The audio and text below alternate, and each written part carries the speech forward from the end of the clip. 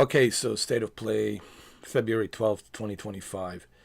I missed out on it, okay, and but people already told me that I didn't miss much because there wasn't nothing really exceptionally important that I have missed out on.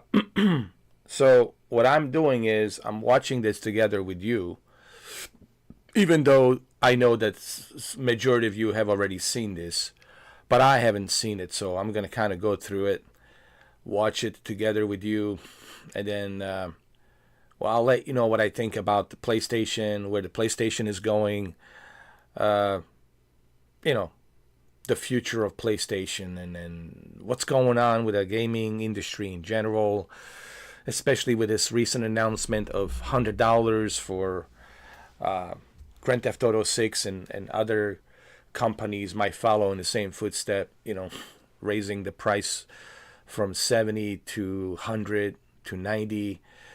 Even if it's $90 for a game, it's still, it's ridiculous, man. People can't afford that, man. $90 for a game, it's too much. So the video gaming industry is going in a really I don't know, man. It's some weird times, man. Um, I don't even know if video gaming as a hobby it's going to be plausible for me, considering just how super expensive it is. Uh, I don't even know if I'm going to be a gamer anymore, to be honest with you, considering the way things are going, to be honest. But we'll talk about that and more. But first, let's watch this and let's see what State of Play did today. Let's see if there's anything substantially great for PlayStation. Let me just make sure that the audio is good. I'll bring it up to here. Hopefully you guys can hear me. I'll move it up a little bit. I hope that's good, like right up here. I just want to be able to hear a little bit of a sound.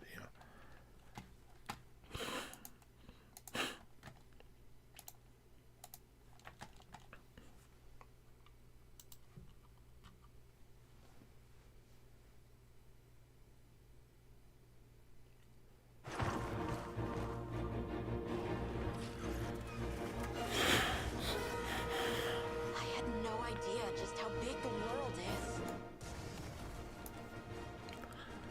I'm actually looking forward to Monster Hunter.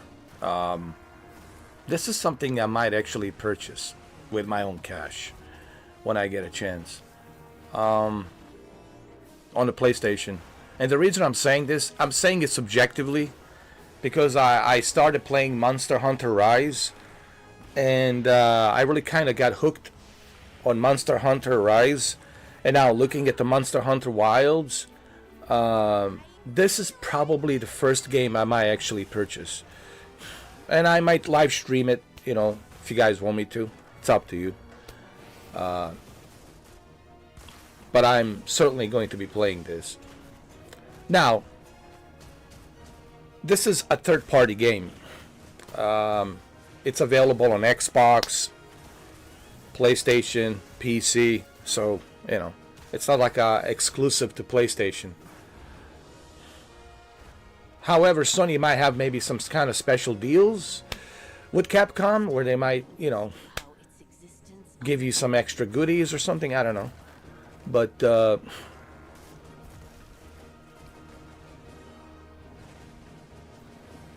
I think majority will be playing this on the PlayStation. I just wanna say this. I think majority of players are playing this on a PlayStation. I think that's what I heard. Everyone in Japan, they're playing this on a PlayStation. They're not playing it on the Xbox. You might have few of them here and there playing it on a PC, right? There's a exception to that as well. But I think majority, it's from what I have researched, majority it's playing this on a PlayStation, and I think that's why they're showcasing it here. And also the open beta was on the PlayStation, so Capcom, I think, has a much better relationship with Sony than, let's say, Xbox, in my opinion. But Anyway. But either way, this is not exclusive to PlayStation, so it's not like it's exclusive. You can still play this on the Xbox and PC, so it's not exclusive.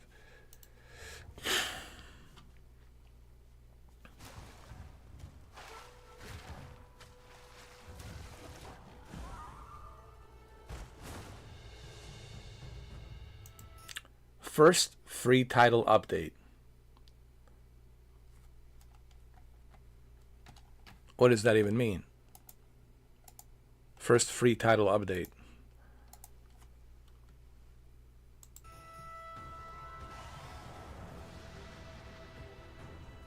Mitsune. Oh. So hold on. So you do get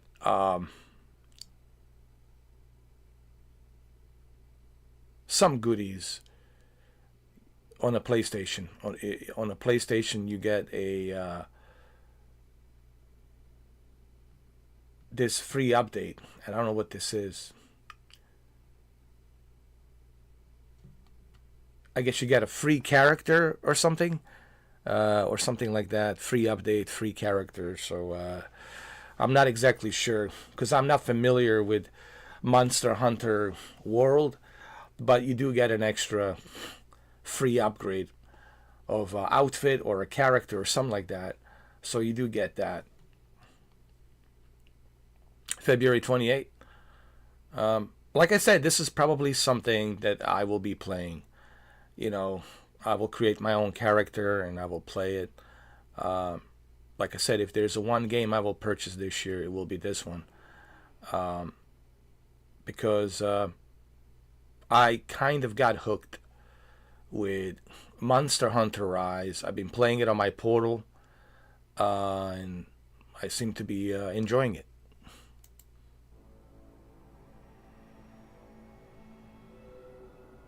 So you get a Guild Knight set, layered armor. Okay. Get some pre-order bonus. Oh, but it has to be... See, this is what this pre-order thing, man. When is this pre-order thing going to go away? Why does always has to be a pre-order bonuses? Why can't it be just like... Can we have this included when you purchase it? But is this really that important? This outfit, yeah. Not really. I don't even like this outfit. They all kind of look the same. He looks like a woman, dude. This guy looks like a woman. I mean, she's a woman. But looking at the chest, I mean, they both look like I couldn't tell a difference. I mean, I do see a beard, but why does this guy look like... I mean, they both look like a woman. Unless, you look at the beard, but you look at the chest, I mean, he looks like he's got two pairs of titties himself. Anyway, I don't know. It's 2025, man. Things have changed. Everything has changed forever. Why can't they make the character look more... Okay, if it's a female character, I get it. She looks like this. But why can't a male character have like a more... like a masculine...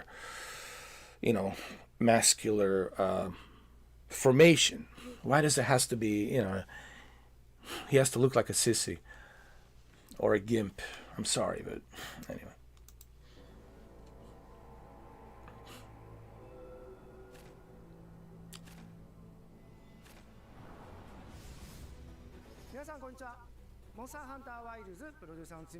Ryozo Chuzimoto.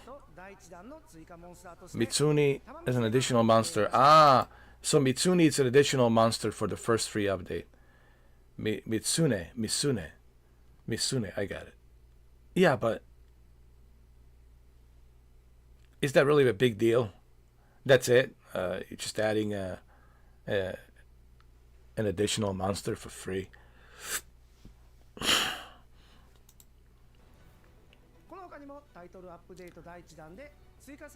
There's even more additional content to come in the first update. Alright. Yeah, please be on the lookout for the more information soon. We're not going to tell you right now. Right now, we want you to pull out your wallet, get your credit card, and pre-order. And after you pre-order, and we get enough pre-order, payments, once everybody has pre-ordered and paid, then we'll let you know, like in April and May, what the additional updates are. Oh my God. Hook, line, and sinker. Traditional snake oil salesman. Ugh.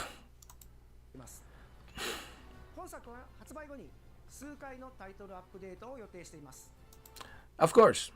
In the spring, of course, in April. But right now we want you to pre-order the game, spend your hard-earned cash, and then in April we'll let you know. Okay? We'll give you a heads up after we collect your cash.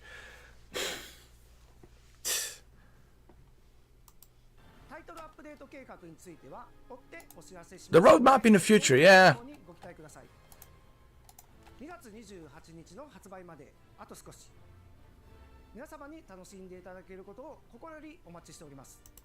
I mean, I will buy it, but I will buy just a regular edition. I will not buy, like, I could care less about that monster.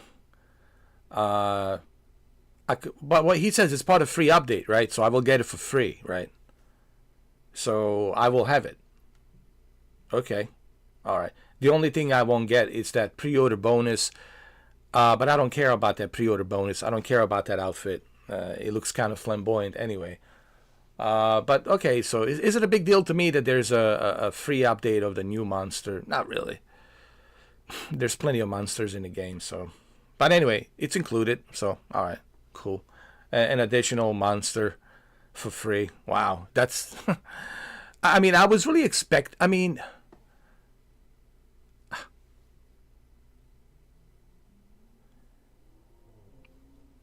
You know, you're gonna make a video montage just to tell everybody, hey, we got a free monster update. That's it? That is your pitch sale? Just the one monster free? How about bunch of different outfits for free? How about like a 50 different outfits for free, or additional 50 monsters for free day one? How about some new features, additional features which are exclusive to PlayStation day one? How about that? No, but we're gonna go in a state of play and just let you know that we'll include one monster for free.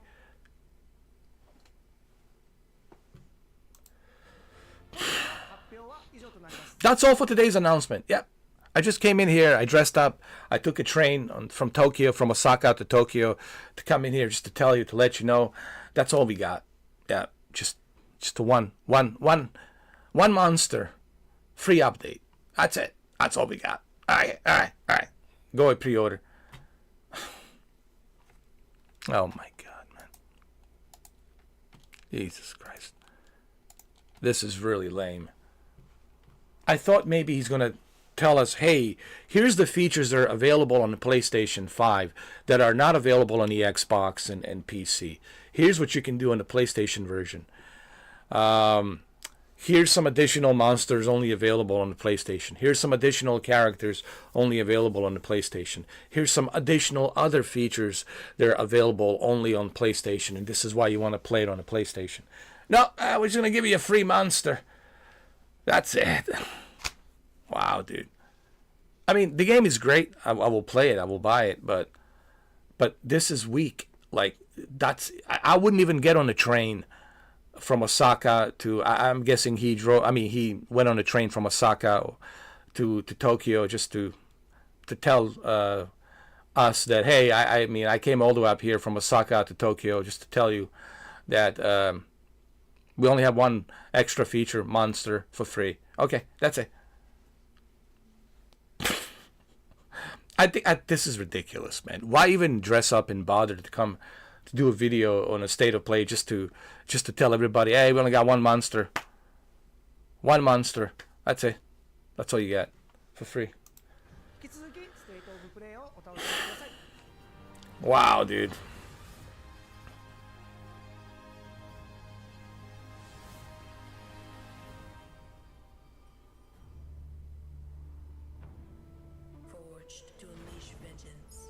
Street of Rage 4, Sega. More than a weapon. It is the sword of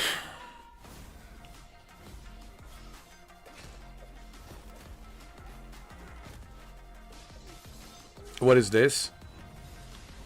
No obstacle can stand in their way.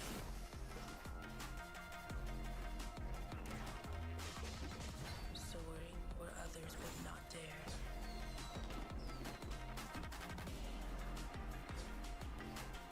Striking with lethal precision.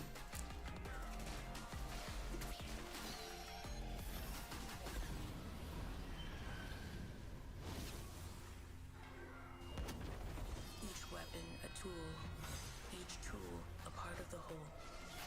This is the mastery of Shinobi.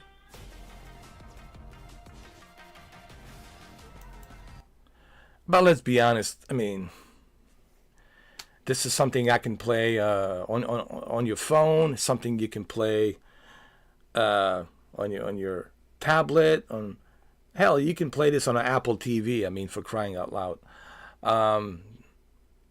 Sure, this will look nice on the portal, on the PlayStation portal, but is this included with a PlayStation Plus? Okay, if this is included with PlayStation Plus membership, okay, all right. It's something that I wouldn't mind checking out. It's something that I wouldn't mind playing. But if this is something I have to pay for, I was like, dude, like, give me a break.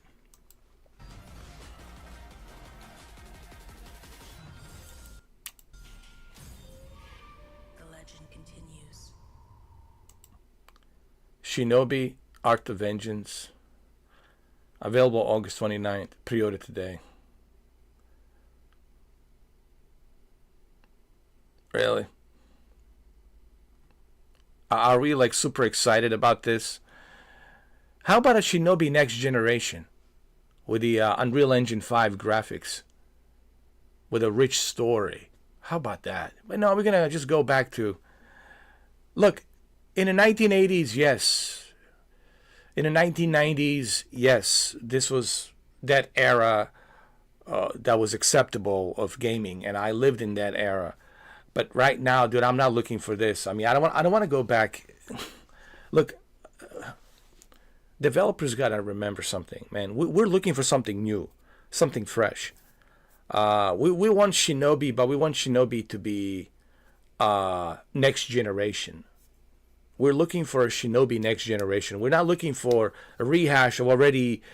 How many Shinobis there are? So many, dude. So many Shinobis out there, and they're all practically 2D platformer. And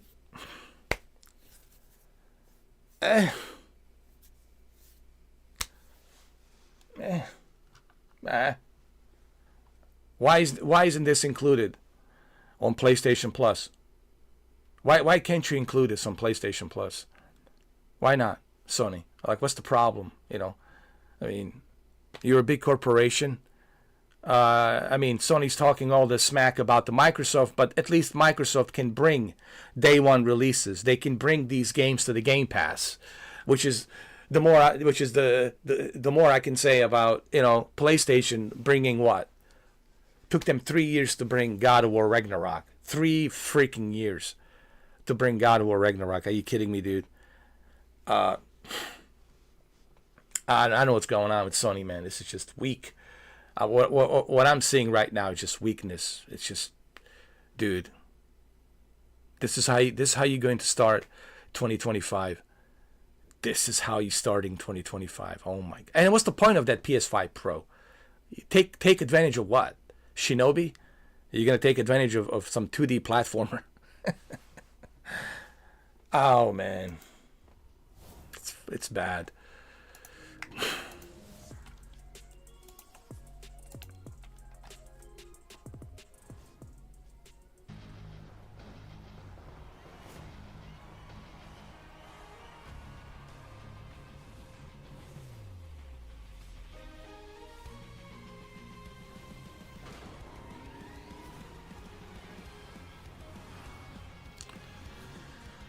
All right, it's a Sonic Racer.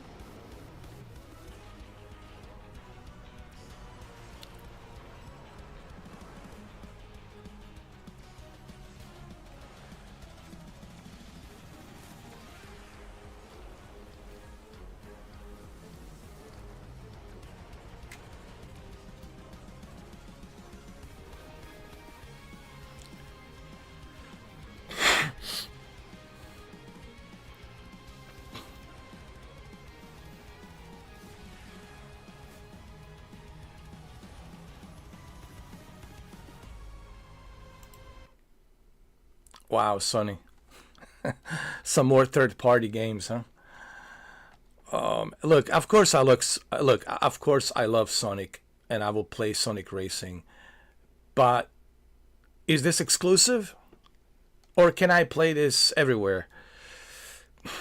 The truth be told, Sega games I can play everywhere. But why can't they? Okay, here's my question. Why not take the advantage of your PlayStation Plus membership and include games like this and Shinobi? Okay, imagine how much value there would be for PlayStation Plus membership if this game was included. Sonic Racing Crossworlds, if the Shinobi was included. Let's say they included Monster Hunter Wilds day one release. Oh my god, are you kidding me, dude? The value of PlayStation Plus membership would just skyrocket. Everyone would even forget about the outage that happened a few days ago on Friday. You know what I mean?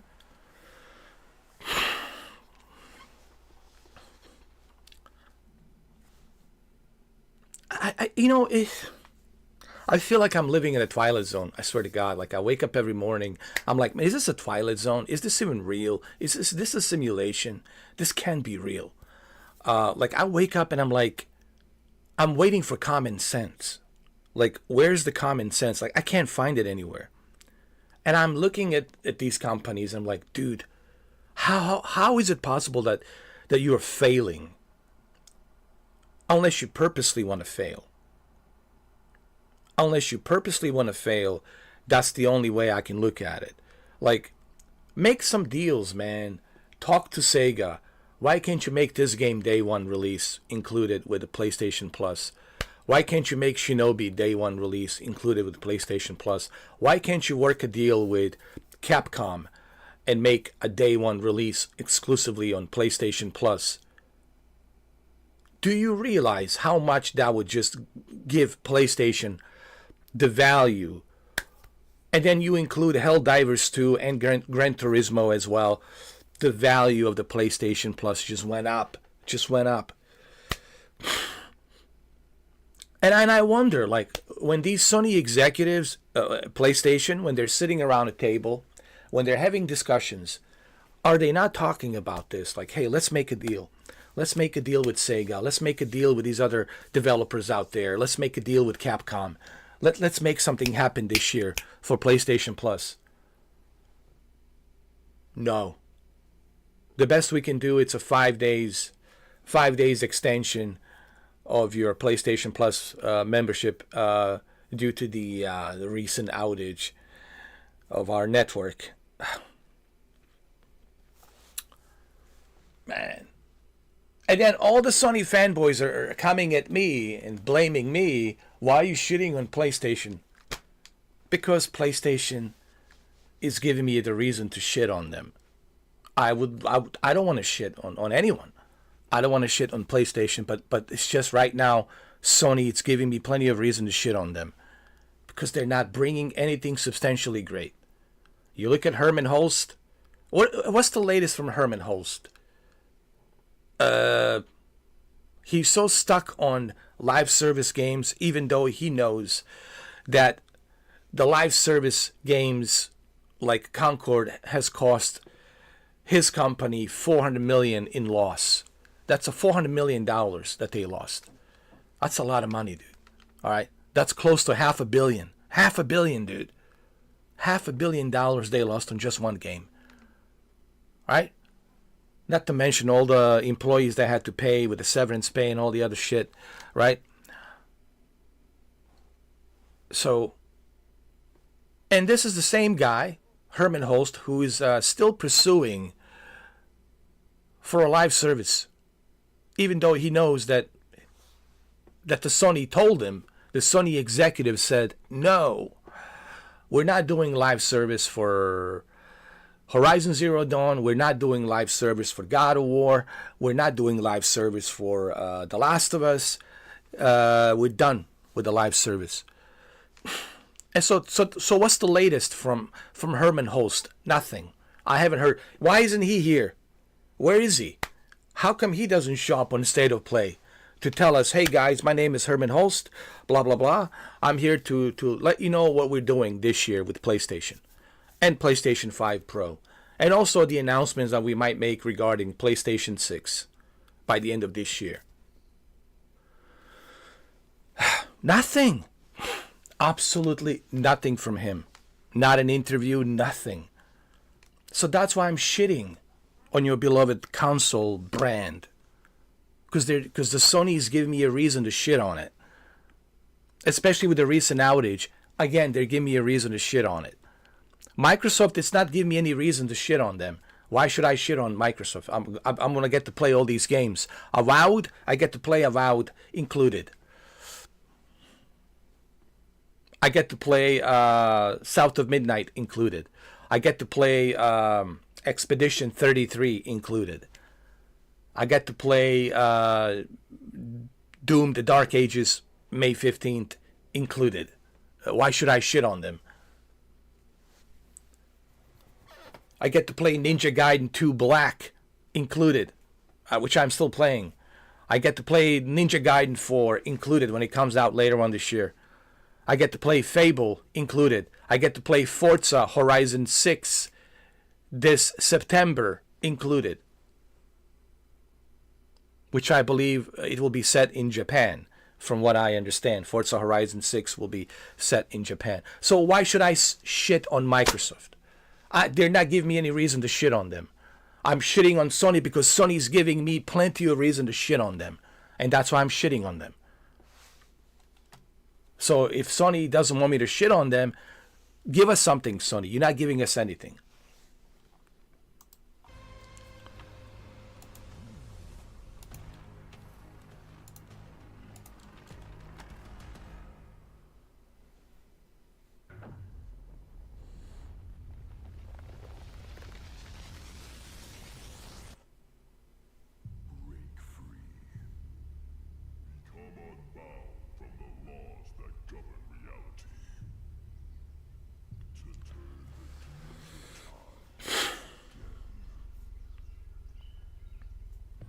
Apocalypse looms over parallel worlds as their fates begin to intertwine. The battle to alter destiny begins. Embark on a journey alongside gods, heroes, and monsters of bygone eras. The anomalies known as Digimon.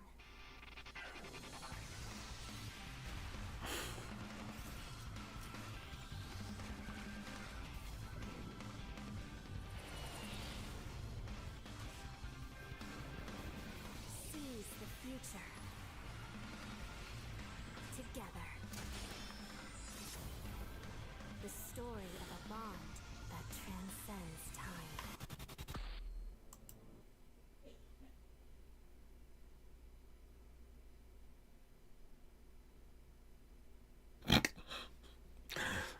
What happened to you, Sonny? I mean, what happened to like the Greatness Awaits, AAA exclusives? Where's Wolverine? Where's the footage of Wolverine? Where's the footage of some new IP? Oh my God. We got absolutely nothing to show for it. And what's the point of having that PS? Like, why even buy PS5 Pro at this point? Even if you have money, like, why waste your $800 on that thing? Take advantage of what? What are you taking advantage of so far? Like I said, only if Grand Theft Auto 6 will take advantage of PS5 Pro, then I could see. That's the only reason I can see someone spend that kind of hard-earned cash. Otherwise, just wait for the PS6. That's what majority of people will do. I think a lot of people are not going to be buying PS5 Pro because they're like, man, I'm okay with my PS5. I'm gonna wait and use my PS5 by the end of this year, and then next year with the announcement of PS6 2026, then I'll purchase a new PlayStation console. And I think that's the smartest way to doing it. That's the most feasible way of approaching it.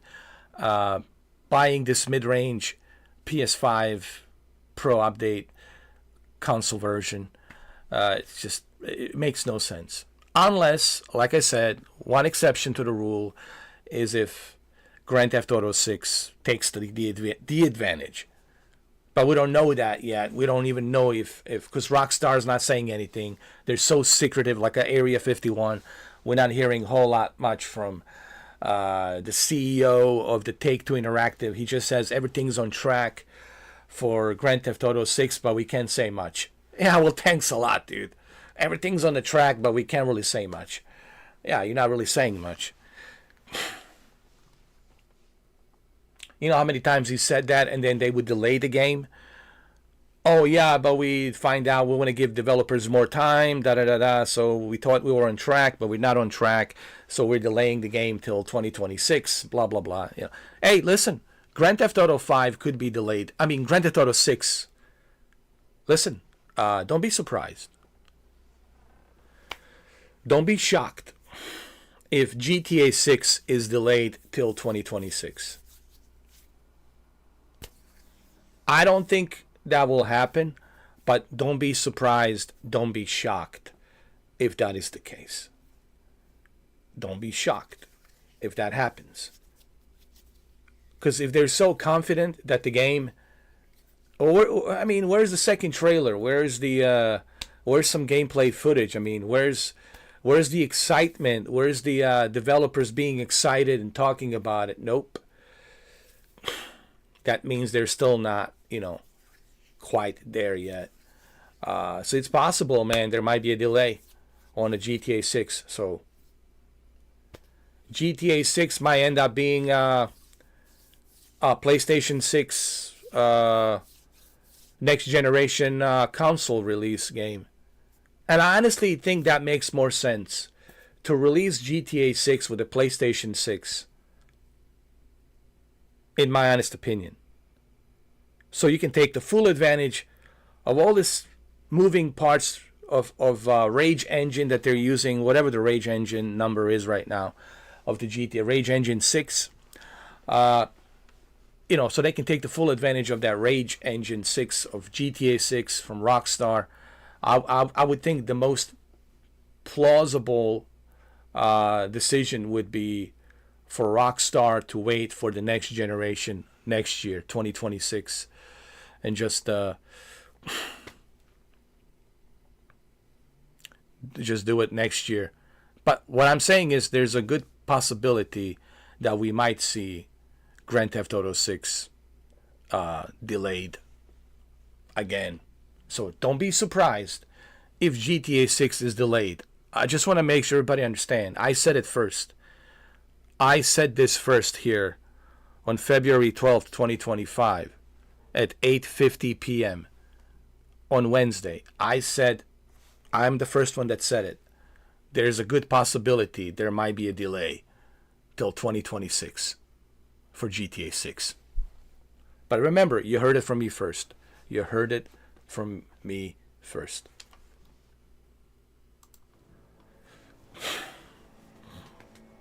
Digimon, do I really care about Digimon? No, not really. I didn't care about the Pokemon Stadium either.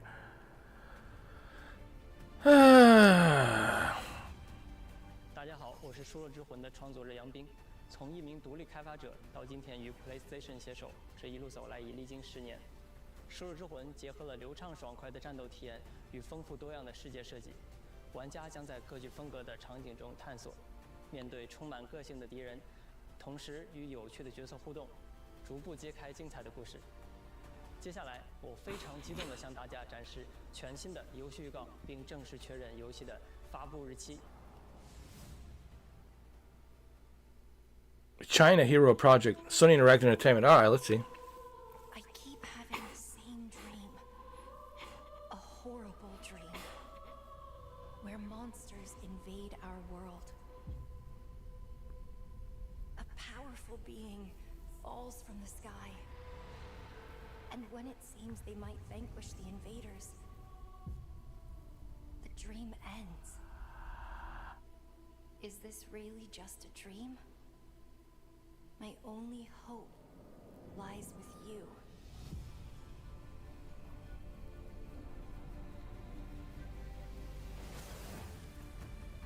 Come, Kaiser.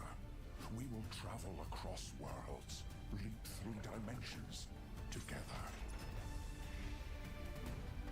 Is this exclusive to Sony?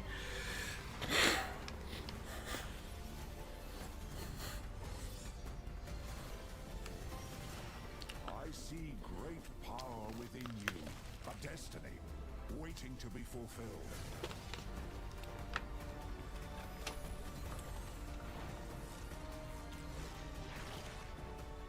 Let me be your vengeance. The blade in your hand.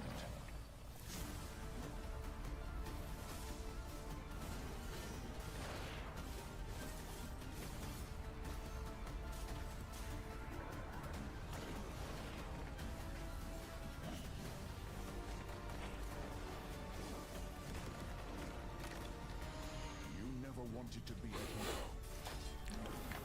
But for humanity's sake, you must. Then give me your power, Arena.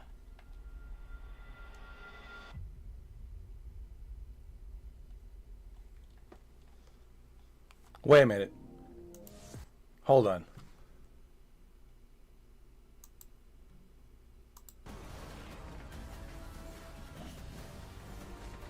Is this exclusive? That's what I need to know. You never wanted to be a hero. But for humanity's sake, you must. Then give me your power, Arena.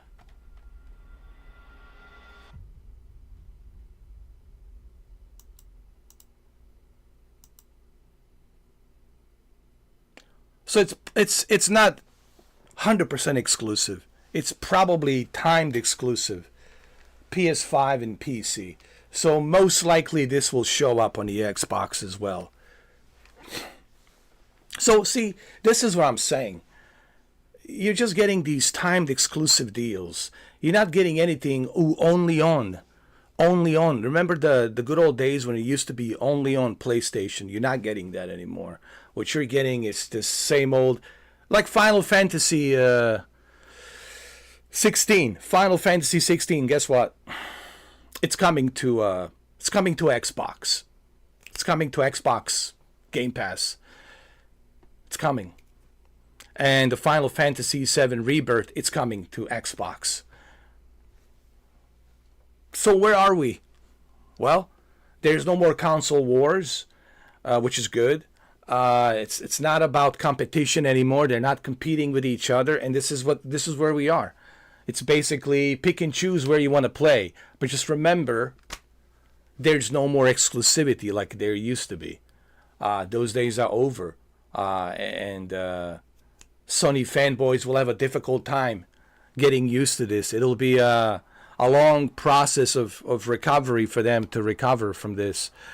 Trust me, it'll be a long time recovery for them to go through this. Well, guess what? That's the way it is. Suck it up, put on your big boy pants and suck it up. That's the way it is. That's where we are. Your plastic black and white console doesn't mean a shit anymore. It's just a plastic and white little plastic electronic box, and it's not something you need to have. Okay, get used to that and get used to it quickly, and get used to it very soon. Otherwise, you'll have a difficult time. You'll have sleepless nights. You'll have anxiety every day, every night. So if you don't want to have an anxiety, you want to just accept the fact that your little black and white plastic box, it's not greatness awaits anymore. That was a PlayStation 4. That was a PlayStation 3, PlayStation 2, and the original PlayStation. Now what you have is just, it's all about the business. It's about the revenue, the profit. The Sony doesn't really give a shit about the fans. If they really gave a shit, then they would have given you a 1-month free membership due to the outage. What did they do for you on the outage of the PlayStation Network? We'll just extend it 5 days. We'll just give you a little 5-day extension. But we're still going to charge you for your PlayStation Plus membership in March. Come on, man. Xbox is mopping the floor. Listen, Game Pass and Microsoft, it's mopping the floor with PlayStation right now. I mean, Phil Spencer is doing this. It's mopping the floor. I mean, literally, it's mopping the floor. Wow, dude. Sony. But why is this shocking? Listen, 5 years ago, what did I say about the PlayStation 5? Returnal, that's all you have. That's only thing that Sony brought was Returnal. That's the only new IP for the PS5 generation in 5 years, dude. A lifespan of this console in 5 years, all you've got is what? Returnal, and you acquire a company, House Marquee. And what else did you get from House Marquee? Candy Crush? Give me a break, man. What a joke, man. It's a joke station. It's not a PlayStation anymore. It's a joke station. Wow. Anyway, let's continue. Sure, I will play this, but I can play this on a PC. I can play this on a GeForce Now. I don't need a PlayStation to play it. Get it? Capiche? Got it? I can play this on the Asus ROG Li, and it's coming to the Game Pass Xbox next year.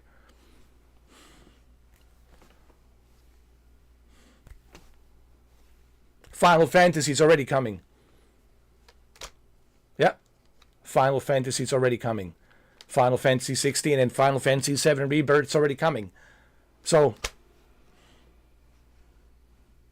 what greatness awaits? Where?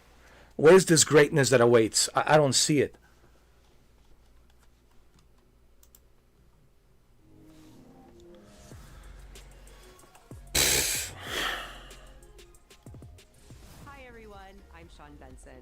We've got several updates today from partners around the world, starting with news from the Like a Dragon series. Really? First up, a playable demo of Like a Dragon, Pirate Yakuza in Hawaii arrives on PS5 this Friday. Players could try out 2 battle styles, including Goro Majiba's new Sea Dog style, as well as engage in naval battles at the Pirates Coliseum.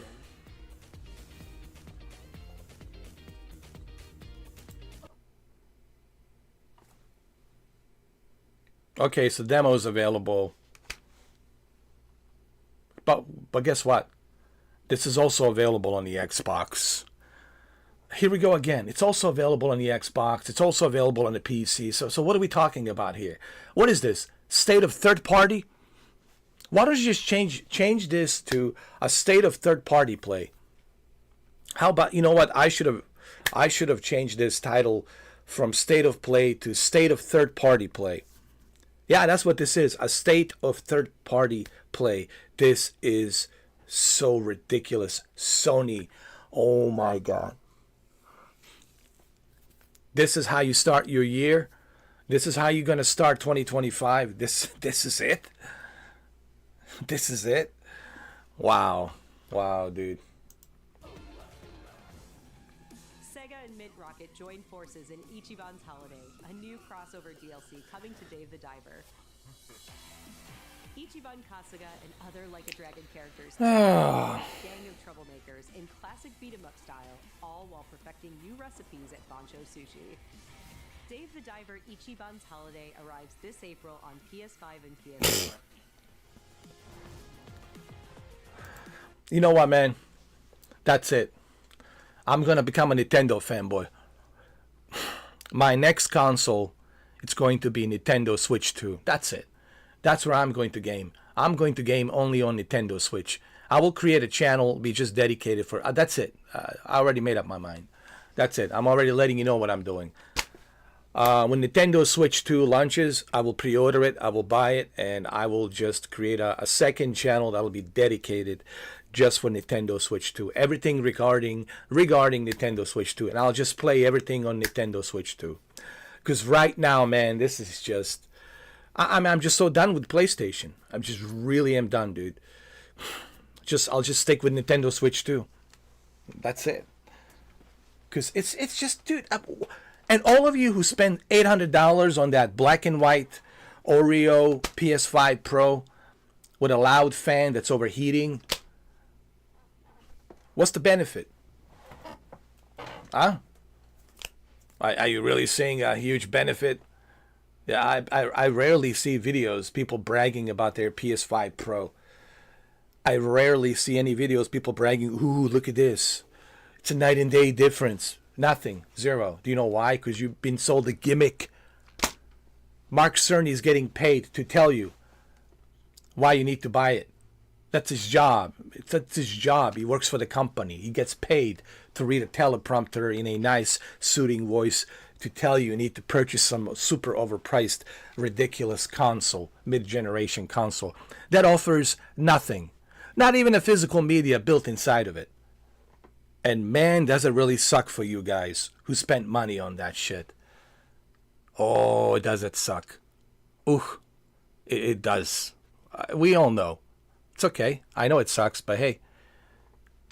Be a man enough, all right? Put on your big boy blue pants on of PlayStation and accept it. The Splitgate 2 Alpha begins February 27th on PS5. Use portals and futuristic physics to dominate the arena, and play a new 24-player mode where 3 teams compete on a massive map.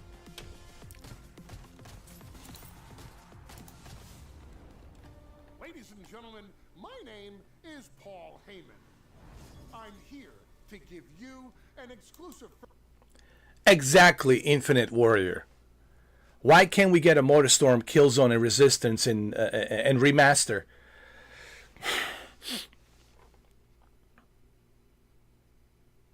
Exactly, Infinite Warrior. You see, someone with a common sense. There's someone with a common sense, unlike the other guy.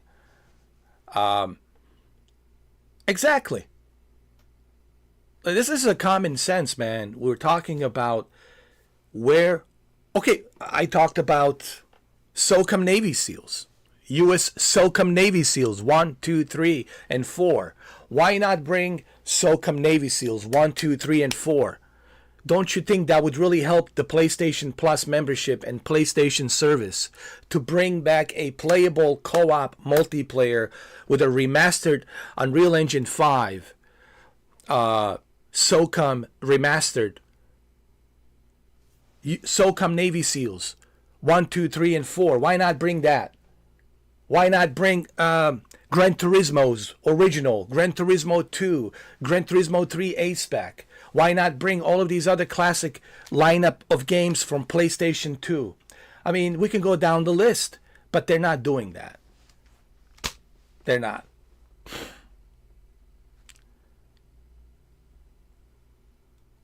I mean, it's... they lost it. And you look at Herman Host, right? Guys, you look at Herman Host. And what's the latest from Herman Host?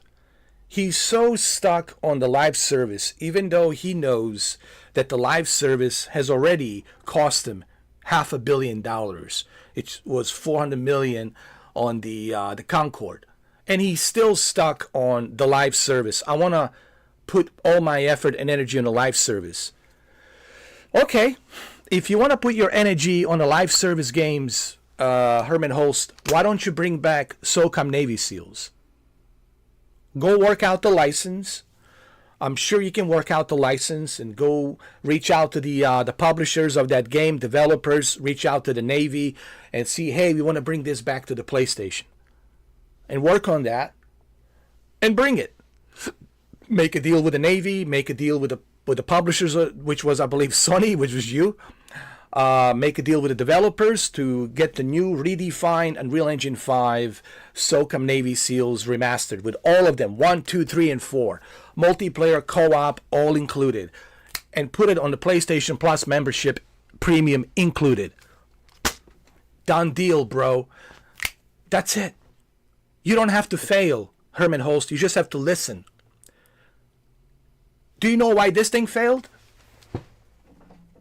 Do you guys know why this failed?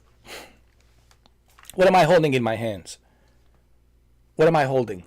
What is this? Stadia. Did I want Stadia to fail? No, I didn't. Was I critical of Stadia? Yes, I was. Why was I critical of Stadia? Because I wanted them to be better. I wanted them to do good. I want them to be number one. What's wrong with that? What's wrong with asking for your brand to be number one? Don't you want your brand to be number one? Don't you want your brand to be the best there is? Of course. And what happened to this thing? Failed. Do you know why they failed? They didn't listen. Just like Ubisoft is closing studios around Europe and other places. Why it's Ubisoft failing? Because they didn't listen. And now Naughty Dog is shitting their pants. Naughty Dog, Neil Druckmann is shitting his pants because of the trailer backlash of that new game. That new space, bounty hunters, space bounty hunters, people complaining about the character. You know what, Neil Druckmann? You should change the character. You should listen. You know what I would do? I would listen. Because the public opinion is the majority opinion. And the majority opinion of the public opinion always matters. You can't fight against majority of the public opinions because that's the majority. If the majority says, we don't want that character, guess what? You remove that character. You work on something better. What happened to Concord? They didn't listen. They said, oh, we believe in quality, premium quality of our creation. That's what the Firewalk said. We believe in what we are making. It doesn't matter what you believe. What matters is what the public opinion is. And the public opinion says we don't want that crap. And we most certainly don't want to pay for something that we can play for free on a live service. Everywhere. And what happened? $500 million, $400 million plus the severance pays they had to pay for the Firework employees and all that. So $500 million down the drain. I mean, guys, this is just a common sense, man. What this is, it's a common sense, and I have yet to see Sony bring any common sense so far.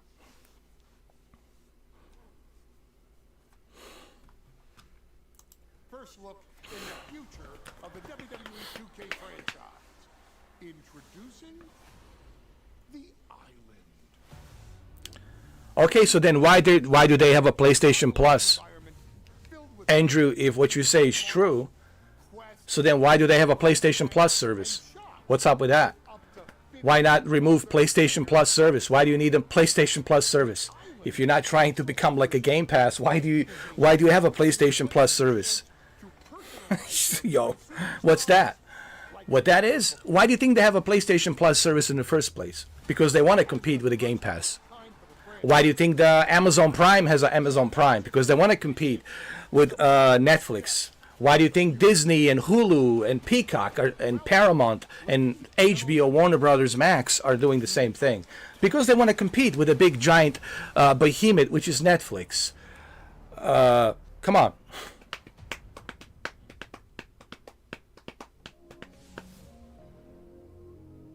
Well, it's a terrible option, Andrew. It's not a good option. It's a very shitty option. And the option that Sony is giving will drive away the PlayStation gamers to the Game Pass. They're going to say, well, they haven't done much with this outage that happened on Friday. They haven't really done much other than just extend 5 days of me not being charged. But I'm still will get charged after 5 days of delay. They made some half-ass, apology, right? And people are going to say, well, why don't I just go back to the Game Pass and play the Call of Duty there and play Forza there and play all these other games there? Why don't I just go and play all these other games from Game Pass and GeForce Now and my Asus ROG Li and my Steam Deck? Why don't I just do that? Why don't I just play all these games on on the Game Pass? And enjoy Ninja Gaiden 2 Black and all the other shit. And Doom the Dark Ages. But I know you guys will say, but you want to own the games. Yeah, well, some people don't want to own the games. Some people want to save money. Not everyone's Rockefeller. Not everyone has money in their pockets. They don't want to waste $70 or $80. So to me, that argument really doesn't really do much. Andrew, I know you're a Sony fan, but your argument really doesn't hold any glass of water, man. It's just a weak argument that really doesn't do much of justification. Because so you're essentially saying that Sony doesn't care. Sony wants to be lame. Sony wants to fail. And that's essentially what you're saying. You're saying, yeah, that's what our team does. They're lame and they want to fail every single time. They don't want to win the Super Bowl. Kind of like Dolphins. Dolphins are lames. They're very lame. And our management is lame, and we don't want to get to the Super Bowl ever, never. We're going to be one of those teams that will never, ever get to the Super Bowl. The only time we got to the Super Bowl was with Dan Marino, and that was, I don't know, like ages and ages and ages of ancient history ago. So, I mean, come on, dude. Like, you want your brand to be the best, don't you? I want my brand to be the best. I don't want my brand to be this nothing. Third party, just a third party. Game Pass brings you day one releases. PlayStation does not give you day one releases. Game Pass does. And you get to play those day one releases on your super high-end PC, on your microwave, on your Nokia phone, on your calculator, free of charge.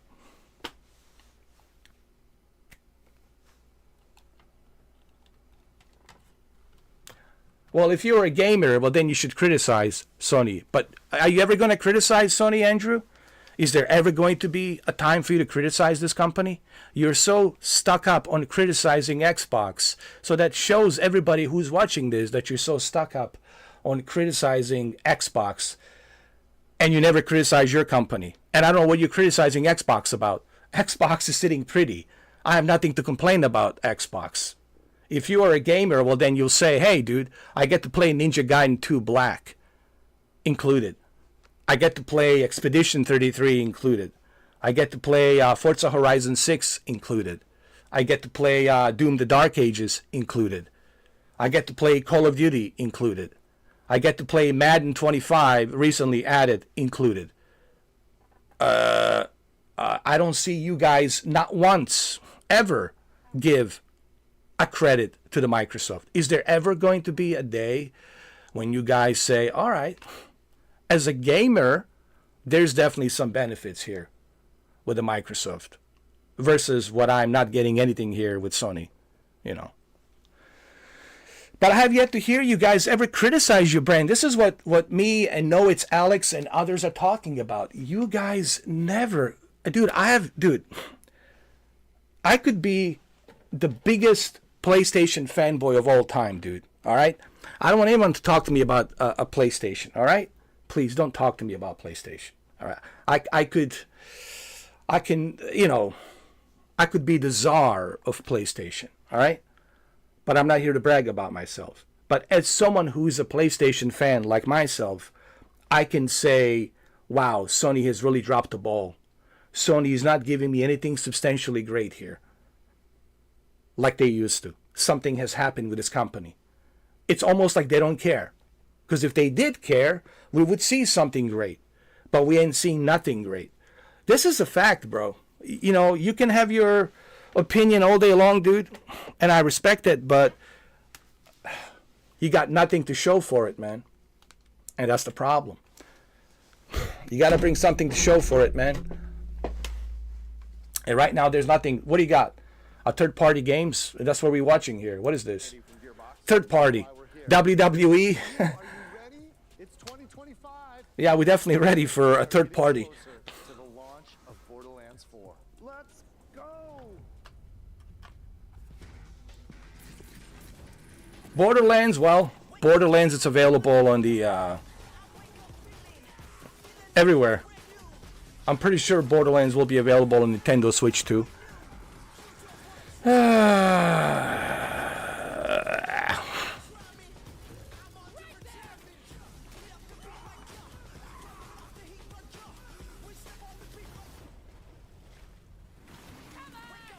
Exactly, Infinite Warrior. That's all I'm saying is, you guys are just making excuses for your PlayStation, Andrew, and that's why nothing good has come. because the PlayStation was like, well, we have these loyal, dedicated Sony fans, and these loyal, dedicated Sony fans are just taking everything we dish out that we give them, and therefore we'll never ever worry about them complaining. And whatever we make, they will take. It even rhymes. Whatever we make, they will take. And I think that's the issue. That's the issue right now. You have to complain, man. You have to let Sony know. I complained about the God of War, Ragnarok, and finally Sony saw my video and they're like, okay, we got to bring God of War Ragnarok. Because I was complaining relentlessly to PlayStation. I was like complaining relentlessly. And Sony finally got fed up with me, and Sony says, okay, we'll bring it. I was complaining about the God of War Ragnarok, and they brought it. I was complaining about the PlayStation Portal. Why can't I use PlayStation Plus membership streaming with my Portal? It took a while, but they listened to my complaints, and guess what? They brought the PlayStation Plus streaming. All I'm saying is this, Andrew.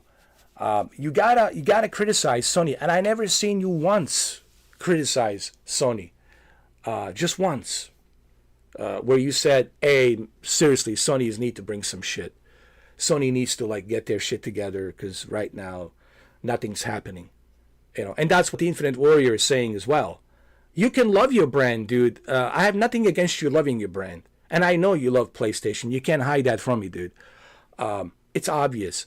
But what I'm simply saying, you gotta like break out of that shell of protecting your brand and shilling for your brand. You gotta say Sony is not making things right. Sony needs to do better. Sony is lacking. They had a shitty year last year. They lost $500 million. Herman Hulst is not doing much about anything. PlayStation 5 Pro, let's be honest, not much of anything happening there either.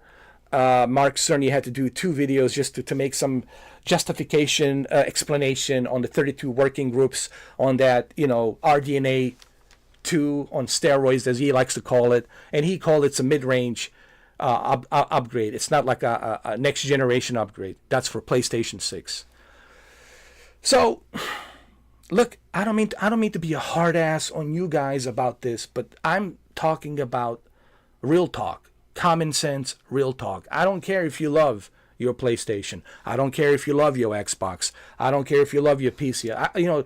That's your choice. Do like whatever you want to like. It's your life, dude. I'm not here to tell you what to like. I'm not here to tell you how to take a shit in the toilet or which toilet to take a shit on. I'm simply telling you is don't tell me that the PlayStation's doing great, because they're not.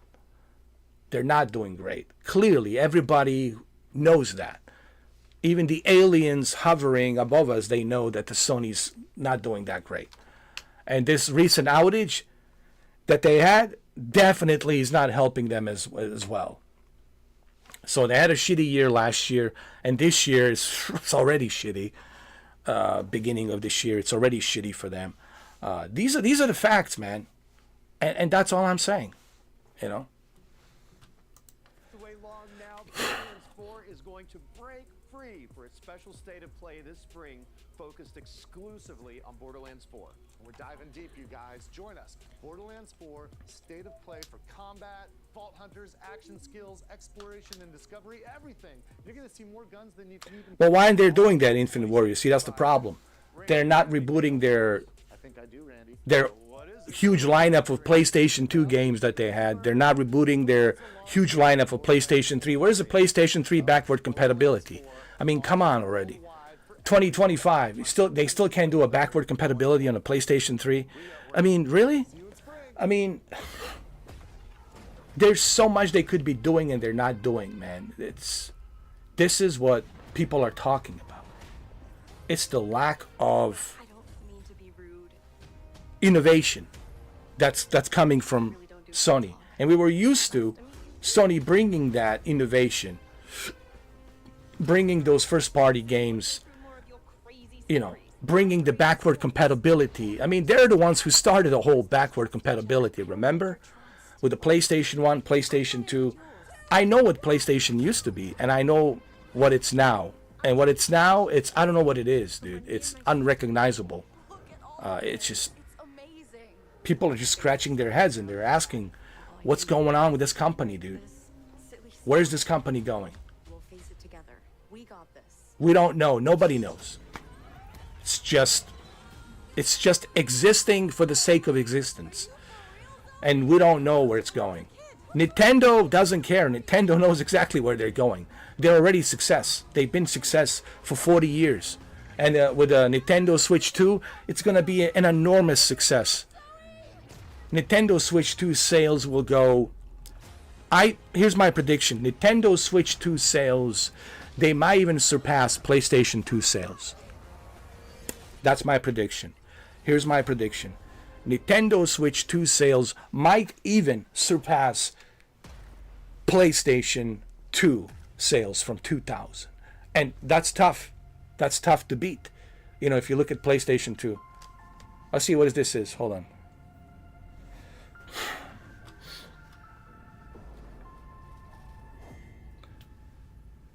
Status report. Looks like it penetrated through there. We need to inspect the hull damage. Supermassive Games. All right. Doesn't look too good either. What is that? You feeling all right? My body's going one way and my mind's going another. What is that? This ship is infected with an alien organism. It still doesn't feel real sometimes. That's funny, PC Gamer. Because it kind of rhymes what you just said.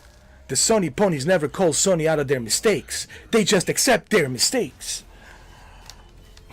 Look, man. Williams knows more about this substance than he's letting on. If you never complain, It can manipulate its physical then all I'm going to do is pull down your pants and just screw you in the ass every time I get a chance. No, I mean, really, let's, I mean, I hate to use this analogy. Is this Denzel Washington? I hate to use this analogy, but I don't know how else to get through you guys. If I'm pulling down your pants and I'm screwing you every single time, and you're bending over for me, and you just bend over for me every time, and you're not complaining, I will continue to service that ass. And I know how this sounds, and I'm sorry, but I'm using comedy here to bring some, conversation going. And that's the way I look at Sony fans. You know that Sony's pulling down your pants, taking out your wallet, and spreading your cheeks and just servicing that ass. And you guys are not complaining. And that's exactly why you get what you get. That's why you get what you get. You gotta complain, dude. That doesn't mean that you don't love your brand. But as you are someone who loves your brand, you should complain. If I sold you a Mercedes-Benz AMG and it's not working properly, okay, are you gonna complain? Of course you're gonna complain. You just spent like how much? 150,000 on that Mercedes-Benz AMG and it's not working properly. Something wrong with the clutch. You have to change a flywheel, right? Transmission is not working properly and it's costing you a fortune. You were going to complain, correct? Of course. So same thing here. You have to complain, dude. That's all I'm saying. I don't care that you are a fan of a PlayStation. That is your right. Be a fan of whatever you want to be a fan of. It's a free country. I'm not like having issues with that. My issue is, as someone who is a fan of the brand, why aren't you guys complaining? This is what Oh No It's Alex is talking about. Why aren't you guys complaining? You're just defending this brand, defending it, and you're not getting anything for it. You're not getting any benefits for it, and you're just blindly defending this brand. That's all I'm saying.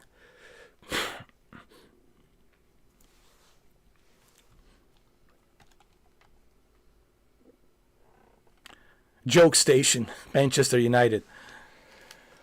I mean, really, it's sadly to say, as someone who has 3 PlayStation 5s, 2 PlayStation 4 Pros, PlayStation VR Original, PlayStation VR 2, which I'm holding right now in my hands over here, okay? As someone who is listen, what's the name of that guy? MGB? Listen, MGB. I'm sorry, dude, but you're not a Sony fanboy. I'm sorry, MGB. I'm sorry, Dreamcast guy. There's no bigger Sony fanboy than me. I am the granddaddy. I'm the granddaddy of Sony fanboys. I'm the leader of Sony fanboys. But as someone who is a granddaddy Sony fanboy leader, me, who has all of the PlayStation products, I can criticize this brand. And you know what? Sony doesn't mind. Isn't that funny? The PlayStation fanboys are mad at me, but Sony's not mad at me. Sony's like, okay, we want to hear your feedback. Tell us, Mr. 4K, what is your feedback? They want to, dude, okay. Sony sends me emails asking me for feedback. Okay, breaking news, yes. Sony sends me emails, and they're asking me for a feedback. And they said, yeah, we want you to be honest. Just tell us honestly. And I do. I do. It may not be, fancy pantsy, bourgeois with a nice language and all of that, with a nice tie, and but I give my honest feedback on how I feel about the company. I want to be as honest as I can be, as transparent as I can be. It doesn't mean that I don't like PlayStation. I have it. I'm paying for it. It just means as someone who's a fan, I want them to do better. I want them to do better. That's it. What's wrong with that? I mean, you want me to tell you? No, I want Sony to do bad. Okay, you know what? I don't want Sony to do better. I want Sony to suck. You're right. Yeah, I want this company to suck.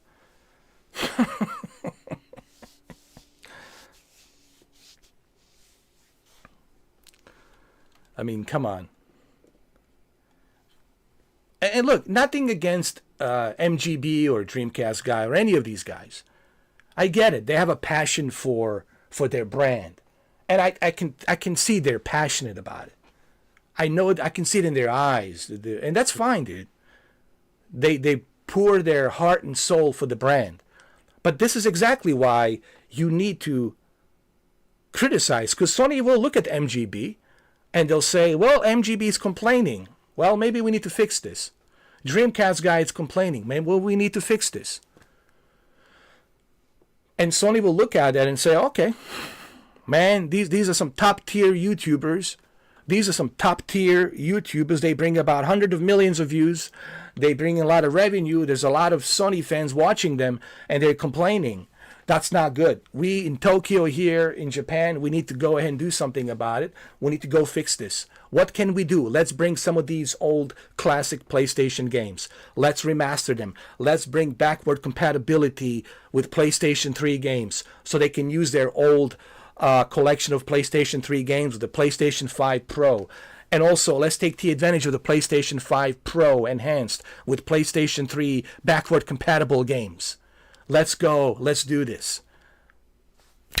None of that is happening. None of that is happening right now, currently at the moment with PlayStation. And it should be happening. And it should be there. But it's not.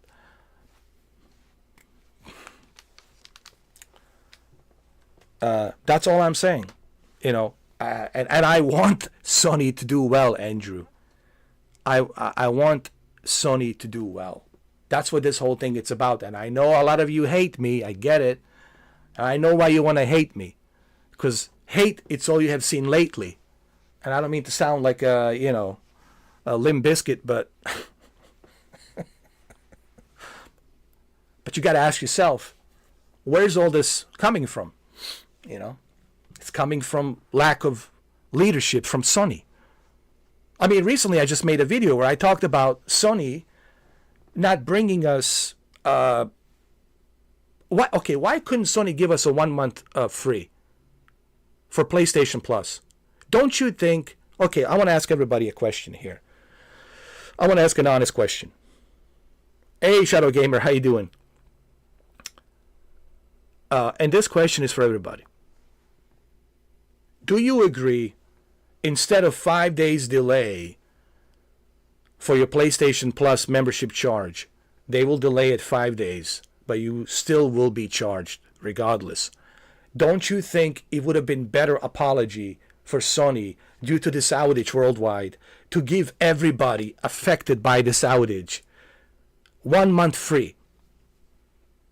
Don't you think that would have been a common sense decision for Sony to make, to say we're giving everybody a 1 month free due to this outage? And we're deeply sorry, we deeply apologize. Not only are we going to give you a 1 month free, but we're also going to give you 7 days extra to play Monster Hunter Wilds. And we're also going to include Gran Turismo 7 free of charge on PlayStation Plus membership. This is our way of saying thank you for your commitment, thank you for your support, thank you for your support of being part of PlayStation family. But they're not doing that. Herman Holst is not, and he should be doing that. Herman Holst should be doing that. President of the PlayStation, the Japanese guy, I can't pronounce his name, he should be doing that. And they're not doing that. Come on. Put me in charge. Listen, you put me in charge day one.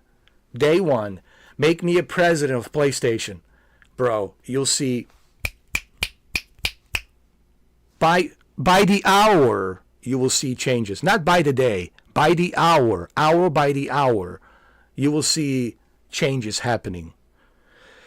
Dude, I would be like signing executive orders, bro.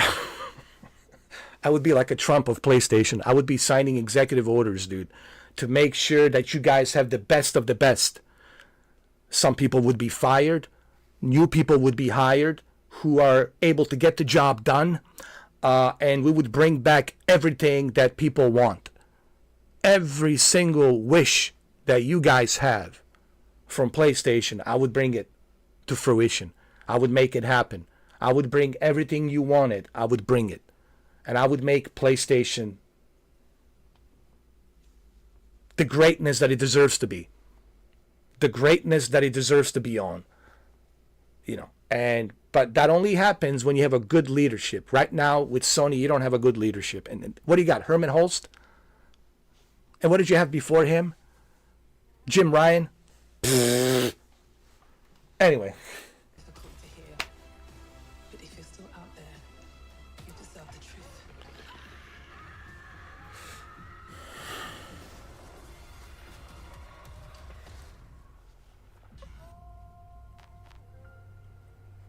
I agree with you, Shadow Gamer. The gaming industry. Wait, is this supposed to be exclusive? I don't know. Is this exclusive? Directive 8020. I don't know if it's exclusive. I have to look into this. It might be timed exclusive. Shadow Gamer, I agree. The gaming industry, it's falling to me as a whole, just like the movie industry. There's no soul in the material anymore. Sony and Xbox took our goodwill for all those years and let us down. Well, yeah, man. The gaming in general, it's lacking. When you obviously look at the gaming, that's why I said the console war, it's over. It's all about the services and profit. They're mainly focused on the money. It's a bureaucracy. What's happening with the video gaming right now? It's a bureaucracy. There's no passion of creativity.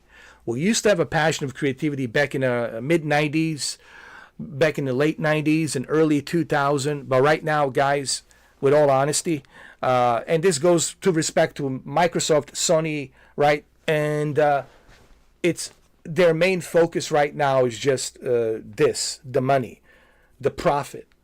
And they're not focused so much on creativity, the innovation, hiring a passionate team to get the job done, to make things happen. We don't see that passion fire anymore. That passion fire, you don't see it anymore. All you see these days is just bureaucracy. How much money can we profit? How much money can we make? And they're all focused and driven based on the money. And that's where we are. And this is why a lot of people are moving to PC. I know it was a PC gamer that just came in. He told that. Yeah, it was true. This is why a lot of people, quite frankly, and this is why my friend, well, I haven't spoken to him. You know, I don't know what's going on between us. You know, he can reach out to me anytime he wants. I still consider him a friend. Cameron, he told me, it was like a few months ago when I spoke to him last time, he told me that he didn't want to purchase. He returned the receipt of the pre-order of the PlayStation 5 Pro because he didn't feel that there's anything there substantially great for him to spend money on to play, to use that console. And he switched to PC. And he's using a PC. And honestly, when you think about it, PC seems like the best option. You have everything on a PC. You got Xbox Game Pass. You got PlayStation. You got Nintendo. You can play Nintendo games on there. There's emulators. You can play PlayStation 3 emulators. You can play PlayStation 2 Dreamcast emulators. You can play everything on a PC, on top of Steam games and everything else. So PC is like the mecca universe of gaming. So PC is the only thing right now that people are like moving towards to. It's the PC. And honestly, I can see why. Yes, PCs have their own issues. Yes, PCs are expensive. I get it. But you don't have to have a super high-end PC to play some of these games. You know, you can have like a $1,000 PC. It'll do just fine. But I can see like why my friend Cameron moved to PCs. I can see why other people move to PCs. I totally see it. I totally get it. But gaming industry, I agree. Shadow Gamer, Infinite, and even Andrew, I agree. Gaming industry has really let us down. And it's changed. And it's changed dramatically. And recently I was watching Asmongold. You guys know who Asmon is, right? Everybody knows Asmon. Come on. He's a top tier YouTuber, man. You know, the guy with the eyebrows, you know. He recently did a video about the game prices going up to $100. Apparently, this will become a new standard. Who wants to pay $100 and own the game? Oh. Granted, Grand Theft Auto 6, it's one exception. That's a once-in-a-lifetime game, once-in-a-lifetime experience, like Grand Theft Auto 5. I get it. Maybe for Grand Theft Auto 6, that's an exception to the rule, maybe for that one game, because it's a $2 billion game, behemoth. But you can't tell me that every game should be $100. I don't want to live in a gaming world where $100 has become a new normal, or even a $90, dude. Not every game it's worth $90. Not every game is worth $90. You know, recently, yesterday, I was talking about Assetto Corsa Evolution. They want to charge you $40 for Assetto Corsa Evolution. And I'm saying, why? Why do we have to pay $40 for an early access? That's too much. $40 for an early access game that doesn't have much included, that's asking too much. So, the gaming industry right now, it's driven by one thing, and one thing only. Money. They're driven by money. They're driven by profit and money. And that's the part that really sucks, quite frankly. And that's where we are. I think we all can agree. That's where we are, guys. Thank God for CD keys. Like I said, CD keys, thank God. So this is where PC comes in handy. CD keys. You got CD keys, you got other places. This is where PC gaming, well, I'm sure PC Gamer will agree on this. This is where PC gaming now takes the advantage. Because you get to go to CD keys and other places and buy it for dirt cheap. Or somebody can give you the codes, you know, they can buy it for you, etc., etc. Like Jose did for me. He bought me a game of Kingdom Come, and he sent me the code, and I used the code. So thank you, Jose. So, I think PC has the upper hand. Honestly, if I'm about to make one prediction right now, and again, I could be wrong, but I think right now, in 2025, I think PC has the upper hand. Would you guys agree that right now, currently, PC has the upper hand in terms of gaming experiences? I think honestly PC has the upper hand right now. If you're into gaming, dude, PC has the upper hand. Big time. Big time. And it's more affordable. Dude, people from Russia, people from Ukraine, people from Europe and other places, Southeast Asia, from Korea, even from Vietnam, from other places, from Middle East, they're playing on a Steam. They're playing on a PC. They're using people from Mexico, Latin America. They're all using PCs. They're playing from PC, and they're benefiting from PC. So to me, PC right now, PC gaming has the upper hand in many respects, I think.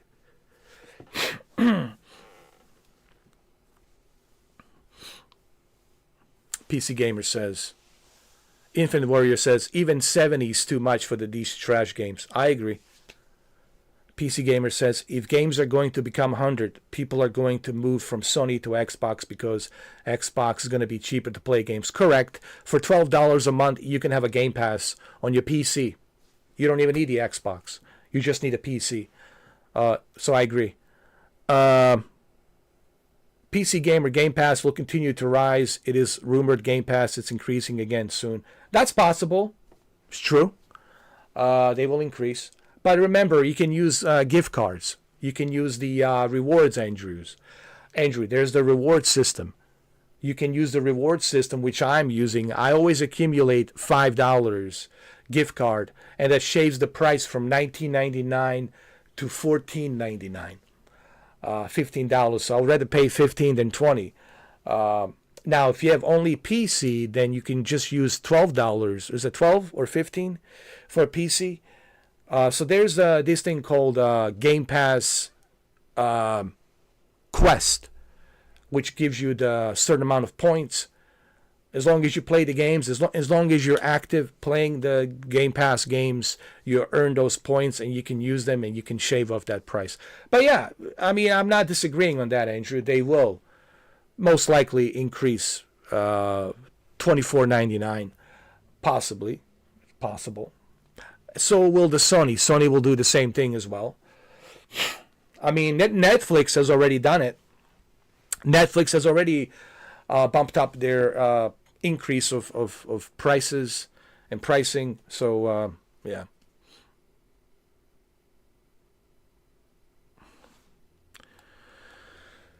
Yeah, but yes, but look at the benefits that you get, Andrew. Yes, you are paying for PlayStation Plus as well, but the benefits are much greater on the Game Pass. On the Game Pass, you have more benefit. You are getting something in return.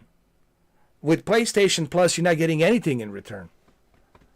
That's the difference. With Game Pass, at least you're getting something.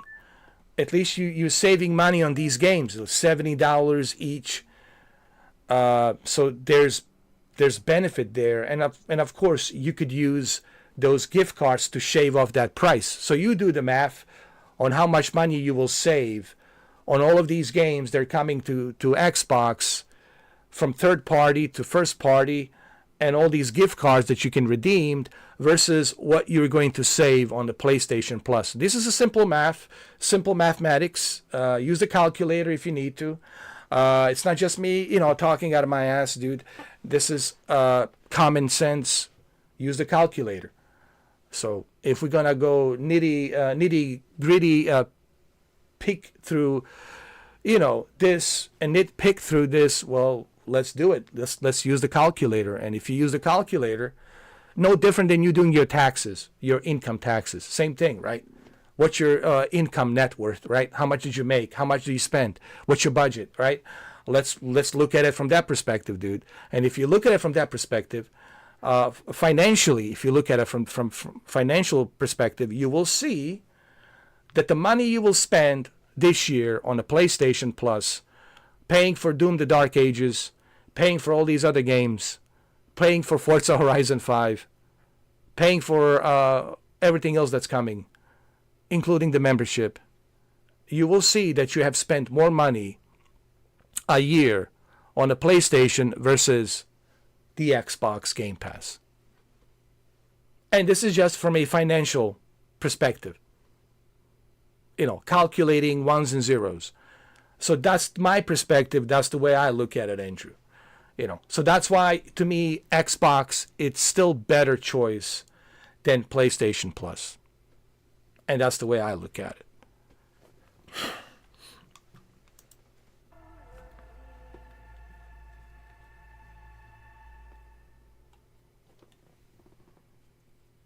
What is this?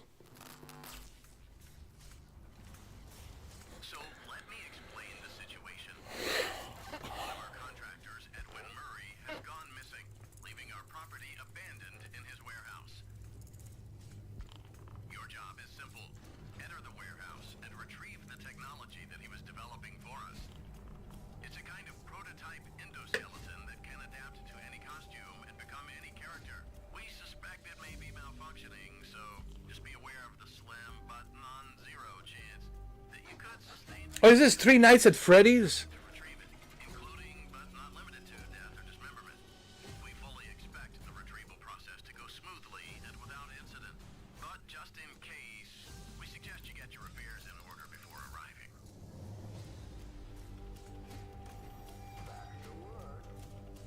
I thought it was a Three Nights at Freddy's.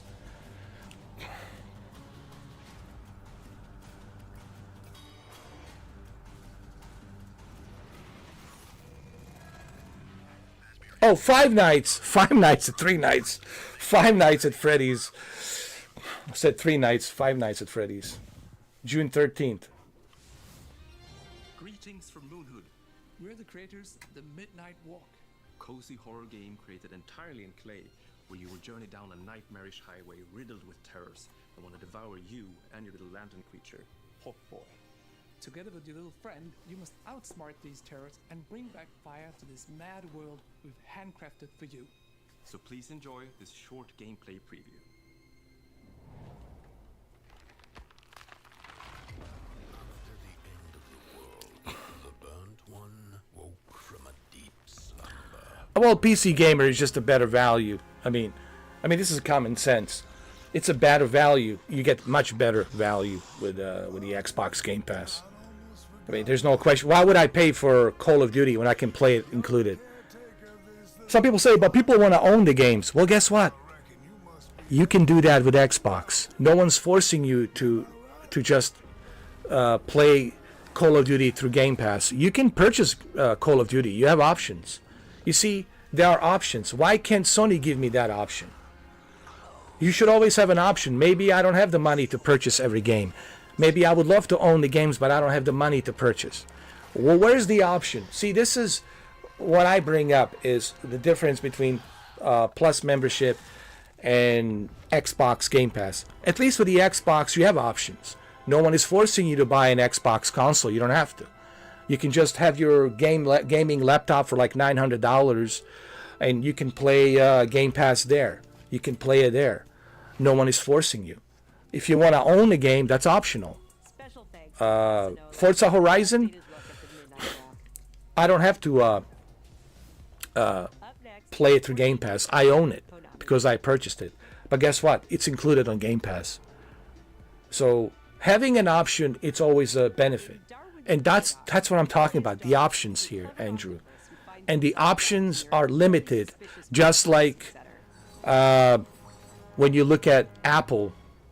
Nothing but boundaries and restraints. When you look at Apple and their strategy, when you look at Sony and their strategy, they're pretty much similar because they're putting restraints, they're putting limitations.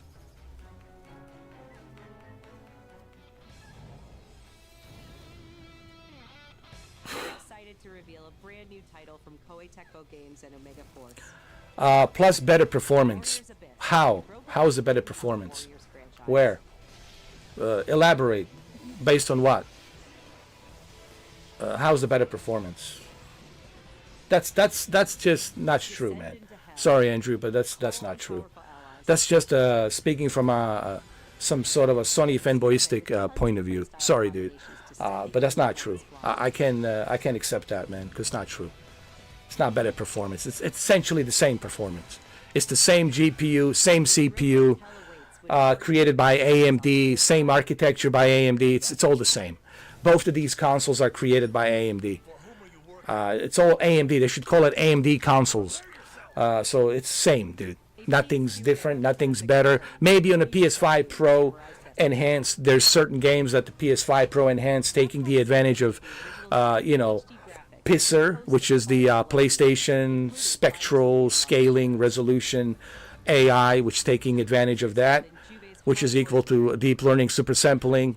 But other than that, dude, there's absolutely no differences on how Indiana Jones plays on the Xbox with a 1800p with a global illumination, 60 FPS, and versus PlayStation, the way it's going to play on the PlayStation. Let's check out a new trailer for Capcom's latest Forza Horizon 5 will run exactly the same as it runs on the Xbox Series X. On the PlayStation 5, you're not going to see much of a difference. Maybe PS5 Pro will have 120 FPS enhanced, which, of course, Xbox Series X already has 120 hertz enhanced. It has it for 5 years now. So there's no performance differences. I'm sorry, dude. That's just some make-believe gimmick Kool-Aid designed by the Sony fans. Sorry, dude. It doesn't exist.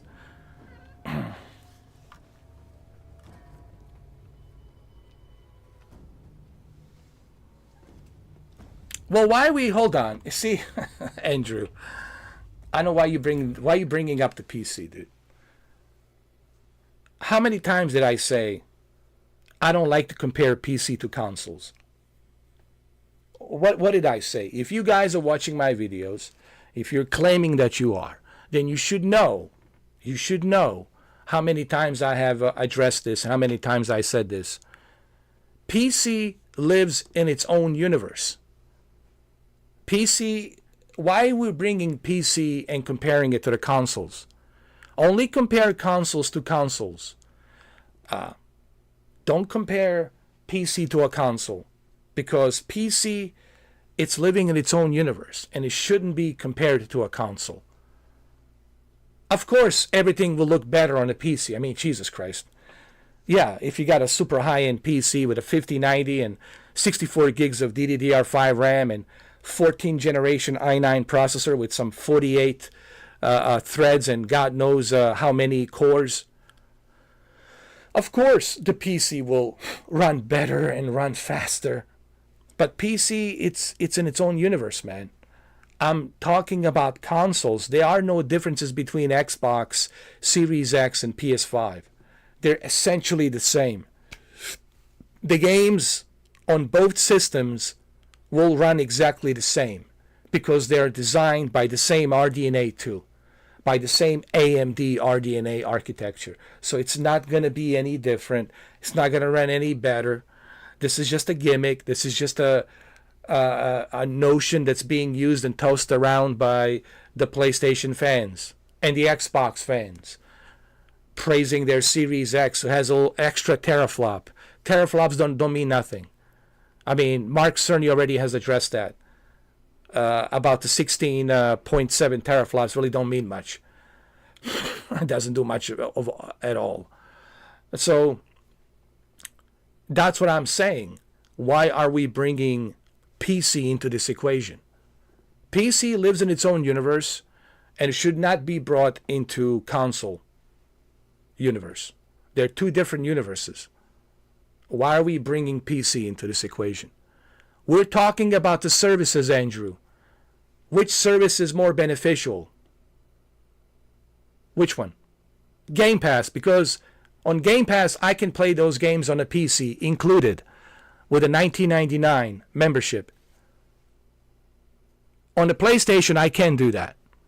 I'm paying close to $19.99. I'm paying $18 a month, and I can't play God of War Ragnarok on the PC with PlayStation Plus because I have to pay separate.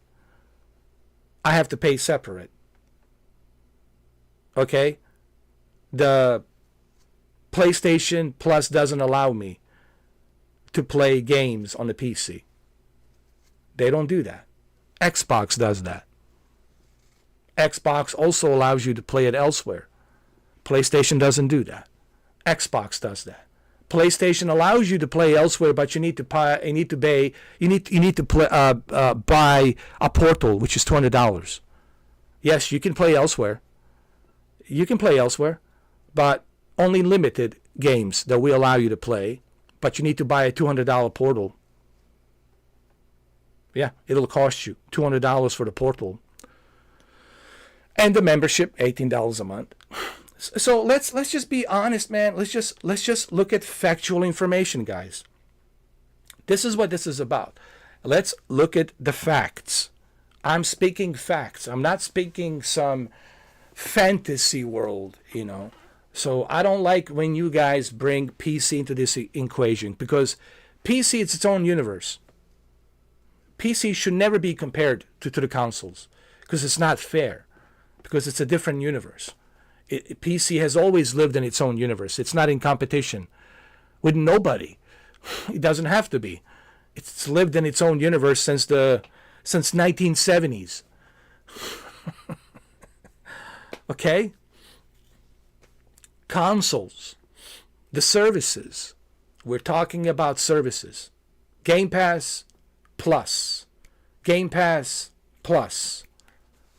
Which one is the better service? Is the PlayStation Plus Premium better, or is the Xbox Game Pass Ultimate better? Let's look at the Game Pass Ultimate versus PlayStation Plus Premium. Which one has more benefits? And when you look at those two services, green versus blue, the green comes at the top because of more services, benefits that it has. It has more stuff included. It gives you more benefits, more options. PlayStation, less benefits, less options, more restraint, more boundaries. Xbox Game Pass, less boundaries, less restraint, more options, more ways to play. More ways to save money too, through their Game Pass Quest. These are the facts, Andrew. You can't deny these facts. I mean, you can have your opinion, you can drum that beat all day long, dude, but the facts are the facts. You can't expect me or convince me to agree with your statement because it's not true. I can't, dude. You know? I mean, nothing against you, but I'm simply saying I can't agree with something that has no factual merit. Bring me some hardcore evidence, some facts. Okay, then I'll look at it and I'll say, okay, you know. This is my issue and struggle with some of you guys who are hardcore Sony fans. You don't bring anything substantially great to the table. That's factual. You just bring this, oh, people want to own the games. Okay, and that's fine and dandy. If you're a billionaire and you don't care about money, fine. But what about the rest of us who don't have that kind of luxury? Why can't we have that option? Why are we being forced to pay those games? We don't want to pay. Maybe we want to save money. Okay? But I digress. And again, don't take this the wrong way, Andrew. We're just having a debate, a conversation. You know, you have your points of view, and I respect that. I have my strong point of view, but I just disagree. And I disagree because you're not bringing me facts that would say, okay, this is why PlayStation Plus Premium, it's a better deal. Like, you got to convince me, okay? As a salesman, your job is to convince me. If you're a special interest group, if you're a lobbyist, okay, let's say you are a lobbyist for Sony, and you're lobbying clearly for Sony. You, as a Sony lobbyist, PlayStation lobbyist, your job is, when we have a meeting, your job is to convince me to make the deal, to convince me, hey, Mr. 4K, X, Y, and Z, this is why you need to go ahead. And this is why you need to go ahead and go and move over to the blue side and invest money, invest your stock, your money onto the blue side, not to the green side. And you failed to bring those convincing facts that will convince me otherwise. And this is all I'm saying to people. That's all I'm saying. Anyway, let's continue. But I respect your opinion. I do, but I just disagree.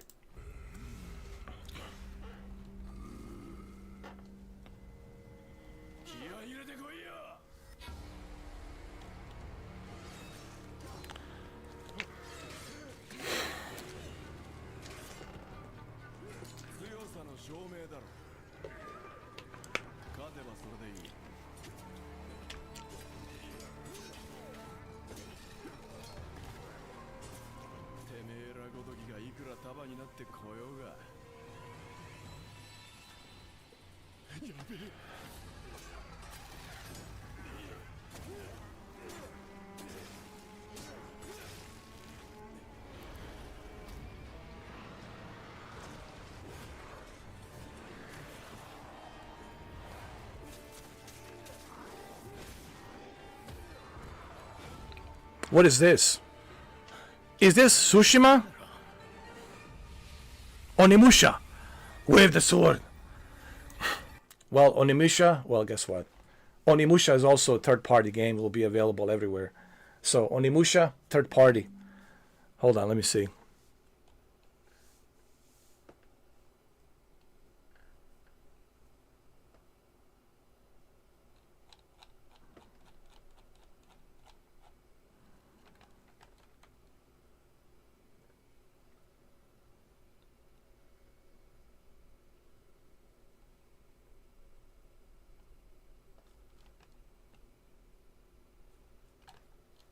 All right, so if you think that they're all exactly the same, well then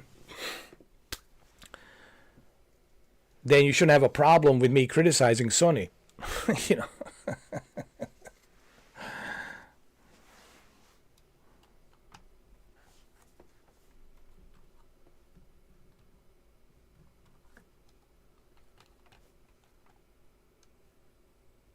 But see, that's the whole point, Andrew. It's not about you. You don't use them, and that's fine. You don't have to use them. Maybe you're a millionaire. Maybe, I don't know what your financial situation is. Maybe, you know, you're flipping houses and you're a real estate agent, you're making shitload of money. Hey, it's America. God bless you. Make your money, dude. What I'm simply saying, I'm not here to judge. What I'm simply saying here is this. People should have options. That's what I'm saying. Not everyone's a Rockefeller. Not everyone's like, you know, money grows on the trees. What I'm simply saying is people should have an option. And Game Pass is giving you that option, while the PlayStation is not giving you that option. And you're having a difficult time acknowledging that it's true. I've yet to hear you say, I agree. PlayStation should give you that option. I have yet to hear you say, you're right. I don't know why PlayStation Plus is not giving people that option.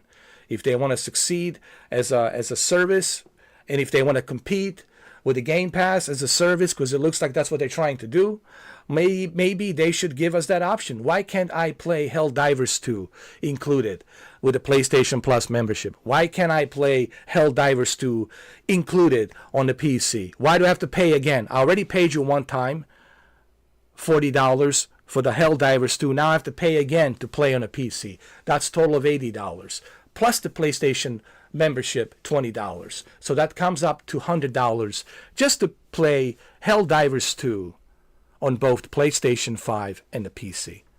That's my argument. And this is where the green team, Andrew, this is where the green team has the upper hand. Because with the Xbox, Microsoft is not forcing me to pay for Microsoft Flight Simulator on the PC. I don't have to pay. I can play it anywhere on my PC. Same thing with Forza Horizon. I don't have to pay to play Forza Horizon or Forza Motorsport. I don't have to pay to play on a PC. I mean, technically, yeah, you're paying a membership, but the membership gives you benefits of options. And with a PlayStation, you're paying $18 a month to do what? Just to be able to access the network and play some games here and there, but you still have to pay. Look, it's just, these are the facts, bro. Xbox has more features, more benefits. PlayStation, you're still paying $18 a month. And I don't know how long is that going to be lasting, $18 a month. And you're not getting those benefits that you get for extra $2. No, look at this. With the green team, for the extra $2, look at the benefits. And with $18 on the blue team, look at the benefits. And of course, who has more benefits? The green team wins. Clearly, it wins. While the blue team, you know. Oh my God, you can wait for the games to go on sale. Oh, this is what I'm talking about, Andrew. This is that you guys, you and MGB and Dreamcast guy and all these other Sony fanboys are repeating. This is what Alex is talking about. You guys are repeating the same old broken record. It's always an excuse with you guys. Oh, you can wait for the sales. What if I die, dude? What if something happens to me? You know, what if I don't live that long? What kind of gaming is that, dude? I have to wait till I die of old age to wait for the sales of the games? I mean, some of these arguments, man, I'm sorry, dude. I mean, but it's just, it doesn't work for me. Because these arguments and these excuses don't work for me, don't work for others, because they're really lame excuses. You know, first you say, well, they're not in competition. What do you mean they're not in competition? Of course they're in competition. They're copying Game Pass. Of course they're in competition. That's why they have the service. That's why they're doing it. What do you mean they're not in competition? And then you say, well, you can own, people want to own the games. Okay, you can own the games on the Xbox as well, but at least you have the option. With the PlayStation, you don't have that option. You just have to spend money. So this is common sense, dude. I'm not trying to be some, prick about this. I'm not trying to be prickish about it. I'm just simply saying these are the facts, dude. You can't argue the facts. I mean, you can have your opinions every day, 365 days a year, 7 days till Sunday, night and day, from sunrise till sunset, from dusk till dawn. My brother, it doesn't matter. The facts are facts. Unless you can bring me something substantially concrete, evidential proof with some sort of concrete evidence where I can look at it, where I can hold it, smell it, and say, oh shit, this is better. But so far, all of you have failed to convince me, to tell me why PlayStation Plus service is better. And I have both of them. I have both of these services. So it's not like I'm like, just riding on the, Xbox or Xbox cocktail. What did I stream earlier today? Gran Turismo. Go through my live streams. What did I stream? Gran Turismo, of course. So it's not like I am just riding on the Xbox cocktail. I'm not. I'm a true gamer. I've been a gamer since 1984, since Spectrum ZX Sinclair and Commodore 64 and Amiga A500. I said this story gigatrillions of times. I'm tired of repeating myself how many times I freaking said it. I know who I am. But you guys have yet to bring me any hardcore evidence to convince me why PlayStation Plus Premium, it's a better choice.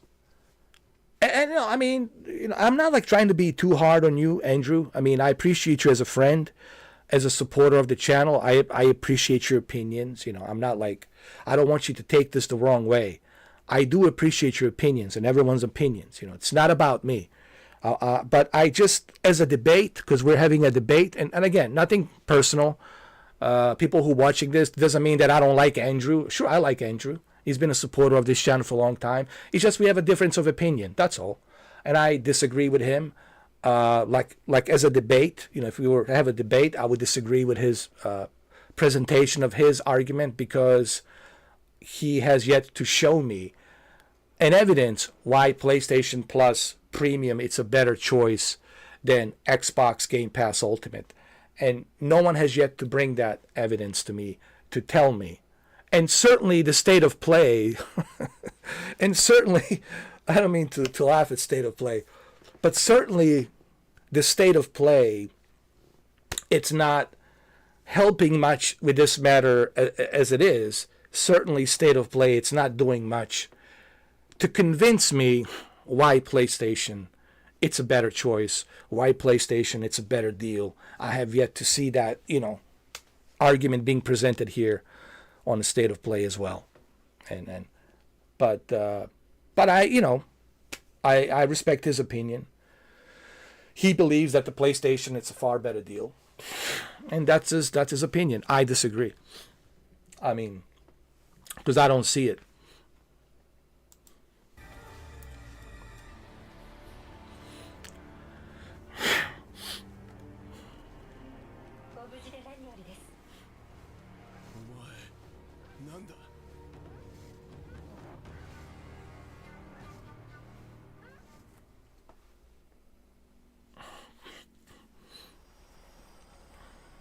Oh, is this what I think it is? Colonel, can you hear me? Security on this place. He's coming here. I'm sure of it.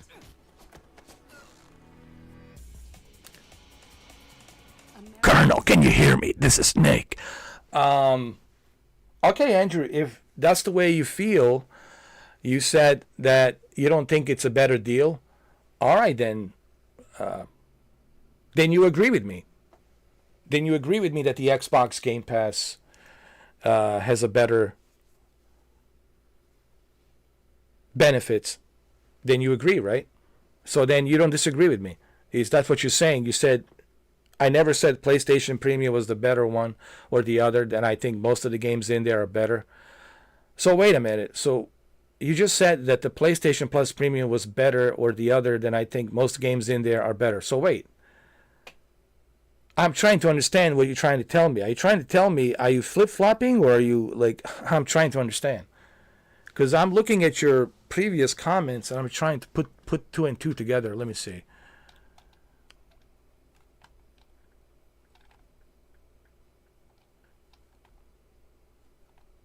You believe that the subscription services are hurting the industry. How? How they're hurting the industry? Elaborate. How?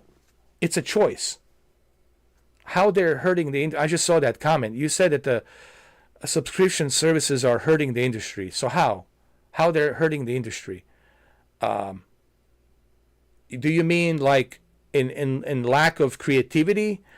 Are you trying to say based on that the developers are getting lazy because of the fact that they will make their money through Game Pass and PlayStation Plus, and therefore they don't have to work twice as hard? They will get the revenue throughout these services like Xbox, Game Pass, and PlayStation Plus, and GeForce Now, and therefore, okay, I can see that argument. Okay, I could agree on that.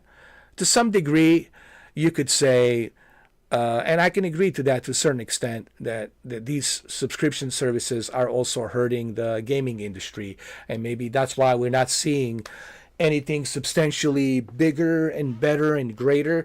I can agree on that. I can agree on that. But at the same time, I think the benefit of having these services, like Phil Spencer said, it's to give the gamers the option. You know, that's one of the things that Phil Spencer talked about in his recent interview. He said the reason we do this and the reason we went ahead with the Game Pass in the first place was to give you, the gamers, the choice.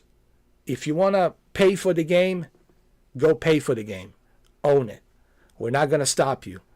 But we also want to give others an opportunity to save money and play these games. You know, not everyone can enjoy this hobby. You know, Asmongold was talking about this. I agree with Asmund. Recently today, he made a video, and he talked about how, you know, not everyone, you know, is fully loaded with money. Not everyone's making $250,000 a year, $250,000 a year. Not everyone's sitting on money. Some people, they're struggling, you know. And gaming, it's a very expensive hobby. I mean, I look at me and my situation, you know. I'm still looking for a job, man. It's tough out there. And financially, man, I wouldn't be able to play Kingdom Come Deliverance if it wasn't for the help of my friend Jose, who helped me out to play that game. Because I couldn't afford paying $60 for that game or $69 for that game. So it's an option. It's good to have that option, I think. So I agree with you that it's hurting the industry because developers are becoming more lazy, and it's making them lazy because they know they will make that profit money on services like Game Pass and PlayStation Plus and, you know, GeForce Now. But at the same time, I also see the benefit of having these subscription services because they help a guy like me and you who are financially struggling to enjoy this hobby. Because let's be honest, this hobby, it's expensive. I think no one here would disagree and say that this hobby is not expensive. And it's only going to get more expensive, expensier, or expensive, more expensive and expensier, because now they're going to raise the price to $90 instead of $70. I don't want to pay $90 for every game. And having an option to play these games included for $20 a month on a Game Pass, it really helps me and others who are struggling to, with financial means. We're struggling, dude, to put the food on the table, for crying out loud, let alone to play these games, to pay the bills. And even my internet bill just went up, and they don't even tell me why it went up. It just went up. My health insurance just went up, and they don't even tell me why it went up. They're just raising these prices, man. So it's a inflation. It's the economy. It's not easy, dude, to enjoy this gaming hobby, because gaming hobby, it's expensive. So having this option certainly helps for those of us who are struggling. For those of you who have money, and money is not an issue, just remember, not everyone is living like you. Not everyone's driving a Tesla. Not everyone's living in a big bourgeois house. Not everyone's making $250,000 a year. Okay, so let's just break that bubble. Let's just be fair over here. And I'm trying to be realistic and fair. I'm not just preaching to one certain percentage of super rich gamers who's got money, who are super popular on YouTube and Twitch, and they're making 10 million a year, 20 million a year. I don't care for them. They're rich. They're superstars. I'm speaking about the middle class, us who are like poor schmucks struggling. You know what I mean? And we want to enjoy this gaming, a hobby which is super expensive. So I think the benefit of Game Pass, it's there. That's what Phil Spencer was talking about. And I think that's the that's the misconception about the Phil Spencer. This is what Phil Spencer was talking about. He's not telling you, hey, don't buy the games. Buy the games. You can buy them. We're not forcing you not to buy them. You can buy our games on the Xbox. Go ahead. We're simply saying we want to give people an option. Sony's not giving you that option. That's the difference between those two services. So when I'm talking about the services, I'm talking about those two differences. And the Game Pass is doing it better than the PlayStation Plus. But I agree with you to a certain extent. I could see the shift and change of the way the games are being made, because developers are not driven by the passion to create something. They're driven by, hey, let's make money. Let's just put these games on these services like Game Pass and PlayStation Plus, and let's make that easy money. So I agree with you on that. I can see point in that. But I also can see the benefit of Game Pass and PlayStation. So it's a double-edged sword. It's a double-edged sword. Anyway, let's continue, man. We got to finish this state of play. Is this Metal Gear? Hold on. Destroy the Shagohod and get its hands on your inheritance. The philosopher's legacy. And they're out to kill me as well. What's the story between you and the boss?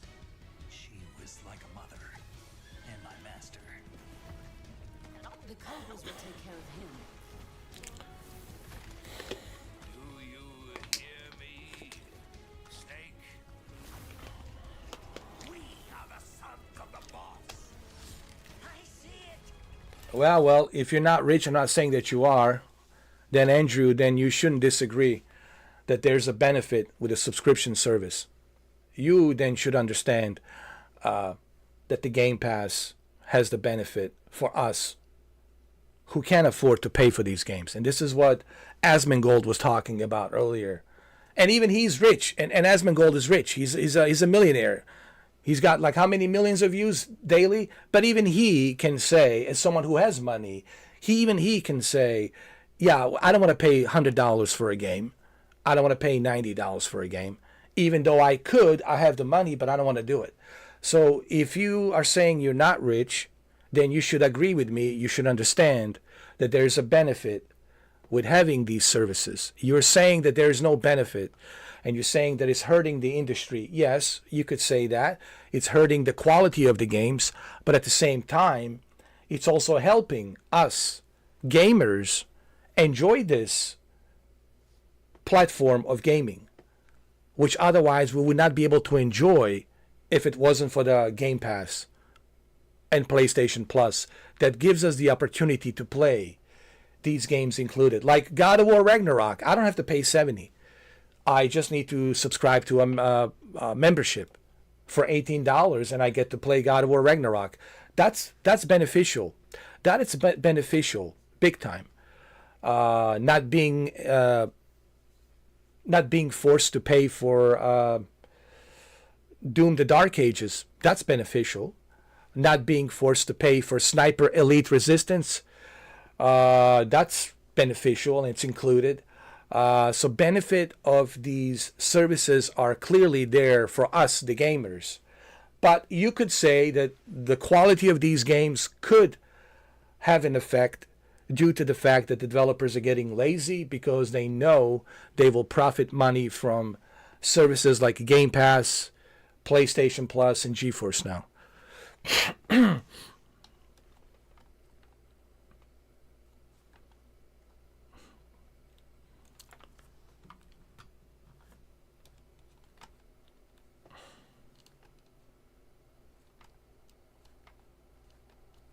You would rather play less games but are great than a ton of mid-tier games.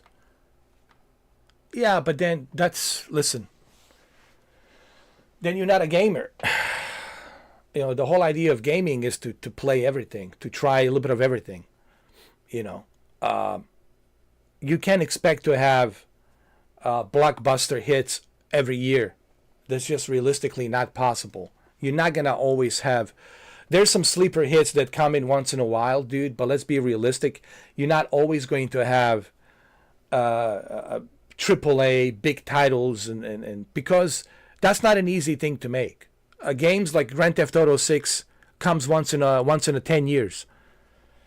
Games like Grand Theft Auto 5 once in a 10 years. Great games, they come once in 10 years. They don't always show up each year.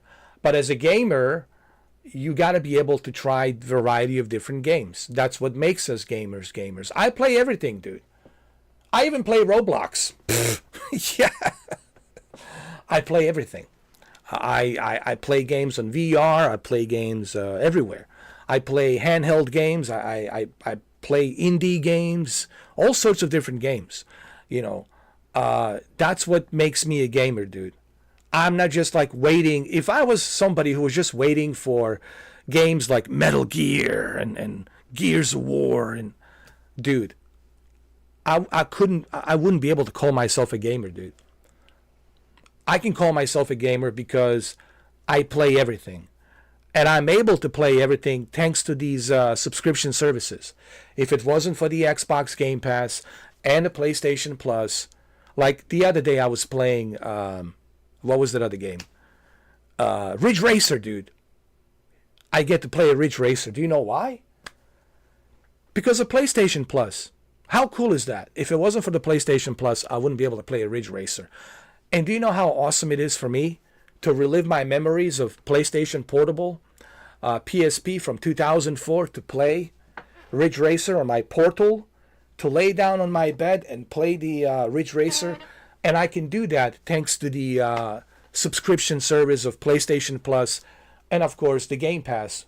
I can play those games from Game Pass on my Asus ROG Ally or Steam Deck or Lenovo Go, right?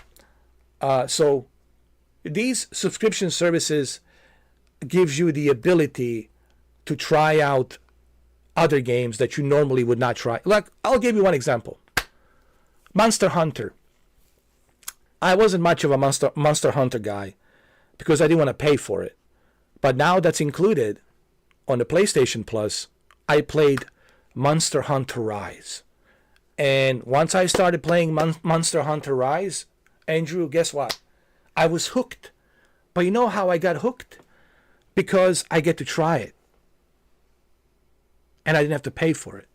And I get to try it. That's the benefit of having these services. And both of these services give you the ability to be on a budget, and save money and still enjoy the hobby of a gamer. Because it is a hobby. That's what it is. And it's a very expensive hobby. So I think this is the misconception that some of you, including you, Andrew, are missing out on. And that's what it means to be a gamer. To be a gamer, it means you play everything. You don't just nitpick, choose. As a gamer, you're interested to try a little bit of everything. Ooh, what is this about? I want to try that. Oh, how do you play that? That's an interesting game. I want to check that out. Right? That's what makes you a gamer as a gamer. At least for me, since 1984, jumping from Spectrum ZX Sinclair, Commodore 64, Atari 2600, Amiga A500, right? Sega Genesis, etc., Nintendo. That's what makes me a gamer all of these years. Is playing all of these games. But anyway, again, that is your opinion, but I just disagree, man. I'm sorry. The only thing I can agree with you, Andrew, is what you said about that it might give us less good quality of games because of these subscription services. And I can agree on that. That's like the only thing I can agree on. Yes, that could be the one way of looking at it.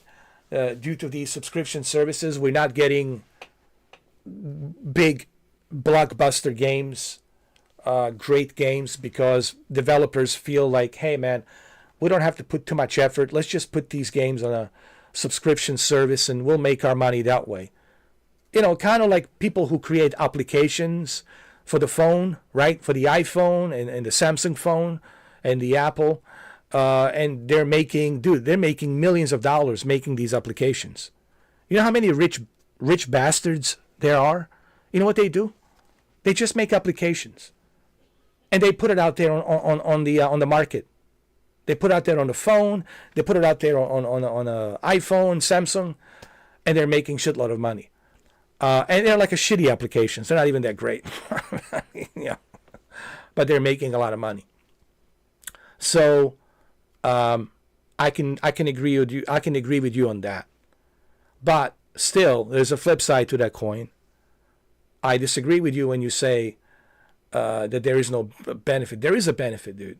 There's certainly a benefit here to save money and to enjoy this gaming hobby, which is expensive in 2025. Considering the inflation, the economy, people having difficult time trying to find a job, man, are you kidding me? There is all of these elements that makes it that much harder to enjoy the gaming. All right, let's see the Metal Gear.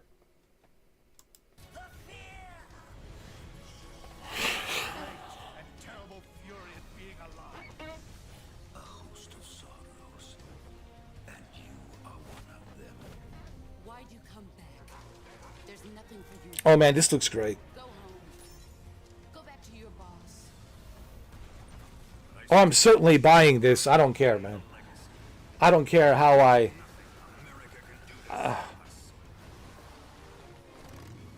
if I have to collect the quarters from the streets in the parking lot from now till... when is this? August? Listen. If I have to collect the quarters from now till August 28th to save enough money for this game, I will do so. I'm sure I'll find some quarters if I go walk around the parking lot. Somebody will drop some quarters. People drop quarters all the time. And I'm sure by the August 28th, I'll have enough quarters to purchase this. I need to find a way to save money or whatever. because I'm a huge Metal Gear fan. This is again subjective because I'm a huge fan. So for me, someone who's a huge fan of Metal Gear, man, I mean, you kidding me?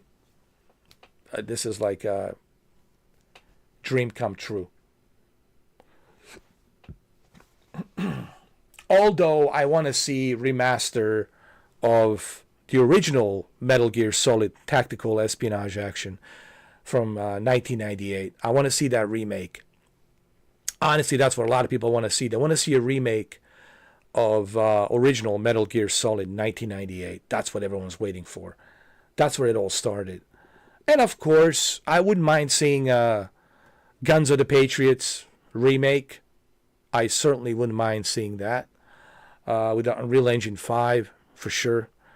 But the original with Unreal Engine 5, I think that's really what people want to see.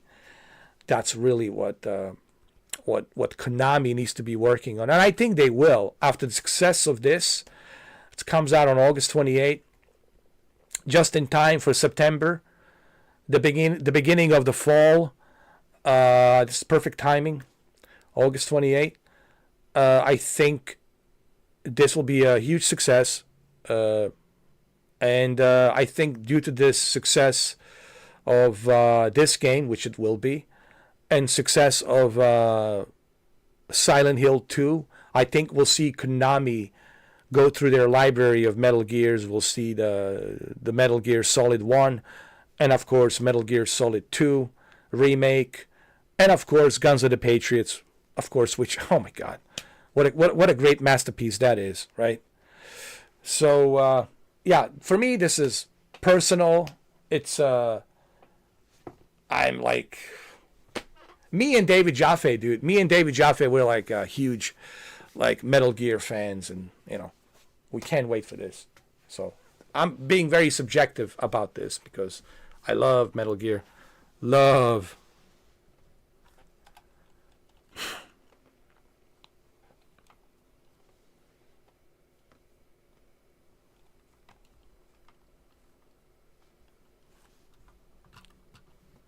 Let's see what else we got.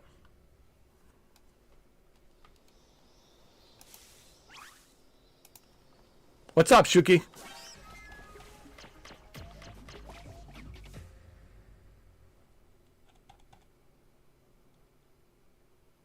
Snake Eater.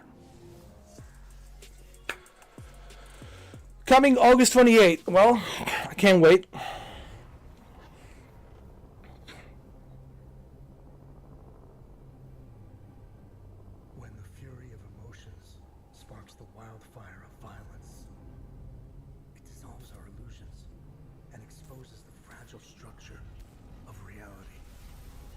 What is this? I have 1,000 questions.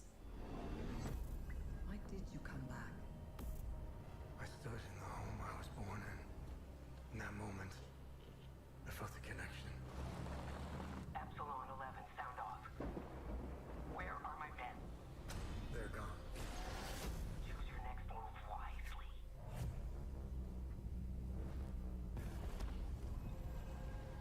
What happened here? Madness, hatred, and lots of it. Impossible. It's you. You must continue. What the hell is this? We've begun to uncover.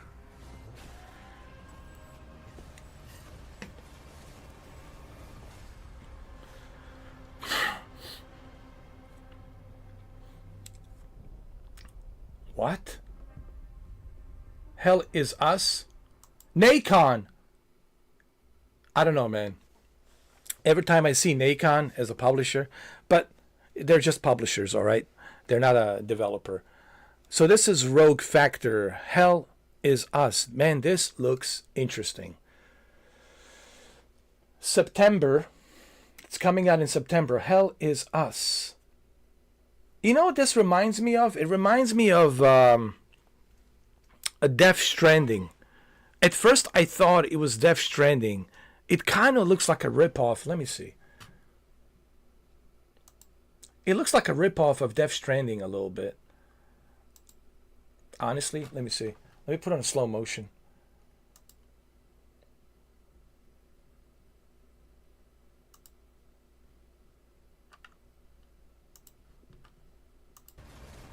No, that's too fast.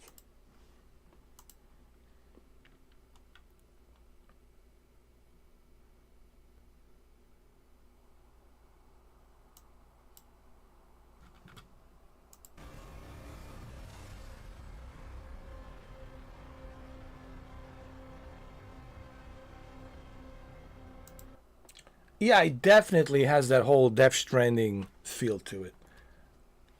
But it looks interesting. All right, this is interesting. But see, I don't know if this is exclusive. I don't think this is exclusive to PlayStation. This is just third party. Nacon, it's only doing a third party stuff. So it's a third party, but it looks interesting.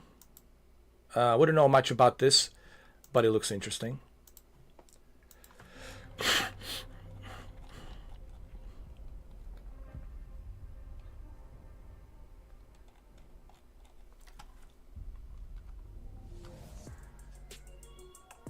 September 4th, 2025. All right, let's see what else is on.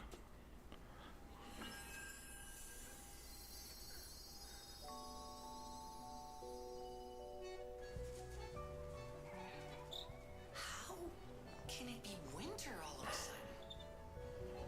I'm sorry. You want to know the year? What a pleasure to meet a stalker worthy of the name. It's been far, far too long. Oh, my forever friend. Help me to hold your hand and dance. You're not the puppet I was expecting. Who are you? She was looking for someone. Legendary.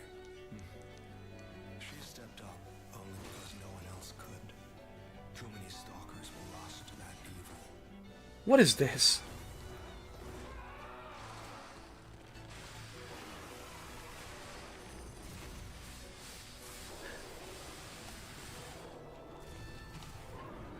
I'll do whatever it takes. Your survival is all that matters. Why do all of these games that look the same to me, man? It also like all of these Japanese role-playing games all look the same, dude. It feels like I'm playing a fantasy with a different flavor. You know, it's like soda. It's a soda. It's just different flavors. Whether it's a Coca-Cola, whether it's 7-Up, whether it's the Pepsi, whether it's the Dr. Pepper, it's still soda. Whether it's Fanta, it's still soda.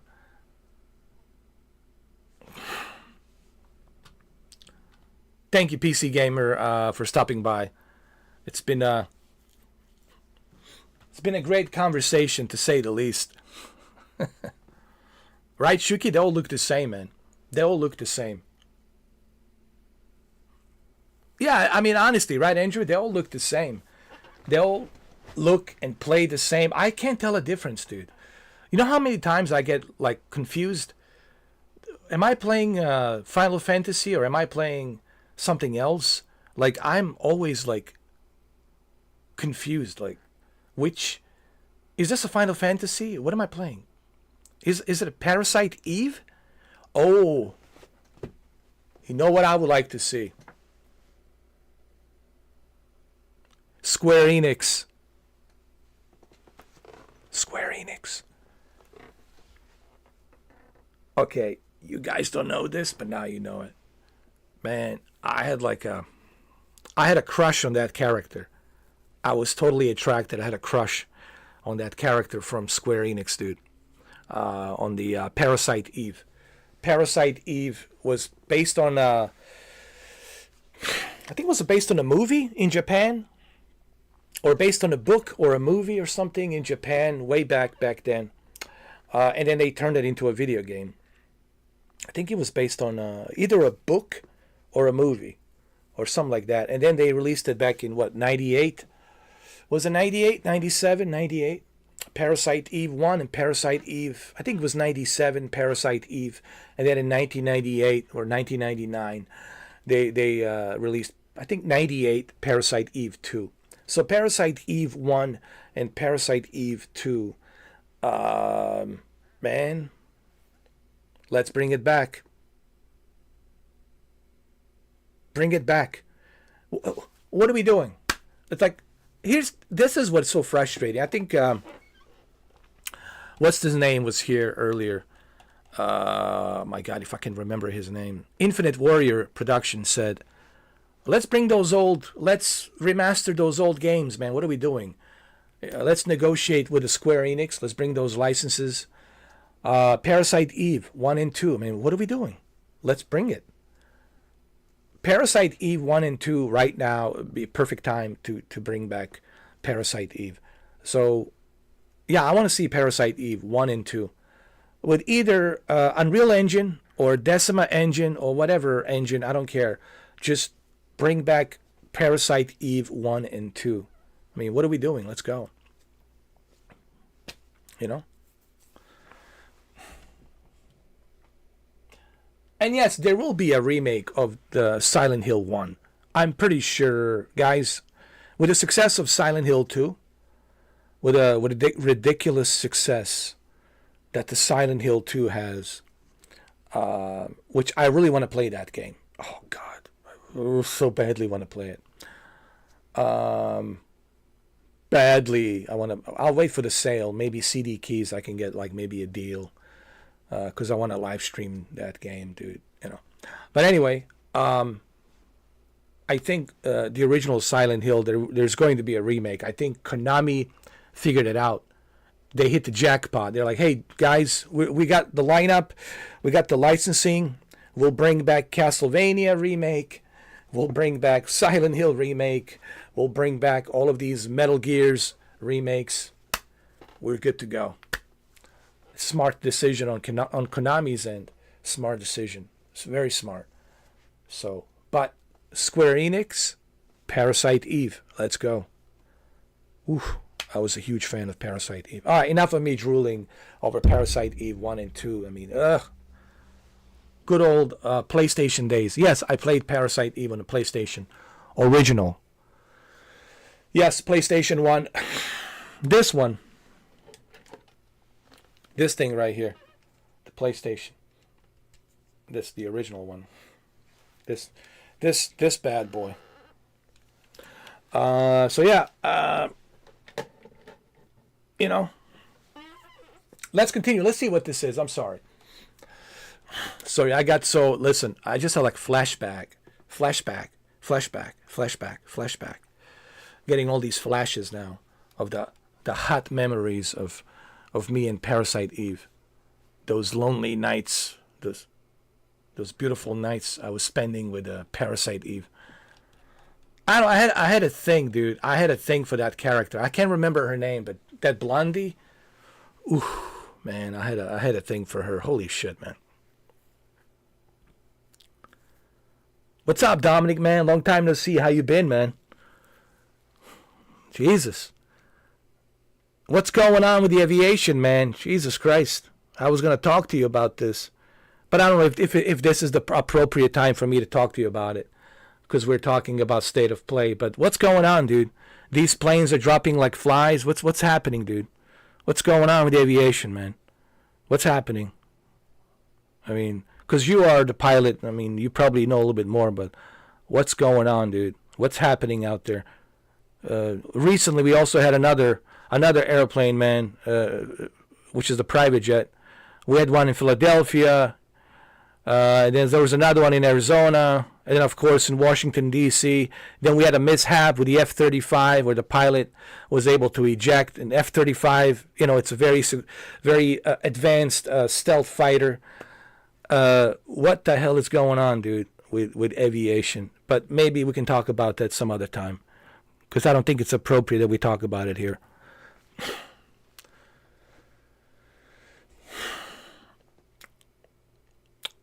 I don't know what's going on, man. It's something's going on, dude.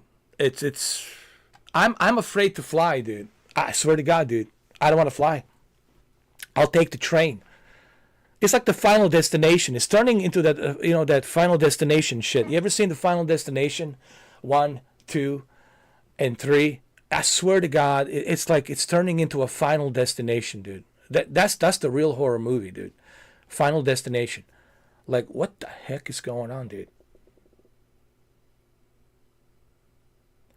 But it's look. I watched C.W. Limon. You know him. He's the Air Force pilot, and Ganki, which is the Navy pilot. They talked about it. They spoke to this one guy who was in charge of the Black Hawk, the U.S. Army Black Hawks. You know, flying the Black Hawks back in the 90s.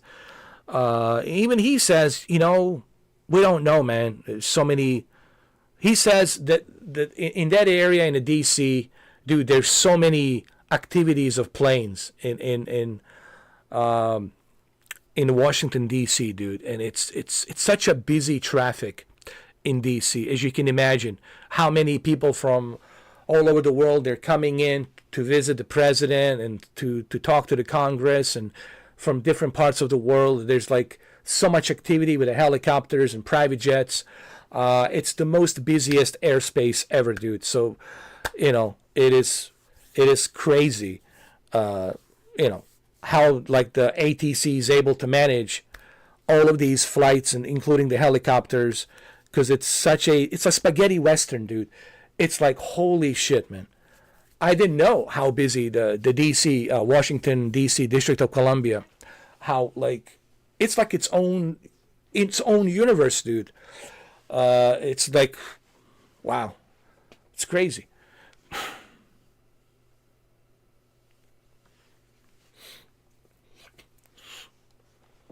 Well, I guess we'll have to wait for more evidence, Dominic, before we can make any, you know,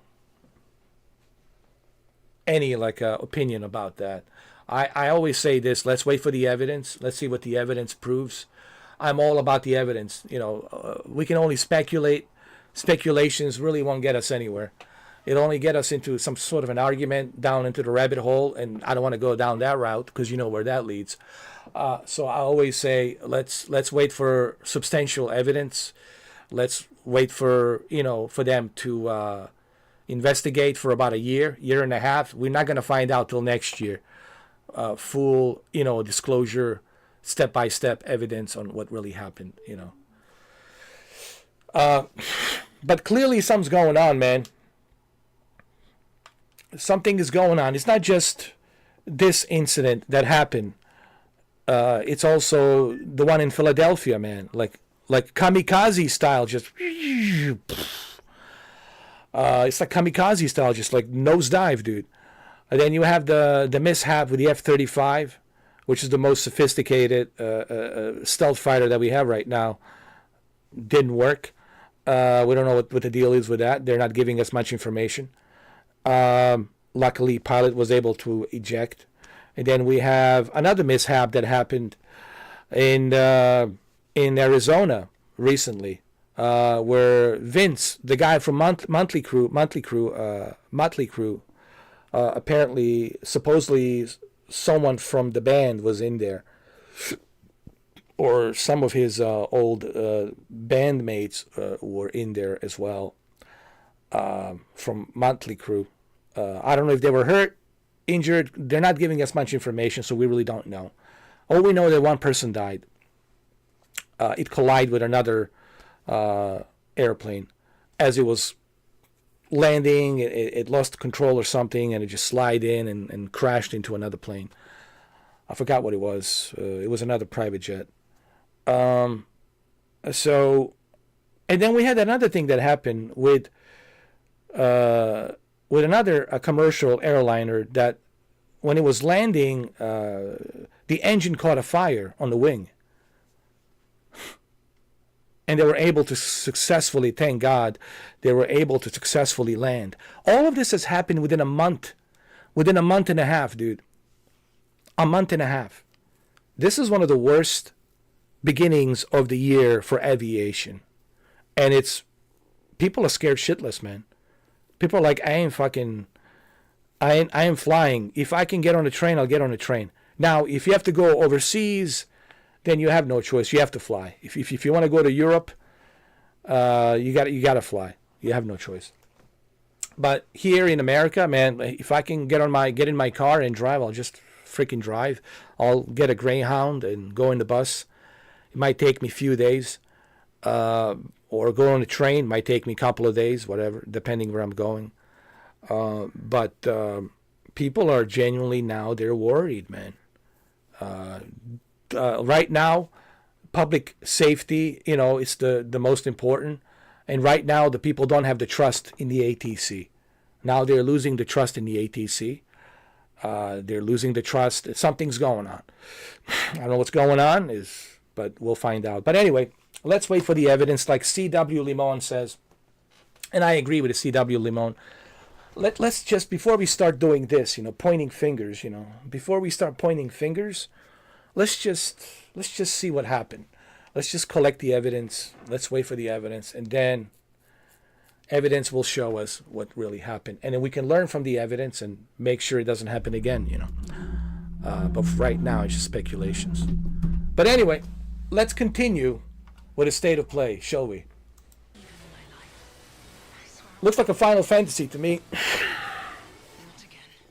What? Lies of P? You know what? I didn't even play the first one.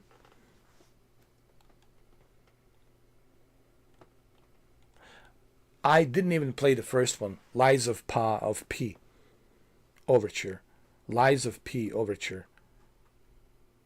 Oh, base game required. So this is just a DLC. Alright, just a DLC, not a big deal. You know what? I'll check this game out one of these days. I think it's on PlayStation and Game Pass. PlayStation Plus and Game Pass. I'll check it out. Meh.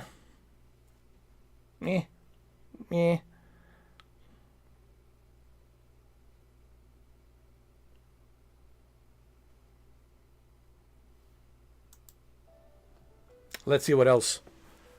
Summer 2025. Don't wait too long. This is the greatest game of all time.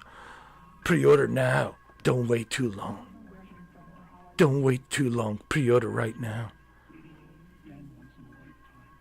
What the hell is this? A game by Bayon.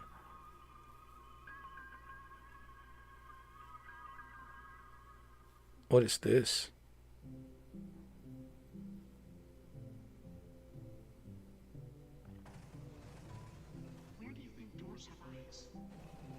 What the hell is this? How lame it, like, what is this, Roblox?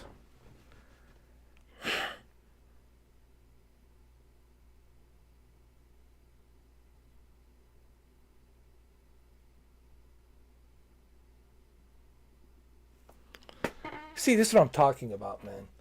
Maybe this is what Andrew was talking about. The developers are becoming lazy. Maybe this is to your point, Andrew. People are becoming lazy. They just want to put these games on the Game Pass and PlayStation Plus, and yeah, let's make some quick cash. This is like a Roblox, dude. I can play this for free on Roblox, and no offense, but honestly, I can play these types of games on my phone, on my tablet, on the Roblox.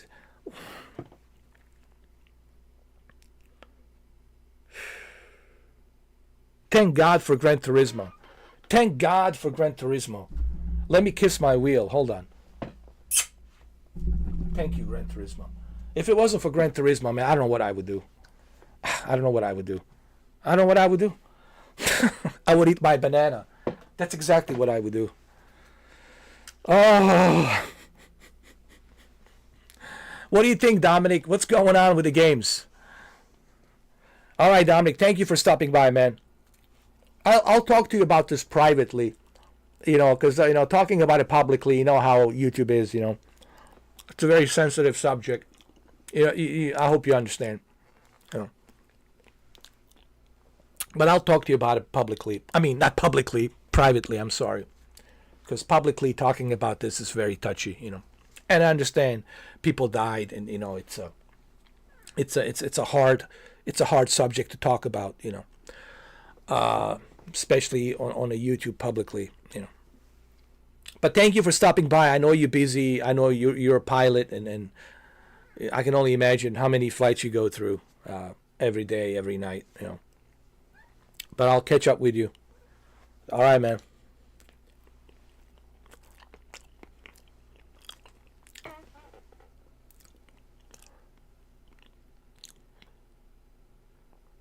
Gran Turismo 7, it's love. Of course. Well, let's see what this is.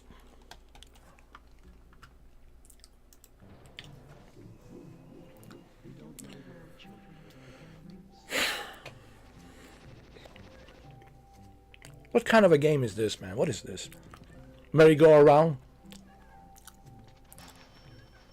2025. This is the future of gaming. The future of gaming is here.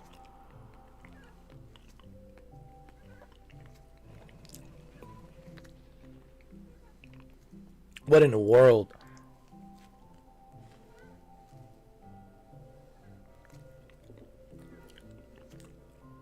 Dreams of what? Dreams of another? Wait. Are you sure? This is not on Roblox? I could swear this is on Roblox. I think I've seen it.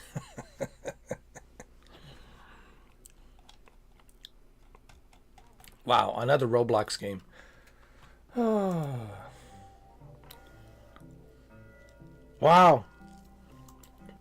I can't wait. It's also on the VR too. It's on PlayStation VR too. Wow. This is the PlayStation exclusive.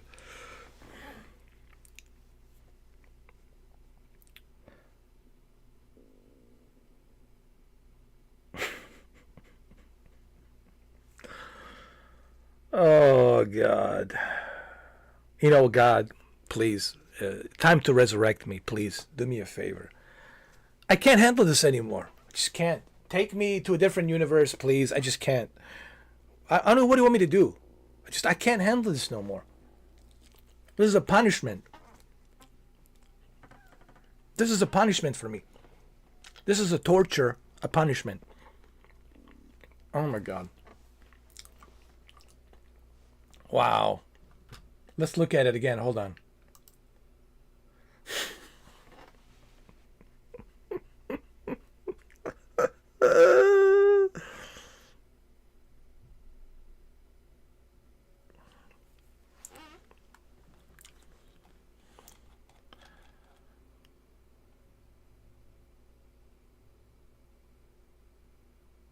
What's going on, man? I mean, seriously, guys. I mean, look at this, Andrew. Look at this, Shuki. In 2025, this is it. If you told me, okay, let's say, okay, time machine. Okay, I have a time machine, right? And we go back to 1998. I got my PlayStation 1 original, right? And I'm playing Metal Gear, I'm playing, Parasite Eve, I'm playing, Resident Evil, Director's Cut, and Gran Turismo, right? And then you tell me, hey, guess what? Andrew and Shuki, they come back with a time machine and they said, hey, guess what, Mr. 4K? We just came back from 2025 and you won't believe. You won't believe, Mr. 4K. We just went into the future. And you won't believe what we just found.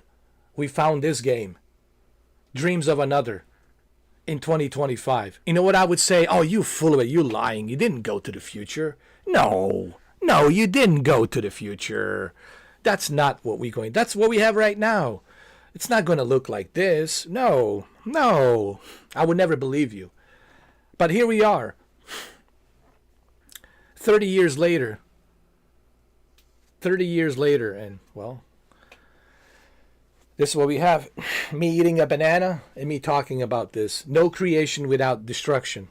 Yeah, maybe this game needs to self-destruct immediately. Oh, my God.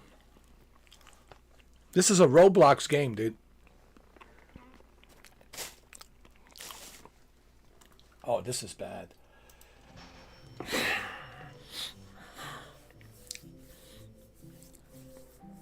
Because destruction is by no means an end, but a beginning of something beyond. Oh, Lord. All human life, it's finite, and that is why you feel an explosion of life when something is not going your way. Dreams of another. Dreams of another. Dreams coming 2025. Wow. Wow. Wow. 皆さんこんにちは。Qゲームスのクリエイティブディレクターのバイオンです。私の最新作 I hope you enjoyed this glimpse of my latest work. 不快なくして想像はないというテーマのもと、ドリームオブサナザーではシューティングゲームの常識を覆す体験ができます。Defines the norms of shooting games.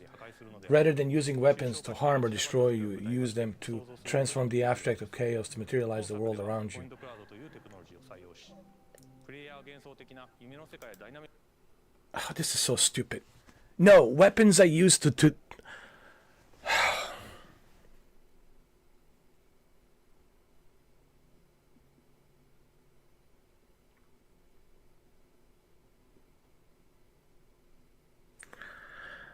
another Vogue game. Okay, what's the purpose of weapon? To eliminate and to destroy. To defend.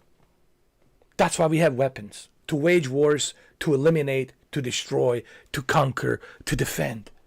That's the whole point of weapons. That's the whole purpose of design of a weapon. It's to kill, to end life, to destroy, to defend. That's the whole purpose of weapons. But no, he's saying, oh, we use these weapons to create something different.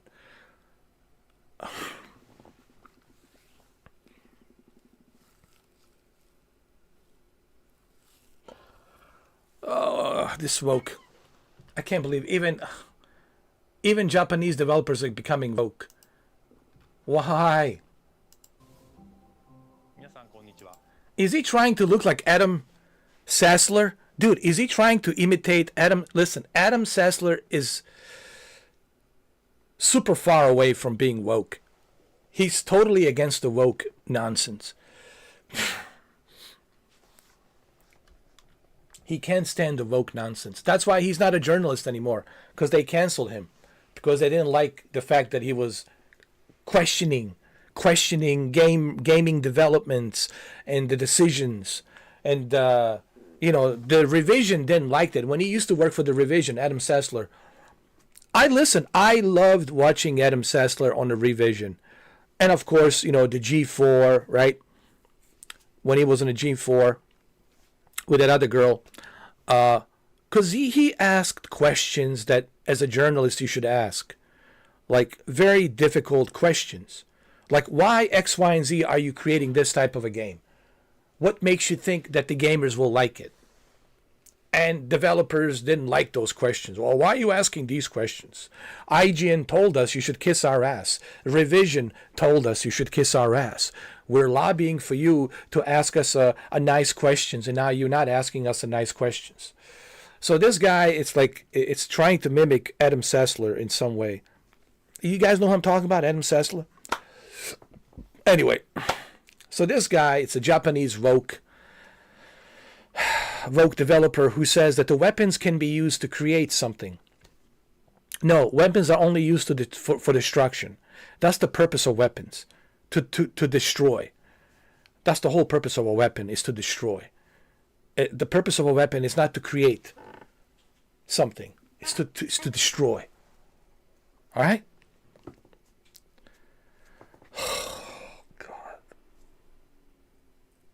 Oh, man. Oh, Lord. Man, that's it. The gaming industry, it's just... The gaming industry is going down. I mean, okay, it's going down. I think all of us here, Andrew, Shadow Gamer, Shuki, I think all of us can agree that the gaming industry is going down the toilet, man. I think we all can agree on this. It's really going down the toilet. And I thought 2024 was bad. Holy shit. 2025 just shifted to the 12th gear. Oh, turbocharged. Oh my God. That's right, Shadow Gamer. Yeah. Adam Sessler. I used to watch him all the time, dude. Cool guy, Adam Sessler. Oh yeah, I agree, man. It's been cooked, man. There's no question about that, man. It's been super cooked. It's been overcooked. It's been. Somebody needs to take it out of the oven, dude. It's been overcooked. It's been overcooked. Whew. Wow, dude. Oh, God. Anyway, let's continue. Wow, man. Unbelievable. ヒューゲームスのクリエイティブディレクターのバイオンです。私の最新作ドリームオブサナザーはいかがだったでしょうか。破壊なくして想像はないというテーマのもと、ドリームオブサナザーではシューティングゲームの常識を覆す体験ができます。武器で傷つけたり破壊するのではなく、抽象化している散らばった世界を具体化して想像することができるのです。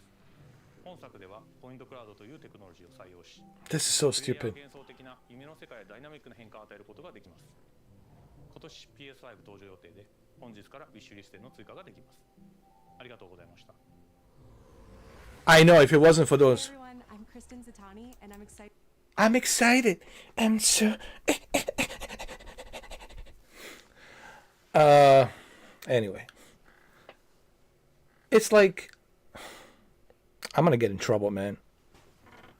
I'm gonna get canceled. I think I'm already. I think I've been. YouTube says that I'm not, but I disagree with YouTube. They keep saying, no, you're not shadow banned. And I said, I am. And they say, no, you're not. I said, I am. I said, how do I know that I'm shadow banned? I know I'm shadow banned because if I'm not, 8.5 thousand videos. Dude, are you kidding me? Someone, a Sasquatch on a phone will find my videos. An alien will find my video. With that many videos, are you shitting me, man? So what's going on? They're not putting me on that algorithm for a reason, because they know how controversial I am. And it's true, I can be controversial because I speak my mind. You know, I say things, and you know, I just say it the way I think it. I don't worry about it, you know. I just say it the way I see it, you know. And they don't like that. They don't like that. That's what it is. They don't like people like me who think differently, who have their own different point of view. They want kiss asses to kiss ass and stay with the program, be obedient and follow the rules, and stay within the rules. That's what they want. Stay in the line, you know. And I'm not that guy. I cannot be controlled. You cannot put, you know, the gimp ball and put me in a latex like, come on, dog, let's go this way. Because I don't do that. I'm not that type of a guy. You know, I say what I mean and I do what I say. That's it. I have no hair on my tongue. Whatever's in my mouth, I'll say it, spit it out. I don't care about your feelings, how you're going to feel, not feel. I don't care. I just like say it the way I say it. I'm very direct. But I can be also very critical of myself when I screw up, and I think I have acknowledged that. You know, I don't want people to think I'm some kind of a raging, unhinged asshole. You know, I'm simply saying is I'm the biggest critic of myself. I know when I make an error. I know when I'm in the wrong, and believe me, I'll be the first one to raise my hand and say, "Hey, I'm in the wrong." You know, it's me. But I don't think YouTube likes me that much, because they don't like that I'm not in the line like everybody else. Hey guys, how you doing? Guys, we have an excellent show for you today. Woohoo! Woohoo! Woohoo! You know, I'm not one of those guys. But anyway, let's continue. Let's see what the Kirsten Zitani has to say. She's super excited. She's the global content communication manager. I should be. Listen, Kristen Zitani, I should be the global content communication manager. Put me in charge. Put this bozo in charge. That's all you have to do. Just put me in charge. Unleash this dog, this wild bull, this Baba Yaga. Unleash this Baba Yaga. Unleash this thing, this beast in charge. And that's all you got to do. And you'll see how quickly PlayStation will change. I'm going to change everything. Everything. But no, Kristen Zitani will tell us What a wonderful job PlayStation is doing. Okay, well, let's see. Excited to share even more PlayStation news in today's show.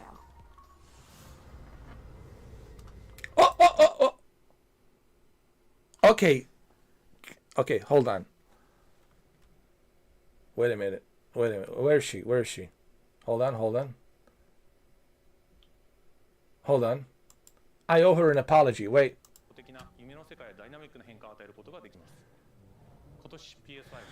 Hold on. She brought in some good news. I owe her an apology. Hold on. Hey everyone, I'm Kristen Zatani, and I'm excited to share. I just want to say that I normally don't apologize, but I just want to apologize here. I just want to say that I was wrong about you. You still have the job. I was under impression maybe you were woke. Then I find out, no, you are bringing remastered Days Gone, and I'm very excited to hear that. That's music to my ears, that the Days Gone, it's becoming remastered, so you still have your job as a global content communication manager.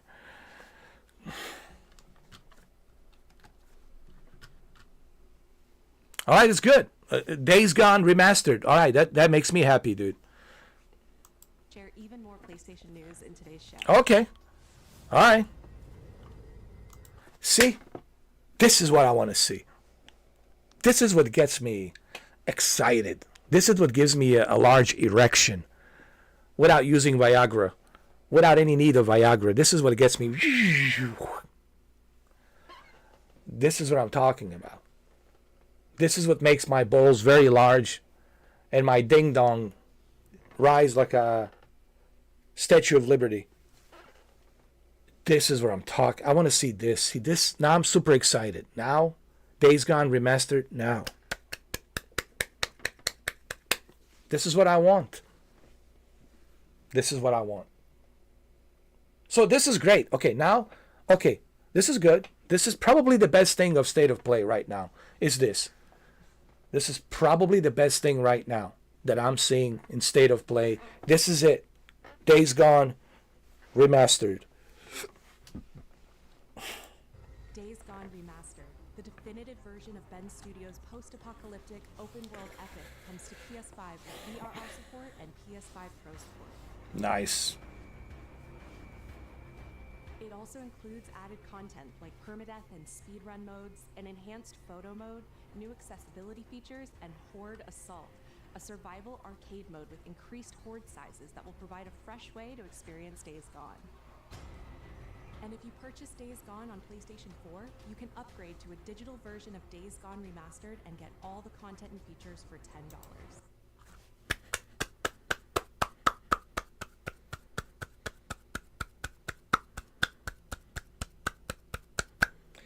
This is what I'm talking about.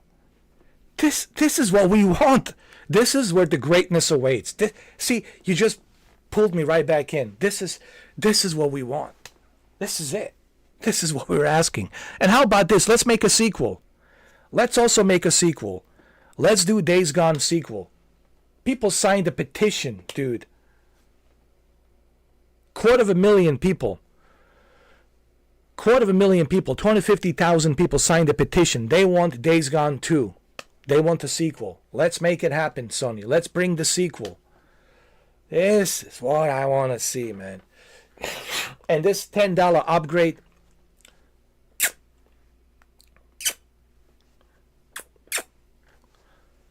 This is what I'm talking. This is what it's about. Days Gone Remastered launches on PS5 April 25th. Nice.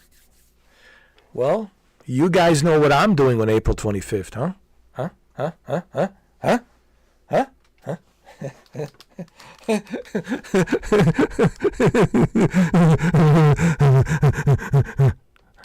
You guys know what I'm doing on April 25th, huh?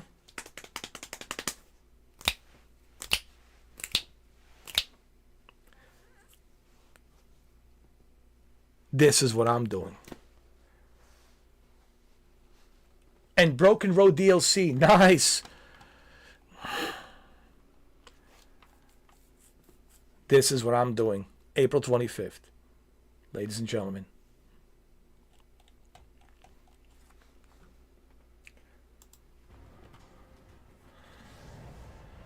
New DLC is coming to Stellar Blade this June.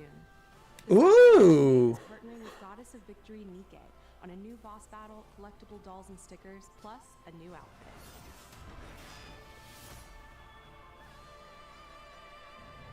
Both the Nike DLC and the PC version of Stellar Blade launch this June. This is good news for me because I already have Stellar Blade. I already have it, you know. I do. It's right there. I already have it. And I'm super excited. I mean, I do have it. I know I have it. Hold on a second. Now, hold on a minute. Now, hold on. Now, hold on a second now, boy. Hold on a second now. Hold your horses, boy.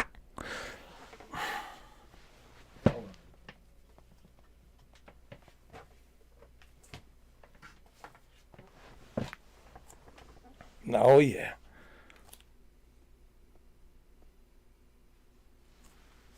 Stellar Blade here. So I'm ready. I'm ready. I'm ready for the Stellar Blade. It's all good. So this is great, man. Listen. All right, so it's not that bad. All right, in the beginning, it kind of sucked. I'll be honest. Listen, in the beginning, State of Play just sucked ass. But this is good. The news of Days Gone enhanced with a $10 upgrade, dude. That's music to my ears. Also, the DLC for the Stellar Blade, Goddess of Victory, music to my ears. So, okay. All right. See, this is what we want to see. This is what I want to see. I know I'm being subjective, and maybe it doesn't mean to you anything, but I'm very subjective when it comes to Days Gone, because I love Days Gone. I'm a huge Days Gone fan, so, this was like very close and dear to my heart. But subjective. I am being subjective, yes, because I love the game, so let's just everybody understand that, We've got some great PlayStation Plus updates today, starting with game catalog titles arriving on February 18th. Okay. Star Wars Jedi Survivor, Top Spin 2K25, and launching in a game catalog, Lost Records Blue and Rage. Man, why did I purchase? I wish that I never purchased Top Spin. Now that it's coming to Game Pass. If I had known, dude, I would have never purchased. But the Jedi Survivor is coming. That's cool. All right. We got Lost Records, Top Spin. Well, you know what? Actually, it's kind of cool that Top Spin it's on PlayStation Plus because now me and Shuki can play a little bit of tennis together, huh? Shuki, are you up for some Top Spin? Huh? February 18, we can take a little break from, Gran Turismo, and we can play some Top Spin, huh? What do you say? What do you say? Huh? Yeah. We can play some tennis, man. That's right. Shuki, I want to see how Shuki's good at tennis. That's good. Because it's included. You'll be able to play it as well. Everyone. So that's good. Jedi Survivor. Okay, we'll check it out. Lost Records and something I can check out. We'll see. From the creators of Life is Strange. Did you girls ever see anything weird around these parts? In this episodic adventure, players will join 4 high school girls living through the defining summer of their lives. What begins as a tale of friendship will eventually blend reality, dreams, and the unknown into a dual timeline narrative. The first episode of Lost Records Bloom and Rage arrives February 18th, with the second episode arriving in April. Okay, I'll check it out. We're also excited to confirm 2 unique indie titles that will launch into game catalog later this year. Let's see. Explore a mysterious mansion and blueprints, a genre-bending architectural adventure. Okay. Okay. Each door is a new decision as you build out a sprawling manor with 45 shifting rooms, adding layers of strategy, puzzles, and exploration. Blueprints launches day 1 into Game Catalog this spring. Abiotic Factor is a 6-player survival crafting game from Playstack and Deep Field Games. Stranded miles beneath the surface, you and a team of scientists must craft ingenious gear and traps to outwit your enemies and make this bizarre underground complex your new home. Is this co-op? Abiotic Factor will be available in Game Catalog when it launches this summer. Okay, this is something interesting. Abiotic Factor. Is this like a co-op? Because if it's a co-op, we can play together. This is interesting. All right. Okay, well, see, this is not bad. But the beginning of the state of play... Okay, so I'll tell you what I like. I like seeing some cool games coming to PlayStation Plus. Top Spin, that's good. The biggest excitement for me, it's obviously the announcement of Days Gone, April 25th. Enhanced version. Supports variable refresh rate, 120 hertz, PS5 Pro enhanced, and only $10 to upgrade. That's just fantastic. Can't complain, dude. $10, yeah, take my $10. And then we have Stellar Blade DLC, which is great. And then we have some of these indie games coming on PlayStation Plus. Okay, all right. It's not all that bad, okay, guys? I mean, I know it's not the greatest state of play, but it's not all that bad, you know.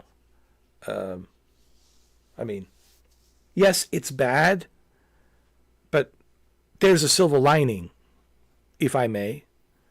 I do see a little bit of a silver lining. But again, it's subjective. Guys, I know Andrew, Shuki, it's subjective. You guys might not like Days Gone. Maybe you don't like Days Gone. I don't know. But this is, again, me speaking subjectively. I'm being subjective. Because I love Days Gone, so it's kind of like, you know, it's different for me.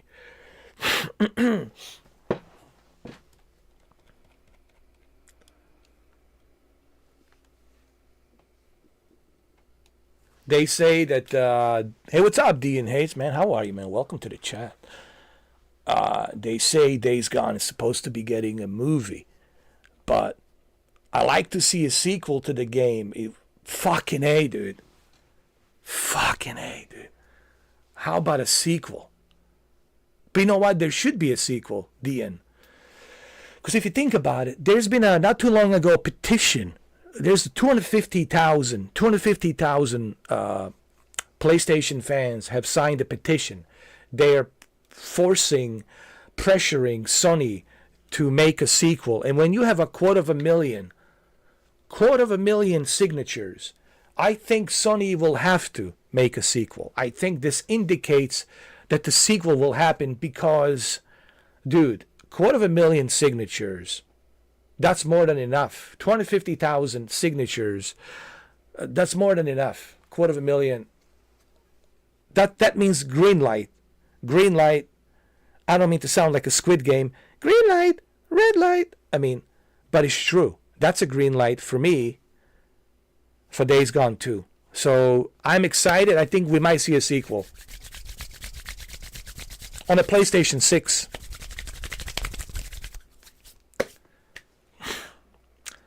What did I miss? Oh my God. You missed 3 hours and 10 minutes and 29 seconds, Jose.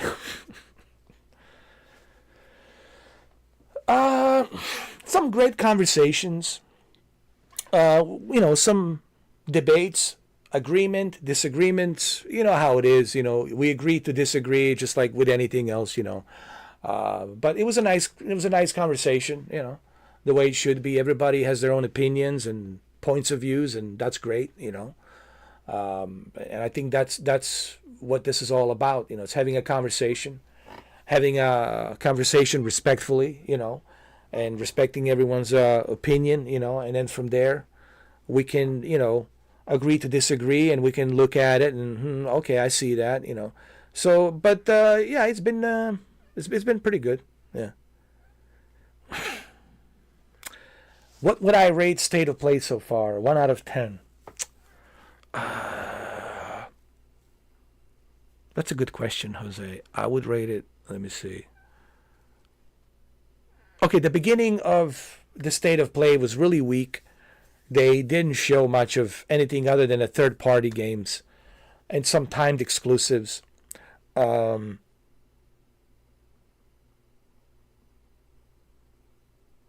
Okay, I'll give it a 7 out of 10.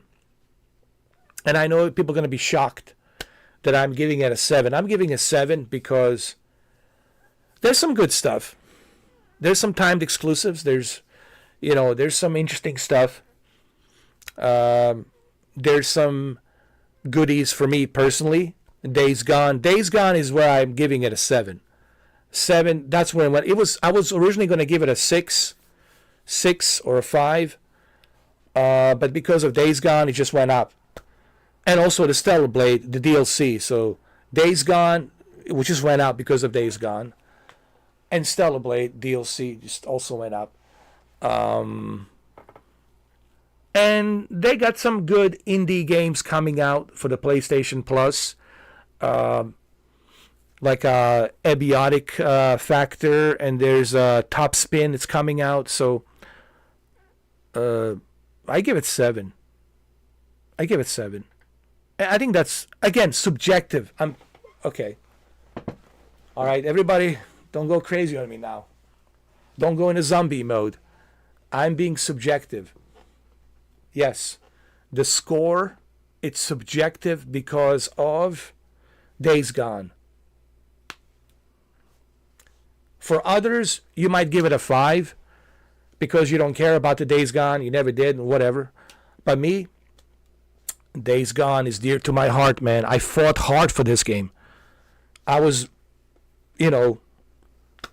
what you call it, man. I was doing a campaign. I was campaigning for this game in 2019. Summer of 2019. I was going through a campaign supporting this game. So it meant really, it's like personal to me.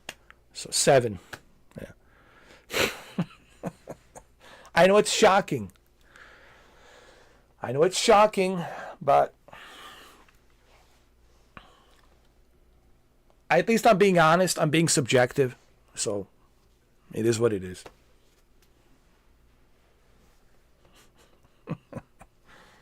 But we're not done yet. We still got some more minutes to go. It's not over yet. Now let's get a sneak peek at games coming to the PlayStation Plus Classics catalog. Oh yeah! Coming soon are the first 3 Armored Core titles from the original PlayStation. Armored Core Project Phantasma, and Armored Core Master of Arena. Oh yeah. Oh yeah, dude. Okay. Oh yeah.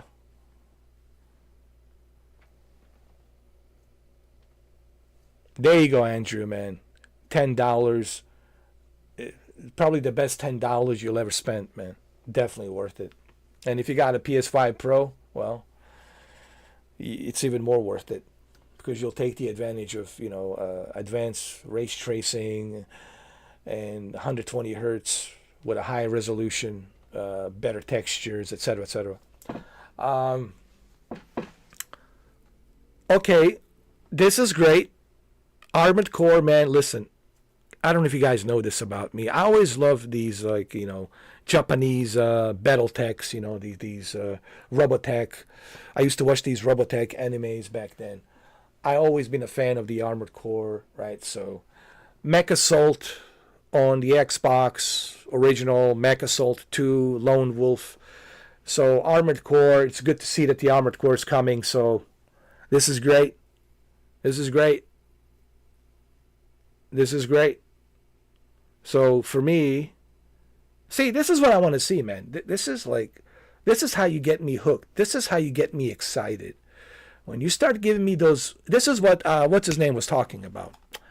Oh my God, what was he? There's so many of you that came in today. I just want to remember his name. Infinite Warrior Production. This is what Infinite Warrior was talking about. Bringing back these classics, And you know how much I love my classics. So bringing back these classics is where I feel super excited. So I love seeing this.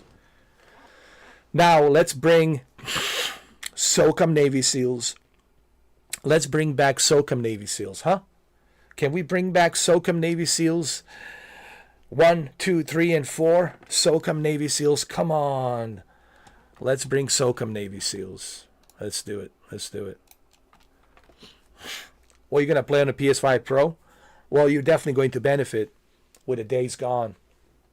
You'll probably have the best experience there. 100% on 120 hertz refresh rate with a very high resolution. So, and not just remember, not only are you getting the best version of the game, but you're also getting all the extra features. It's not just like, oh, it's just a remaster. It's extra features, extra content to keep you coming back for more. And so that's great. This is like the ultimate version of Days Gone. So if you never played Days Gone, guys, mark your calendars.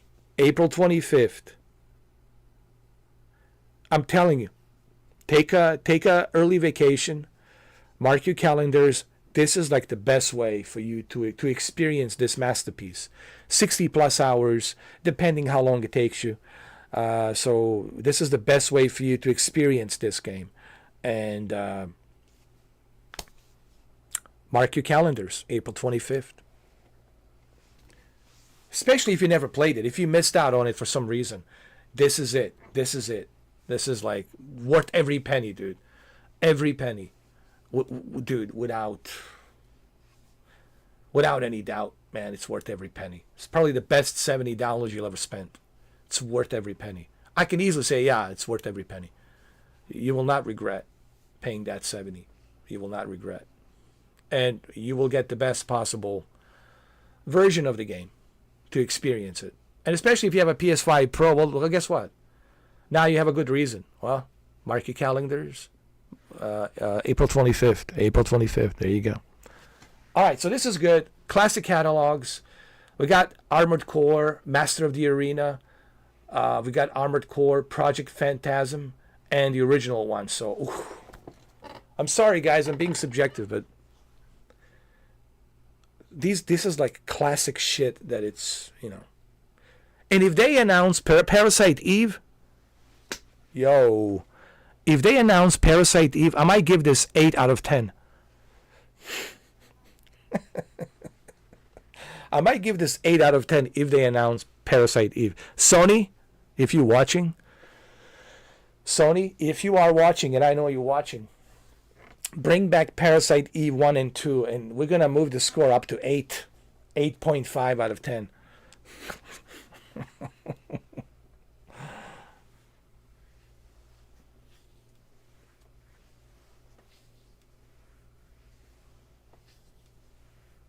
That's perfect. $10, man. $10.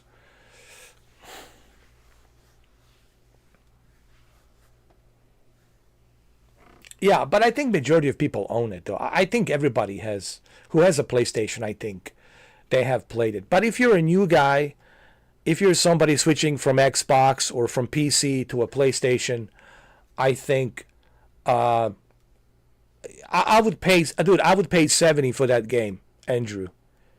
Easily. If I was somebody who was coming in like fresh out of PC into a PlayStation, I would have easily, dude, pay 70 for that game. I would have no hesitation. I would have no problems paying 70 for that game. But the good news is you don't have to.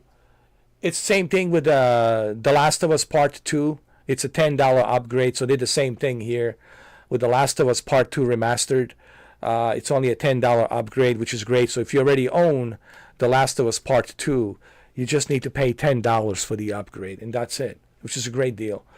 So they're doing the same thing here, which I think it's great.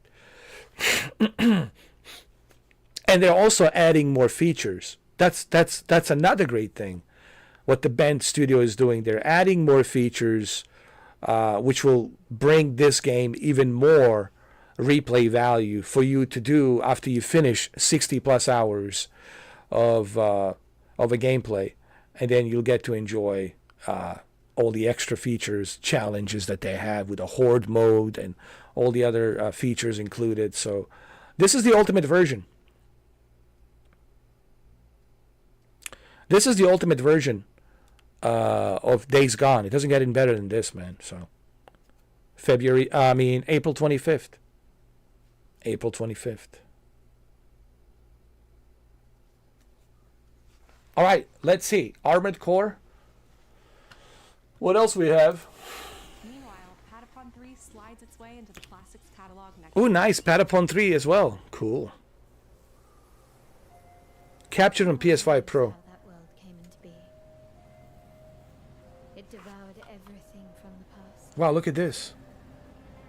Only I was left.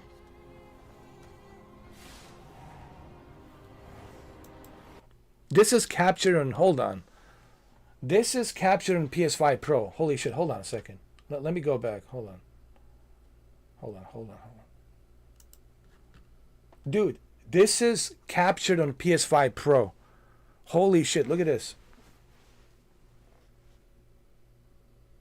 Check this out. World came into being. It devoured every. I don't know if this is Unreal Engine 5, but it looks amazing, dude. Everything from the past. Only I was left. Wow, look at this.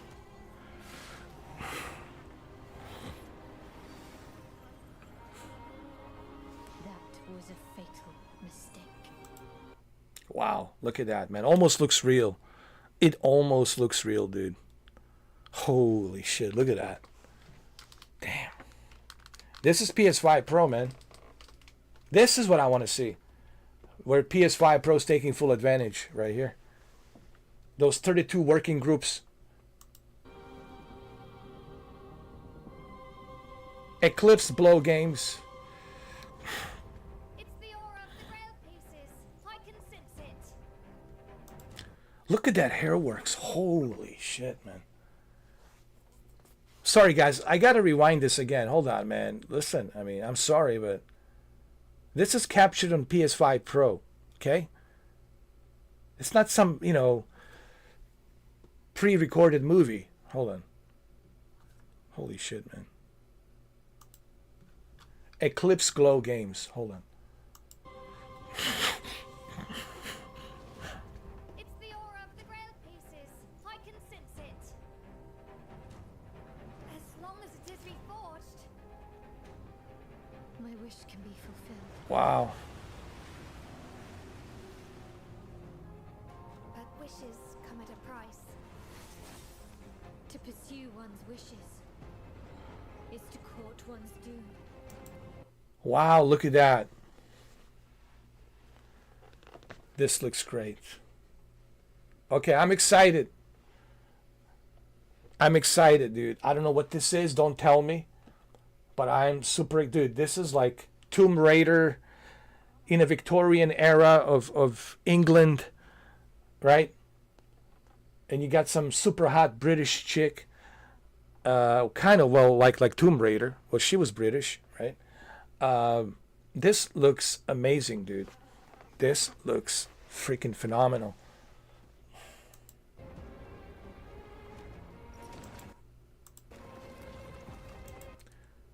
Wow, like a God of War. Dude, I don't know what this is. Don't tell me, but holy shit. You might want to buy a PS5 Pro just for this, man. Holy shit. And I'm watching this on my OLED, okay?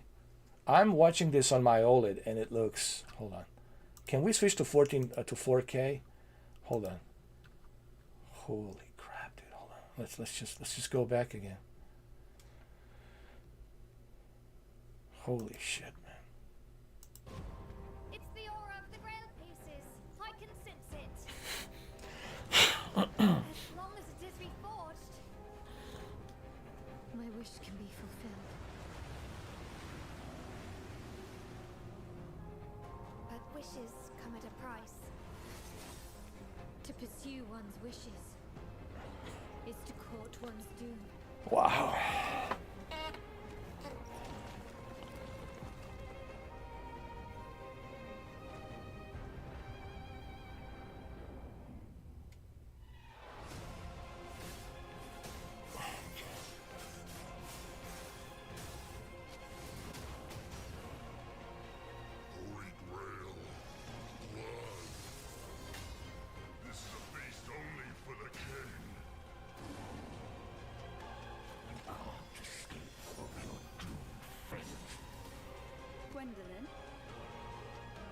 your final warning.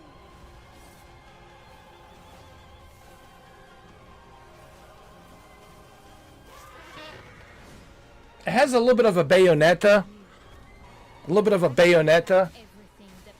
Mixed with Stellar Blade. I love it, dude. My soul.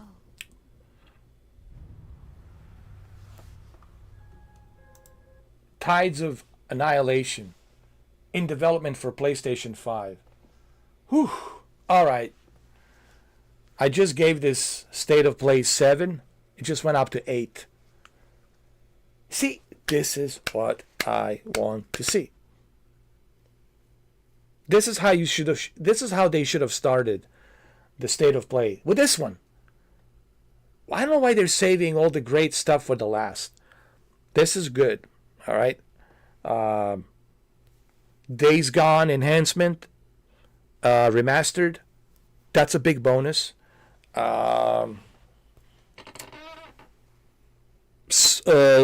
Stellar Blade DLC, that's a bonus. Having Top Spin included, that's a bonus. Those other games on Armored Core on a PlayStation Classic, that's a bonus. Because I can play my Armored Core, I can play it on the PlayStation Portal, you know.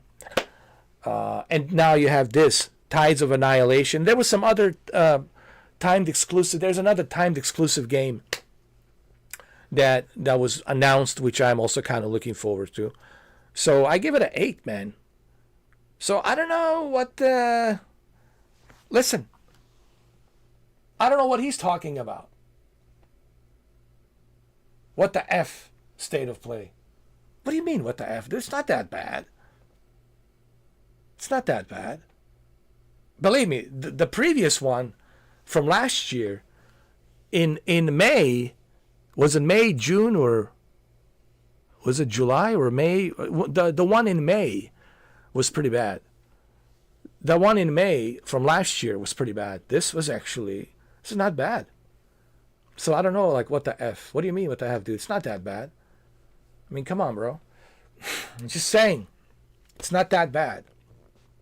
I don't know. Did you ever play Days Gone, bro? Play Days Gone. You know. So, you know. I don't know why he didn't like it. Look, I have to watch his video. I have to see why he didn't like it. You know, whatever. I don't know. I have to first see what he said. And, you know, maybe he doesn't like Days Gone. Maybe he doesn't care about the Days Gone. Maybe he doesn't care about Ties of Annihilation. But dude, are you kidding me? Let's go look at this again. Hold on, in a slow motion. Okay. I want to do this in 4K in slow motion. Hold on. This is captured on PlayStation 5 Pro. This is exclusive. PlayStation 5. At least I think. Listen, I could be wrong. Don't crucify me yet. If I'm wrong, just tell me right now. Is this exclusive? Is this exclusive? It looks like it's exclusive, okay, so. But it's captured on the PS5 Pro. I'm going to go slow motion. We're going to do a digital foundry. You know, we're going to zoom in a little bit.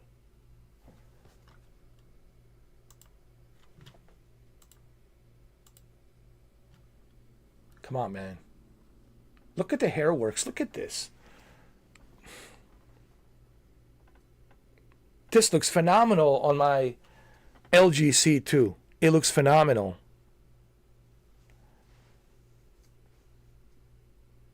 Wow. Dude.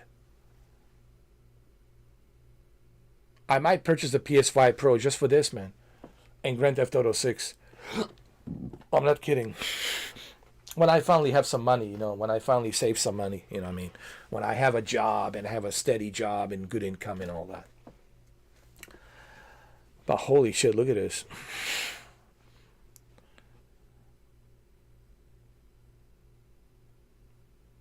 This is all in-game engine, dude.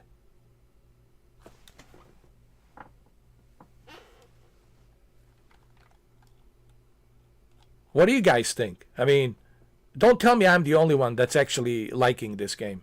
Please don't tell me I'm the only guy on this island. Don't tell me you guys don't like this. Oh my God. Jose, help me out here, man. Jose? Don't leave the ship. Shuki, don't leave the ship.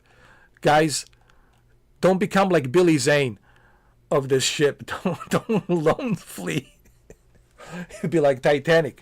You know, like Billy Zane. He's the first one to go onto the lifeboat of Titanic. He's pushing everybody away. He wants to go in first.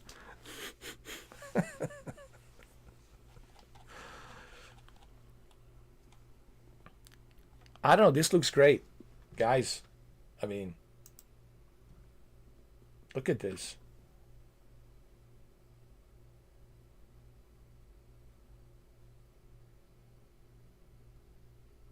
This is in-game engine. It looks beautiful, man. This is a work of art. Look at this. Elden Ring my ass. Listen. Elden Ring kiss my ass. Elden Ring kiss my ass. Elden Ring. No offense to all you Elden Ring fans, but look at this, man. Kiss my ass, Elden Ring. Look at this, bro.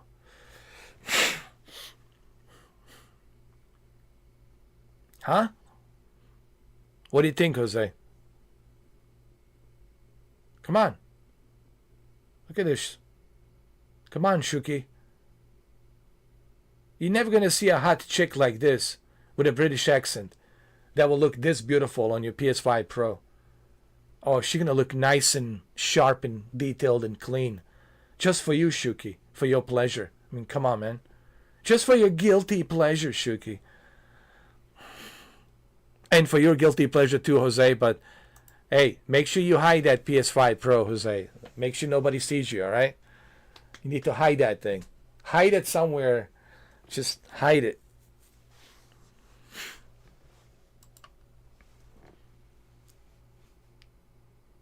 Jose will still not admit to me that he has a PS5 Pro.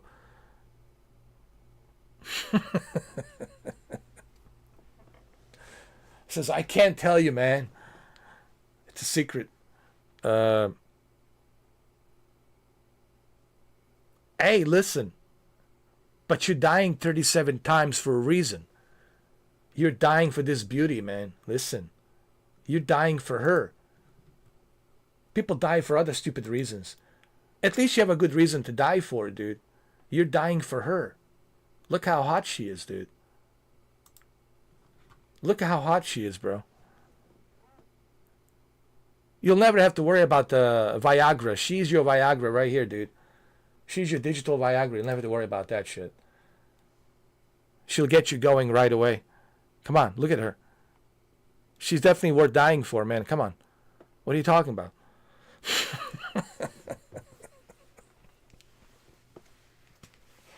Definitely worth dying for.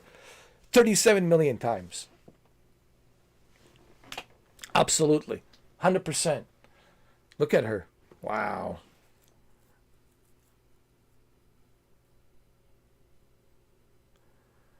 You know what? I will if it's you know what? You know what? Andrew, I'm not a fan of Souls games, and I never was. As Jose knows that, as Shuki knows that. But I'm willing to give this one a pass. I mean, I'm willing to give this one a try. Because I don't know, there's something about it, the way it looks, the story. I'm willing to suffer. On this one, I don't mind suffering. Elden Ring, I don't like the characters. And here, I'm willing to suffer. Because there's something in here that it's like Bayonetta, and it's just like, this whole universe it's like luring me in, it's sucking me in, you know. So again, I'm being subjective. I want people to understand I'm giving an 8 out of 10 subjectively because there's something about this game. It's a new IP. I don't know what it is. I like it. First impression, I don't know what it is. There's something about it. I like it. I can't tell you what it is, but even if it's a Souls game, and I'm not much of a Souls game guy, as Jose knows, as you guys know who follow me. You've seen how unhinged, like Ray Liotta, I blow up and go crazy when I'm playing Souls games like Returnal and Jesus Christ, don't even get me started with the Metroid Dread. Woo! But but with this one, I wouldn't mind giving this a try. I will give this a try. Yeah, we need more info. I agree. Yeah, but don't you agree that it looks amazing, huh? Guys, Andrew, Jose, Shuki, wouldn't you say this is like, hey, this is why you have a PlayStation. This is why you have a PS5 Pro. Look how beautiful the graphics are, man. Look at that. Look at the performance. Look at the graphics. Like, wouldn't you say, okay, well, I know it's not everyone's cup of tea. I get it. It's not everyone's, cup of tea, cup of coffee. But certainly the graphics, I mean, Jesus, But yeah, we need more detail. Okay. I agree. Hold on, let's bring it back to normal. But I like it. I really do, man. I like it. I know what it is. I like it.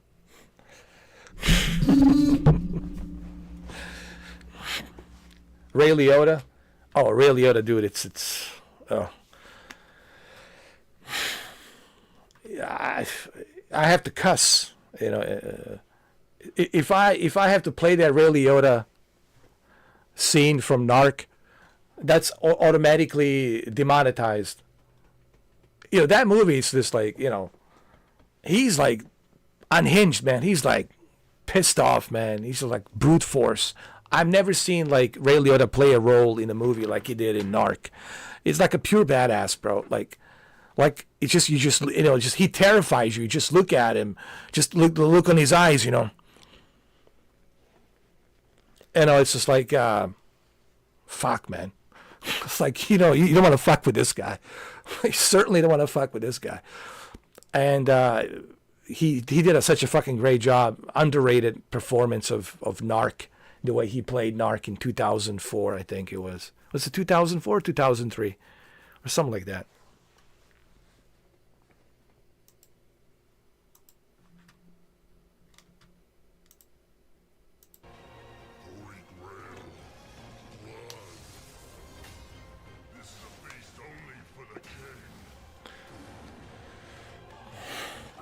Yeah, that's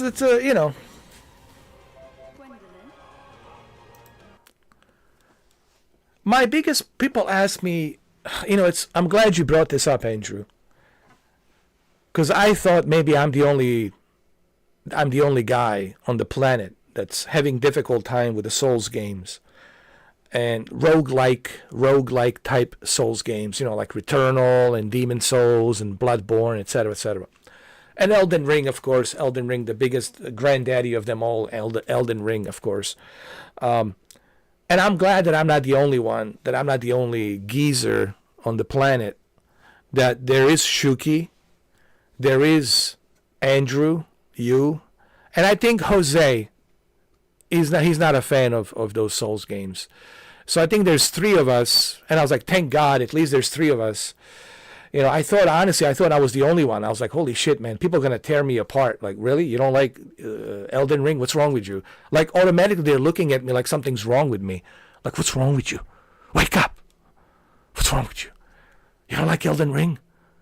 You need to change your brain right now. Huh? It's like almost like a cult. Like, you gotta love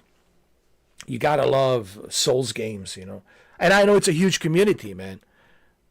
I know it's a huge community of Souls games out there, Souls players, and it's huge.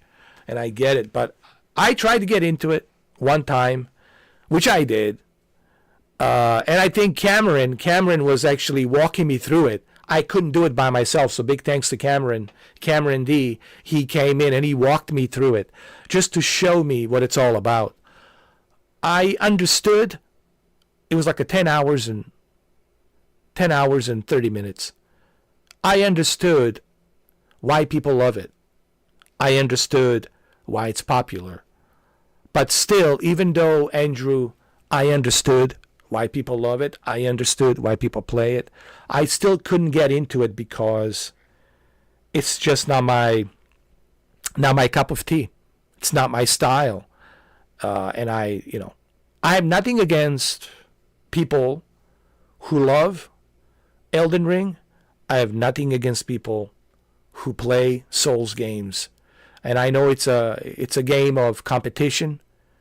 It's a game of skills competition. It's not easy, but that's why people love it, because it's very competitive. It's like a sports. It's like a sports. Souls games are like sports. It's a very competitive sport game, and I get it. And but it's just not for me. And I'm glad that I'm not the only one. I was afraid that I'm the only one on this island, on this planet. But I see that you don't like those types of games either. So, and others, I think Jose doesn't like it. I don't know, Jose, do you? Because I don't want to put words in your mouth, Jose. You don't like it, do you? I think you told me you don't like Souls games. I mean, you did play them, didn't you? You did play them, but you just, I mean, you're not like big time in it, are you? Like, and I know Shuki for sure. Shuki is not playing Souls games. Because me and him are playing Gran Turismo, so I know he's not into that, But I'm glad that I'm not the only one.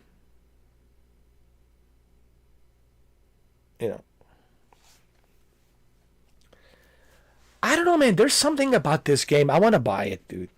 For the same reason I bought this Stellar Blade.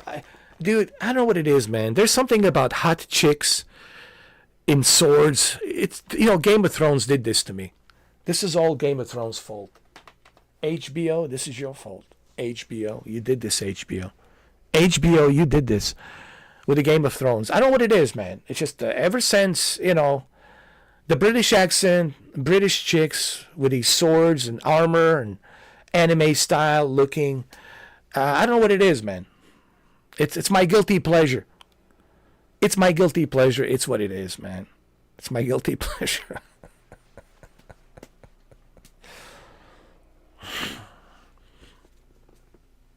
Jose says, I owned all of them, but I'm not good at them. I usually quit halfway.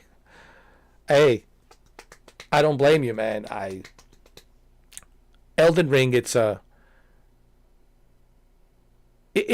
sport. It's a competitive sport, man. It's really what it is. And I think that's why Dr. Disrespect likes it. Because it's competitive. It's, Doc, it's all about competitive sports. He's an athlete himself. And so he likes competitive games. I mean, that's why he plays Call of Duty and all these first-person shooter games, because he's always been a competitor. He loves competitive games. So I feel that that's one of the main reasons why people really, really love Elden Ring. And the Elden Ring 2, right? It's coming out. That's a big one, Elden Ring 2.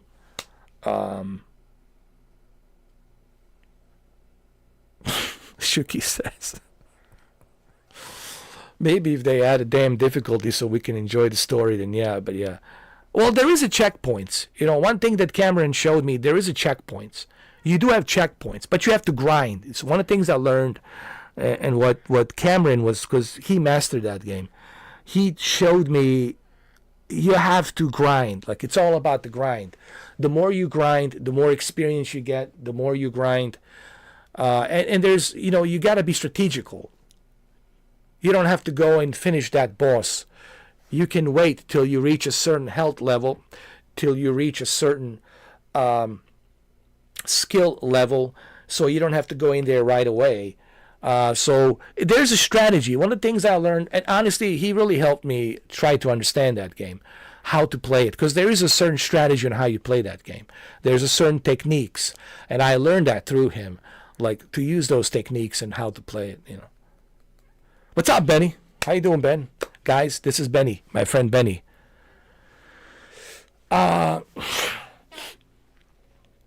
Also known as the Kingman. the Kingman. He's from Kentucky, Louisville, Kentucky. My friend Benny. I don't know why I continue to buy them. You know what, Jose? It's a hobby, dude. We love video games. You know, this is something that our girlfriends and wives and partners have to deal with us. They have to understand we love video games. And it might be weird. Like, it must be weird for your wife, right? Jose, for your wife. Oh, him and his video games. God damn, Jose. Come on. Come to the bed. All right already? Enough with the 4K. You bought him a game. Let him play Kingdom Come. You come here. Let him find his own way to the bathhouse.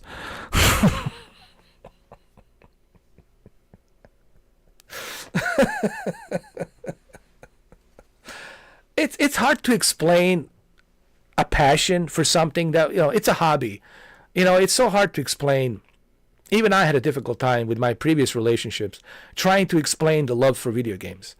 Like, why do you love these video games? What's so geeky? It's so geeky. I said, maybe to you it's not for me. You know, it's like, it's hard to explain, man. It's a hobby, but it's a hobby that, you know, I don't know, it's hard to explain this to females who are not into gaming and they don't understand. Like, dude, you're adult grown-ass man. Why are you playing these games? What's wrong with you? No, nothing's wrong with me. It's just a hobby. But good luck. Good luck trying to explain that. Good luck with that, right? You're never going to win that argument, man. Anyway, let's continue. Your wife was laughing at you playing Kingdom Come as I was talking to my sheep. I know, me too. Come on, sheep, let's go. Is that where you found... Is that where you found Mutt, your dog? You have to kill all those wolves and then you finally get the Mutt. By the way, I finally saved Hans, Sir Hans. He was saved. I met the king. I spoke to king. And now the king loves us more than ever now. We're in the good grace of king. We can go to that castle anytime we want. We can sleep there. We can do whatever we want to do. So now we're going to go and talk to some other guy at the other castle. All you got to do is read the books. Here's the trick. There's, well, actually, Jose, watch my live stream, okay? Watch my previous live stream of okay, Jose, if you're stuck, and I know you will be stuck. Everybody out there who's stuck at this level, go watch my live stream from yesterday. And you're welcome, by the way, guys. You're welcome. You're welcome. Yeah, you're welcome. I'm saving you a lot of trouble. Okay? Go watch the live stream and you'll find out how to pass that level. Okay, but you're welcome. There's 2 live streams, part 1, part 2. You have to watch both of them. Spoilers warning, but you have to watch both of them. Both of them. To understand how I managed to cure the cure for Captain Thomas. How was I able to find the cure for Captain Thomas? So there's a shortcut. Believe me, there is a shortcut. But there's a couple of things you got to do. You don't have to do any recipes. You just have to read some books, and you have to find this one guy. You have to rob him. You have to steal some potions from him.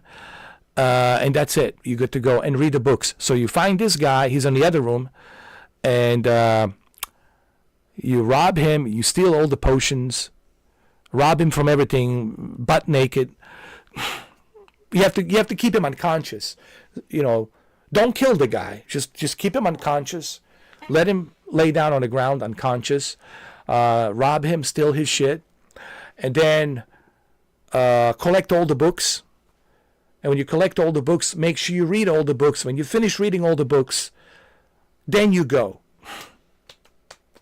But you got to watch those live streams. So, Jose and everybody else, for those of you, and I know you're stuck. I know you guys are stuck. You're having a difficult time. So you're welcome. Go watch those live streams, all right? There you go, Jose. I'm seriously, I think it will help. That's why I said you guys welcome in advance. Because I know you're going to be struggling. And you're welcome. Anyway. All right, let's see. Ben says, are you going to play any video games tonight? Man, I already been like streaming for like 4 hours. It's already midnight. This is the longest state of play reaction ever in the history of humankind. Probably Guinness records for sure. I don't know, man. I don't know. I don't know, man. I think I'm already. I've been running my mouth. Honestly, I think I have a steel jaw right now. Of running my mouth. It has like the nice shocks built into it. You know, like the F-150 Ford. You know, shocks they got built into it. So I don't know. I don't think so, Ben. I don't think so. I don't think I will. But yeah, I'm excited for this game. I really am. I wish that you guys I wish that like you and Renee could come a little bit earlier though. Honestly, because you know I mean I'm at the point where I can't just, dude. I'm 46 years old, man. I can be like 3 o'clock, 4 o'clock, dude. I'm turning into a vampire. I can't do that shit anymore. You know, it's getting to the point where I'm like, I can do it maybe once a while, but man, you know, I can't do it like every single time. Maybe on the weekends, you know, on a Friday night, Saturday night, but man, because I got things I got to do throughout the day, man. People are calling me. I'm missing the calls and shit. You know, it's like, is this guy a fucking vampire? Like, the fuck's going on? Wake up out of your coffin, you know? Yeah, I mean, it's like a Nosferatu. Oh. I know all you guys would want me to stick around and all that, but you guys come late, man. Like you and Renee, you guys come super late, like 3 o'clock, 4 o'clock. I mean, I don't have the energy by then, dude. Dude. Like Renee needs to remember, I'm exhausted when she comes here at 3. Renee, I'm exhausted. Like, you're not gonna see much of me. Like I'm all out of juice. You know, I'm exhausted. You know what I mean? 10 o'clock, 9 o'clock. If you guys can make it early, I mean, come on. You know.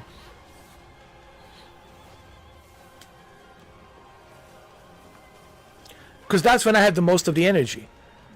At 3 o'clock, dude, I'm like. I'm out, man. I'm out of juice. Now, if I get inspired by like a $50 donation or a $200 donation, or if I get inspired by, you know, some hot chick stripping for me, you know, on a Zoom call or something, okay, fine, dude. You gotta like, you gotta get me, what's the word? You gotta get me going. You gotta rev my engine. Brum, brum, brum, brum. Brum, brum, brum. Like, you gotta rev my engine, dude. If you're not revving my engine, I'm like, you know, you gotta get me going. You know, what's the word I'm trying to use? Help me out here, Jose. Inspiration. You gotta get me inspired. What's the word? Inspired? Yeah. You know. But I know Renee can come early because, you know, she got her job, she's working, she got other things to do, and she can make it earlier than, you know. I think yesterday she came in at around this time. She was able to make it. But apparently my there was something wrong with my OBS. Like she couldn't hear me. There was something wrong with my microphone, and I was talking to her, but she couldn't hear me, and I was saying all kinds of stuff, she couldn't hear me, and then she left. I'm sorry, but by the way, Jose, did you see? Benny, Jose, did you see? You know what? Let me just show you. Hold on. Oh, my Lord. I got to show you this. You guys need to see this. I mean, this is just like... You guys need to see this. This is something that I have to show you. Because I was so upset with Microsoft Flight Simulator. I call it a joke, Microsoft Joke Simulator. I was so pissed off. I got to show you this, man. This is just give me a second, guys. It really pissed me off, dude. I was so pissed off. I did a live stream early in the morning while you guys were sleeping and dreaming. Let me show you. My God, where is it? What? Oh, it's right here. I was so upset. Here, I'll show you in a minute. I was so upset, dude. Just give me a second, guys.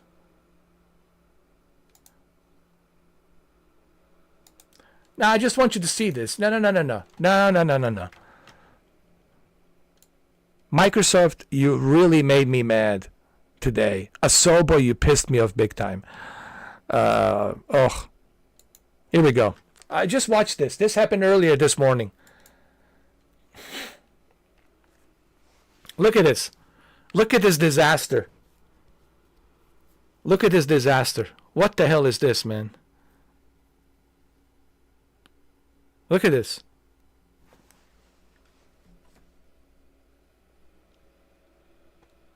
Look at this.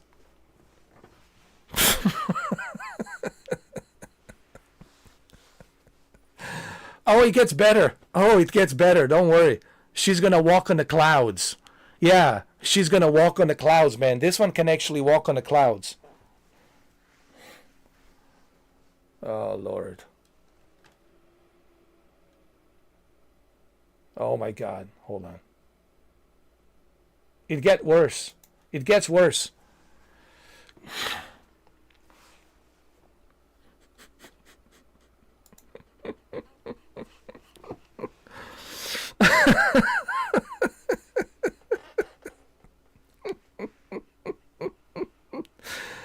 Oh, and this was on PC, man. I wasn't even on the Xbox. This was on PC, bro.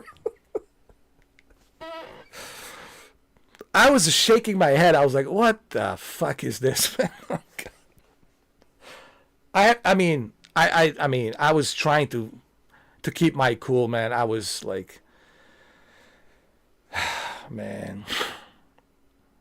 Yeah, that's Microsoft Joke Simulator. Microsoft Joke Simulator. And then everybody's talking shit about X-Plane 12. Don't talk shit about X-Plane 12. X-Plane 12 is the greatest simulator ever created. X-Plane 12 is the greatest flight simulator on the planet compared to this nonsense. Look at this nonsense, man.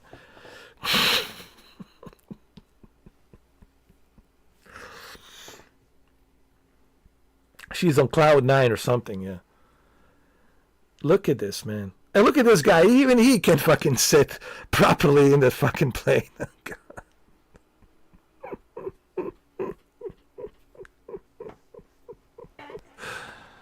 Anyway, let's continue with the... let's finish State of Play. I mean, look at this. Come on, Microsoft. Get your shit together, man. Look at this. The next generation Flight Simulator 2025. The most realistic.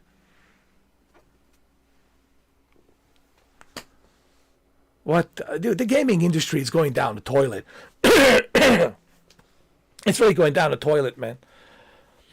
I think it's already in the toilet, man. We just have to flush it. Somebody has to flush it, man. It stinks. It stinks, man. We got to flush it. Oh, man, it's just...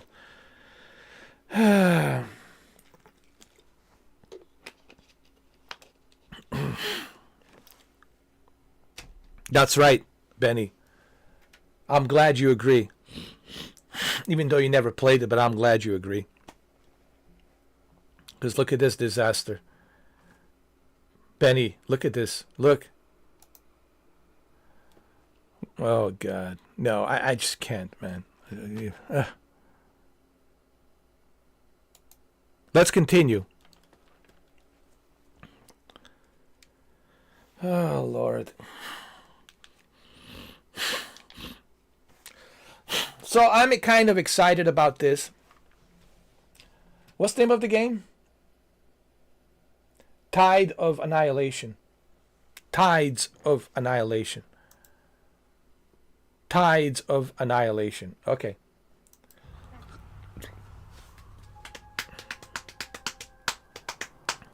The table is dead. It exists no more. She's hot, man. Come on, man.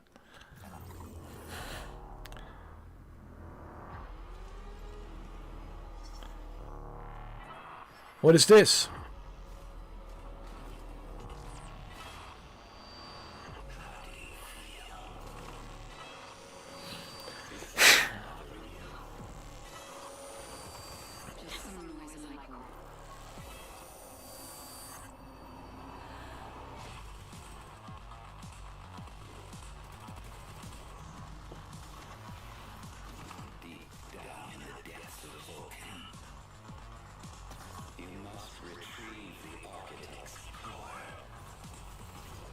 This looks pretty good, huh?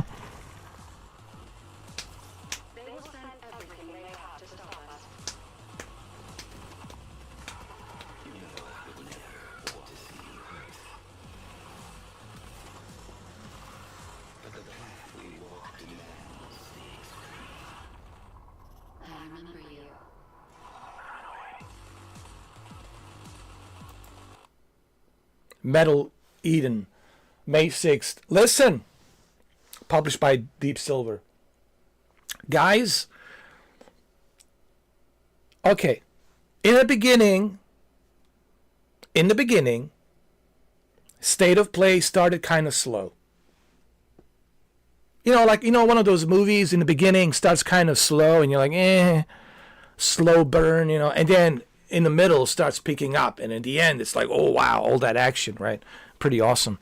So that's how I feel about this State of Play. In the beginning, it started kind of slow. We didn't get to see much of anything. It was kind of slow. And then start picking up down the road. So I'm giving State of Play so far, and I know you guys will disagree with me, 8.4 out of 10. On a scale 1 through 10. 8.4 out of 10. I like what I'm seeing, man. With the Armored Core and all these other games. I mean, look. I was like, this is okay. This is why I have to see things for myself. I can't listen to other people. And I've been saying this and been saying this. One of the mistakes I always make, I listen to majority. It's like, I can't do that. I got to see it for myself, man. I got to be the judge. I have to be the judge, the jury. I'm the one that's going to make the decision if this is good or bad for myself. Because everyone else will have a different opinions, they will different taste. It's not bad. This is a good State of Play. Is it the greatest State of Play? No. But it's good. It's good, and I'm giving it 8.4, mainly because of, the announcements of Days Gone, of course, and Stellar Blade getting the DLC, of course. Also a free upgrade on a Monster Hunter. Recently, I started playing Monster Hunter Rise, and there's going to be some special free updates. It's exclusively to PlayStation, so that's pretty good. That's a bonus. There's Medal of Eden. There is the Tides of Annihilation. There is Armored Core. There's a Top Spin coming to PlayStation Plus. So there's some cool games, man. You know, it's not bad.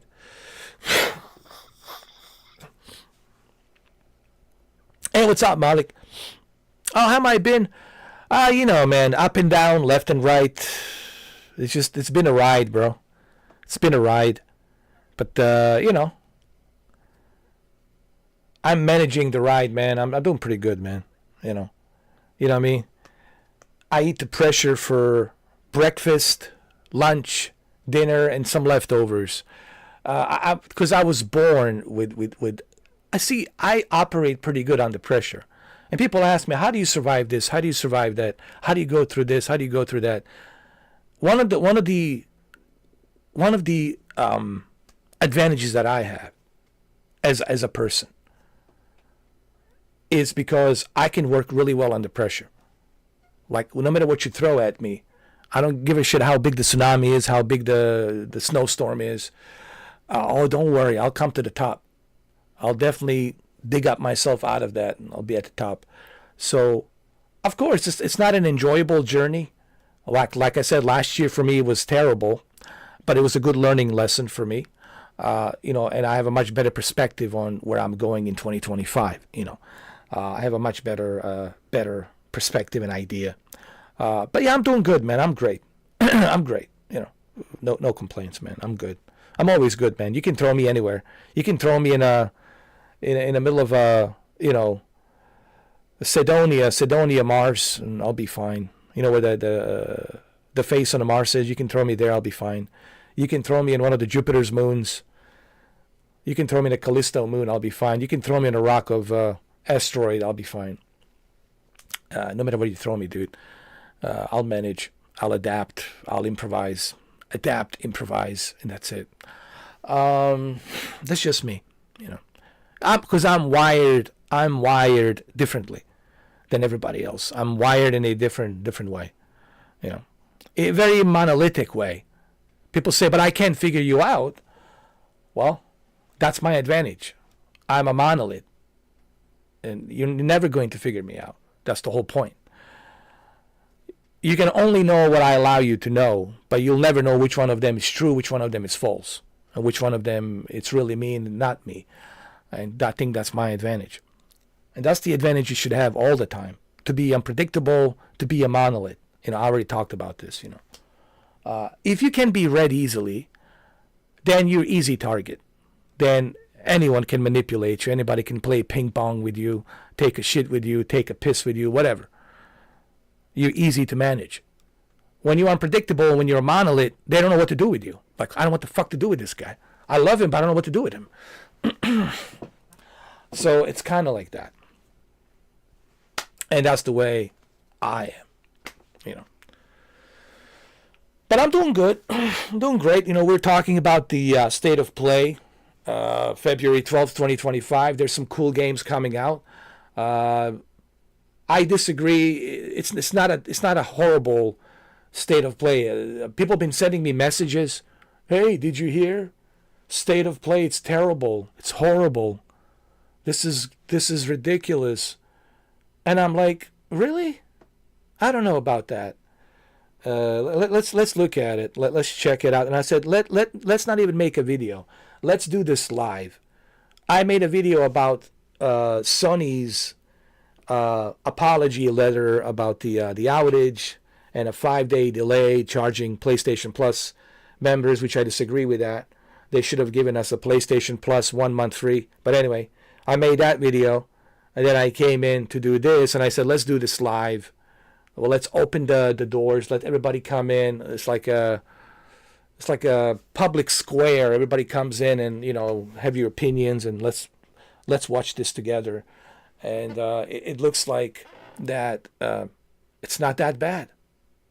It's not bad. Even this game, Metal Eden, dude, it's pretty good. Yeah.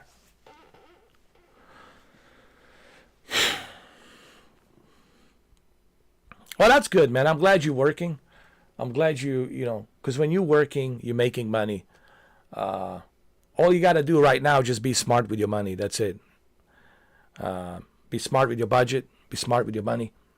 That's it. My advice to everybody is be smart with your money. Don't waste your money, dude. It's a one thing. Oh, I would love to have this. I would love to have that. Be smart, That's my advice. Be smart with your money because you know how hard it is to lose that. I'm sorry. You know how easy it is to lose that. You know how easy it is to lose money and how hard it is to make it. Well, there you go. There. You know how easy it is to lose it and how hard it is to make it.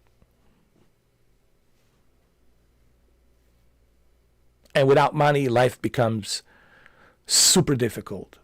Very difficult. Very, very, very, very difficult. I'm not saying that you can manage, but it becomes less enjoyable, more stressful. You're not having any fun, and it sucks. So be smart with your money. That's it. If you have a good job, hold on to it. Keep it. Always look for something else on the side, because you never know when they might get rid of you and fire you. But you want to have something else on the side, part-time, just in case. And be smart with your money, man. Be smart. Don't waste your money on stupid things that you don't need. Yeah, that's the advice I got. Okay, so we got Metal Eden, May 6th, 2025. It's on the wish list now. Okay, let's see what else we got. That's good to hear, Ben. You should be saving money. So you can open that bourbon. Me and you, man. So we can open that bourbon in Louisville.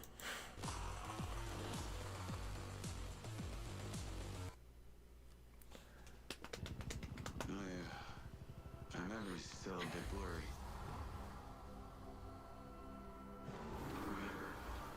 Whoa. DS! Showtime! I have these gaps inside my head. Sound like it's a 10-minute window. You made it. Wow, look at this. That's just leftover hardware. Being decommissioned. What the hell is happening? All I know is that Silvercorp is a piece of my story. I'll cover you. All this time you just wanted answers about the tech in your head? Are you kidding me? This thing has ruined my life. You have no idea who you're dealing with. After what you did, you should have left me in the desert. This is not the first time we got a fatal error with your tech. Yes, make it stop! Make it stop!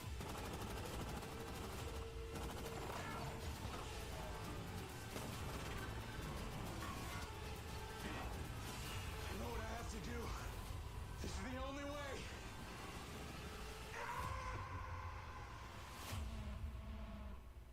Mind's Eye. Whoa. PlayStation 5, Mind's Eye the game. Summer 2025. Hold on. This shit looks good, man.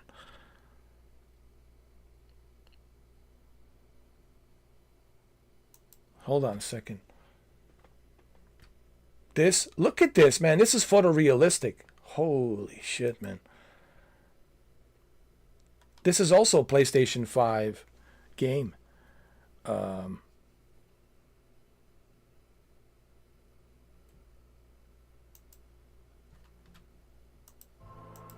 Hold on.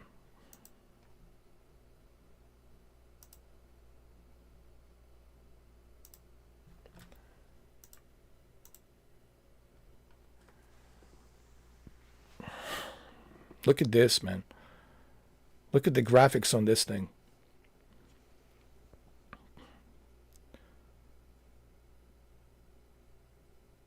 You know what? The games will get to the point where you won't be able to tell a difference, man. It's going to get to that point.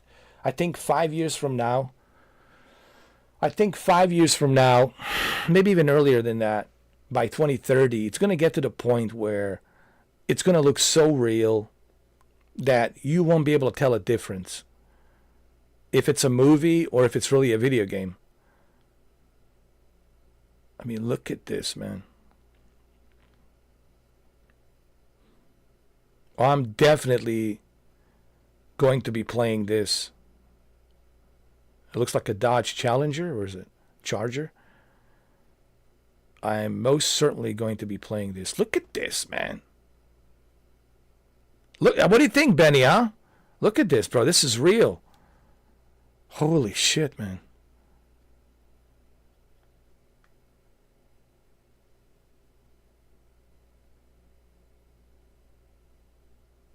Looks like Las Vegas. They're in Las Vegas. This looks like Hong Kong. Somewhere in Hong Kong. Wow. Some kind of robots, like a Future Warfare or something. Like iRobot. Like, it looks like an iRobot. Dude. Look at this. Like artificial intelligence robots versus soldiers. Whoa, dude. Wow. And I can imagine this on PS5 Pro.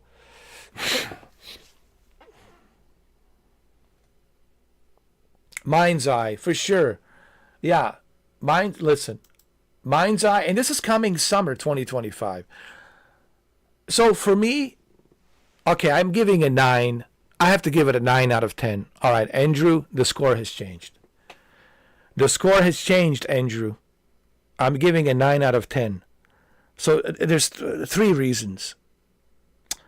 Of course, April 25th, Days Gone, remastered, only $10. I mean, can't go wrong with that with all the extra features. Tides of Annihilation, that's my own specific, subjective game that I'm excited. And then you got Mind's Eye. And of course, Armored Core and all the other PlayStation Plus classic games, they're coming.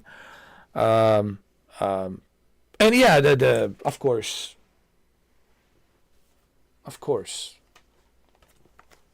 Stellar Blade, of course, Stellar Blade DLC. So I'm giving it a 9, 9 out of 10. But this is what really I'm super excited. So then so here's my question, Andrew. Why is everybody giving this a bad score? What's going on? Oh, I didn't know that. Leslie Benzie worked for Rockstar Games and was heavily involved in GTA franchise. No wonder it looks so good.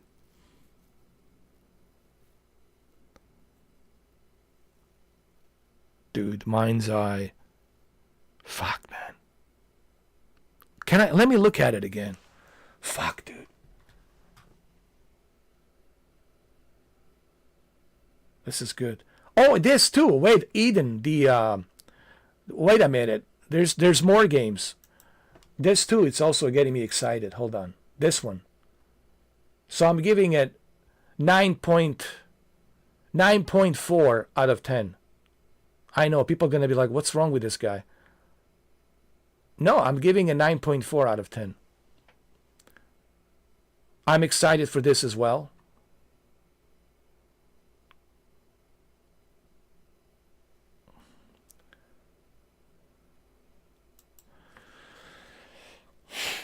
Yeah, but those are, I mean, okay, Andrew, but still, would you say it's fair that they're giving, in your opinion, do you think it's fair that they're giving it a low score? Would you agree, Andrew, with their assessment of the state of play? I think, come on, man. I thought this was going to be terrible. In the beginning, I thought, okay, this is going to be boring, terrible. But now I'm like, dude, the second half of this state of play, I was like, holy shit, man. There's some good shit here. There's some good shit. Like, I've seen terrible state of plays in the past. Like the one in May of 2024, that was bad. One with a Concorde, that was bad. But dude, you can't, like, this is far from that. So I disagree with everyone out there that this is a bad state of play. It's not. It's actually pretty good, actually.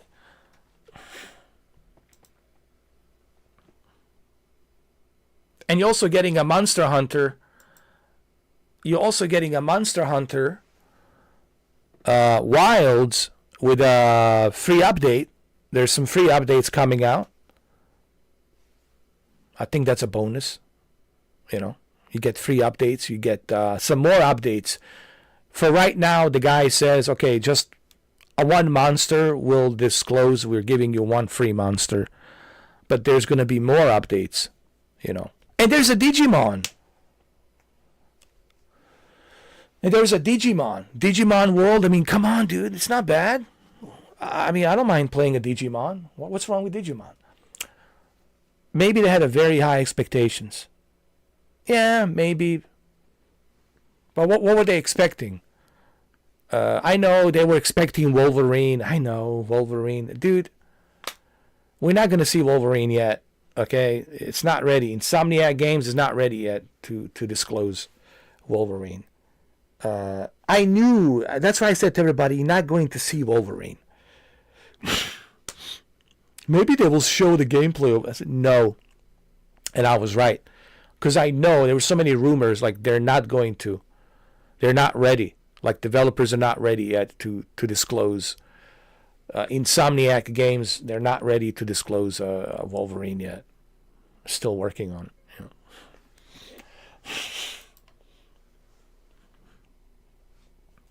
Maybe that too. They had a high expectations, but.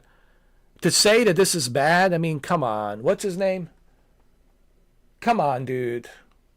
Come on, man. Come on, bro.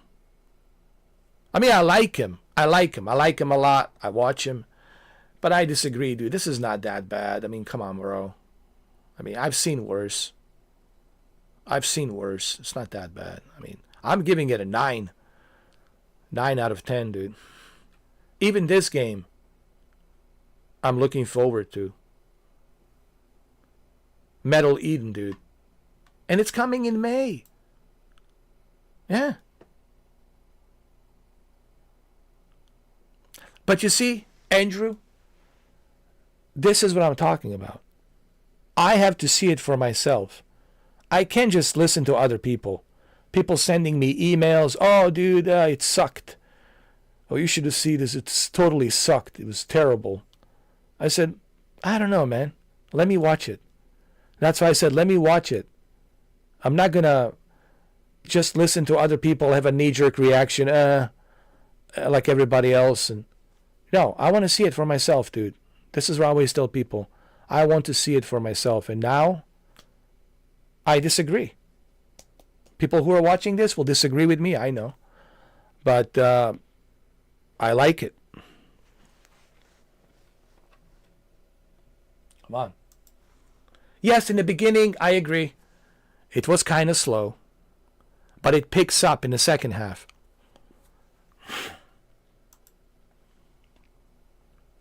Looking forward to Metal Eden, of course.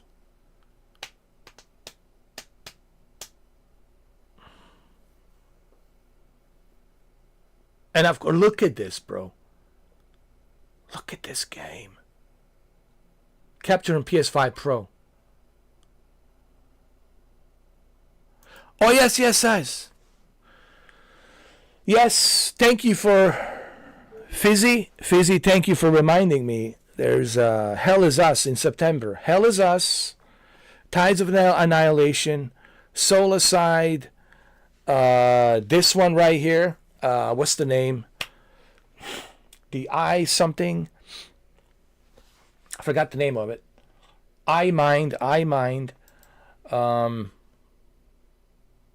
Okay, I'm giving a 9 point. Oh, that's it, bro. 9.5 out of 10. That's it. I'm giving it a 9.5 out of 10. So I don't care. I know people are going to hate me now. Oh, this guy, whatever, dude. What does he know? Blah, blah, blah. I'm going to give it 9.5 out of 10, man. Yeah, Hell is Us in September. Yeah, it's coming as well. Hell is Us. I just forgot. So, because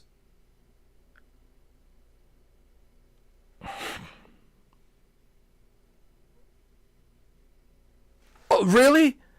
I can't believe that some people actually, Andrew, that some people actually thought that Rockstar was going to show Grand Theft Auto 6 on State of Play. Listen, Rockstar is going to drop the trailer on their own YouTube channel. Rockstar is not going to use PlayStation State of Play to promote their game.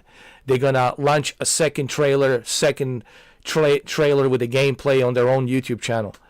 They're not going to do it on a PlayStation. However, they might do, I heard a rumor, they might do like a gameplay during the summer in August to showcase what the PS5 Pro can do and how the game runs on PS5 Pro. And they will have a bundle, GTA 6 PS5 Pro bundle. I think like by the end of August, like middle of August, they might showcase the gameplay. And then I think in September, we'll see officially Grand Theft Auto 6 finally launch, September 26th or something like that. Maybe even September 27th or 28th. Around, it's either September 26th, 27th, or 28th. It's around, that's my time frame right there. 26, 27, 28 September. Those are the dates they will probably pick. And the reason I say this is because they want to make it look like an anniversary with a GTA, because GTA 5 was released in September. Remember, 2013 September? So they want to kind of release it around the same date, September 26th or 27th or 28th September. I think the latest maybe 28th September or 27th, but most likely 26th, 27th, 28th, around there, those three dates.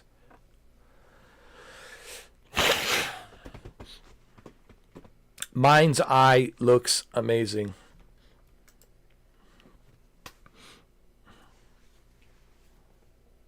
Exactly, Andrew. I mean, because anybody who knows Rockstar, right? And everybody should know that Rockstar really doesn't use other brands like PlayStation or Xbox or PC to do it. They usually do it on their own terms. I mean, their Take-Two Interactive is a big behemoth, and Rockstar, which is under that same umbrella, they're huge behemoths, and they don't really need anybody. They're super wealthy. They have so much resources. They have so much money. They're super wealthy. They don't need to promote their game elsewhere. Like I said, the only thing you might see is with a PlayStation 5 Pro, where they might showcase, hey guys, this is how Grand Theft Auto 6 runs on the PlayStation 5 Pro. And we're going to be bundling, we're happy to announce that we'll be bundling, in partnership with Sony PS5 Pro, we'll be bundling the GTA 6 with the PS5 Pro. And you might have Mark Cerny come in with one of the representatives, lead developers of GTA 6, to showcase some of the reasons why they're recommending PS5 Pro with the GTA 6, because 30 FPS, it's locked in on PS5 original and Xbox Series X. And if you want the best 60 FPS performance experience with ray tracing and advanced ray tracing and traced illumination, if you want to have all of these graphics accolades, then you need to go with the PS5 Pro. That's the rumor that I have heard, that they might do that, like late August or something like that.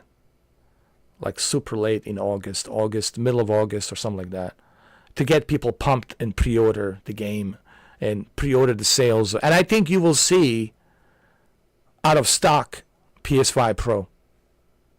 So I'm telling you right now, if this is true, if this happens, PS5 Pro will be sold out. Like, you won't be able to buy one. Like, you're going to be shit out of luck, dude. It'll be very difficult to get a hold of PS5 Pro with a GTA 6 bundled in with GTA 6. It's going to be super hard, super difficult to get one. And again, take it with a grain of salt. This is just the rumor that I heard floating around, on a Reddit, on other places. You know, there's some rumors floating around. You know.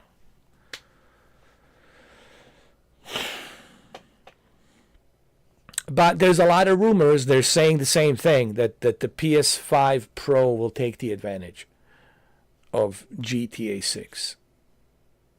And I think that's one of the main reasons why we're seeing a PS5 Pro with Sony. Honestly, it's because, well, not just because of GTA 6. It's this game too. Listen, you are getting now. Listen, now you can say I have benefits. Hold on a second. You look at this game, all right? You're gonna say, well, wait a minute. I'm certainly getting a benefit here. Look at this. This is all PS5 Pro, man. With ray traced illumination, right? Ray traced illumination, advanced ray tracing, 4K textures. These are all 4K textures.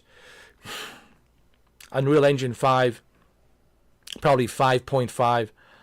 And the PS5 Pro with the PSSSR is taking a full advantage of this with their own AI enhanced spectral scaling, dynamic resolution.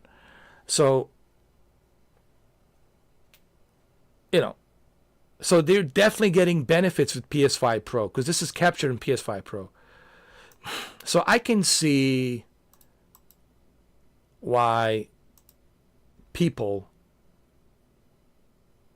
are saying, well, wait a minute. So there is a benefit. You're also getting a benefit with Days Gone. You'll be getting 120 hertz, 120 frames per second to play it on your PS5 Pro. So I can see the benefits of PS5 Pro. Big time now. And of course, where's the this game as well, captured on PS5 Pro. Full benefits of Tides of Annihilation. So I think State of Play really focused more on, dude,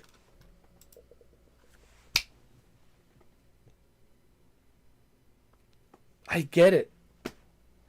You know what this State of Play was about? I want to see if you guys agree with me. Andrew, Ben, and everybody else who's watching. Would you agree with this statement? The whole purpose, Andrew, of this State of Play was not so much to showcase a first-party AAA games like Wolverine and others. It was more about to showcase the benefit of PS5 Pro and why you purchased PS5 Pro.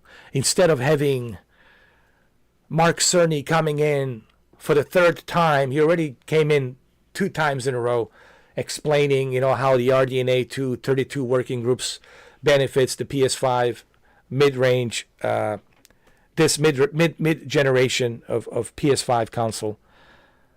Instead of bringing Mark Cerny again for the third time to explain all the technical details, why don't we just show you? Why don't we just showcase some of these games that the PS5 Pro is taking the advantage of? And let's just do this State of Play where we can showcase, on the second half of this State of Play video, we can showcase the advantage that the PS5 Pro and the PSSSR is doing. Would you guys agree? Maybe that was the whole purpose of State of Play this time around.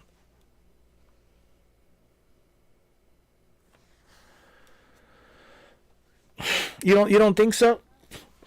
PS5 Pro was always going to be a niche market from day one, and they know that. Yeah, that's true too. But at the same time, Andrew, I can see the benefits now of the PS5 Pro. I know it's a niche market, but I clearly see there's some benefits. Like, I want to play this game, You know, me personally, I know I'm being subjective. Like I said, you're right. It's a niche market. It's a tough sell. Even I made a video that says PS5 Pro. It's a tough sale. It's tough to sell it. You know, especially when it doesn't have a physical media in there. They couldn't even include a stand. You know, but anyway, the vertical stand. But I can see, like when I'm looking at these games, Andrew, and I'm like, holy shit! I wish I had a PS5 Pro.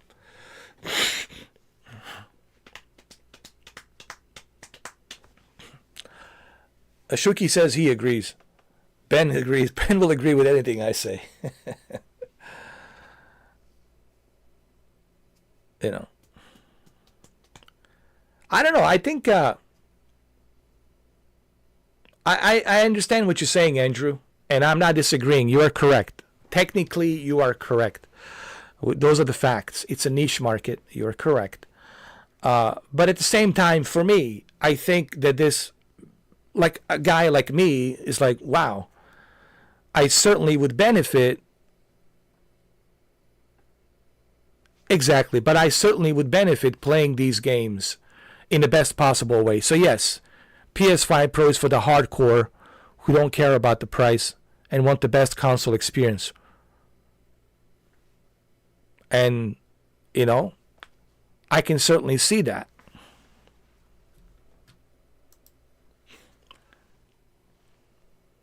It's not a necessary option, but certainly you will benefit. Like Shuki's benefiting. Andrew, you're benefiting. Me and Ben, we're not benefiting because we're stuck with just a PS5 regular editions.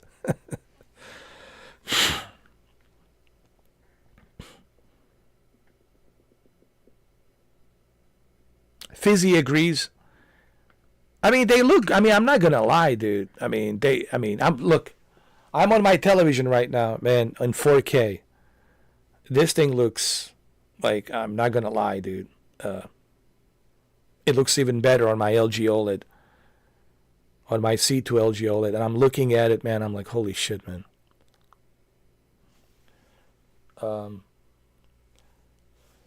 But I think with Grand Theft Auto 6, I think that will help. Okay, let me ask you this. Would you agree, Andrew, if it's true, if GTA 6 will take the advantage 60 FPS with advanced ray tracing at the 1800p with the PSSSR AI technology, would you agree this would really help the sales of PS5 Pro consoles, where you would see spike? You would see spike in sales. That would really help PS5 Pro be almost sold out, dude. Would you agree that would be the scenario if that is true? If PS5 Pro will take a full advantage of GTA 6, do you believe this would help dramatically would help the sales of PS5 Pro to the point where it would be sold out, man? It would be sold out everywhere.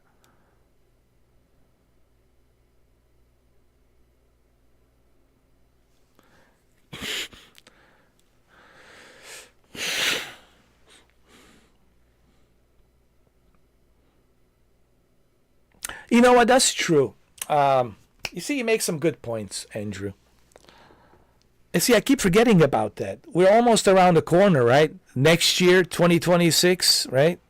PlayStation 6. Like, why would people want to purchase PS5 Pro now when they can just wait for next year?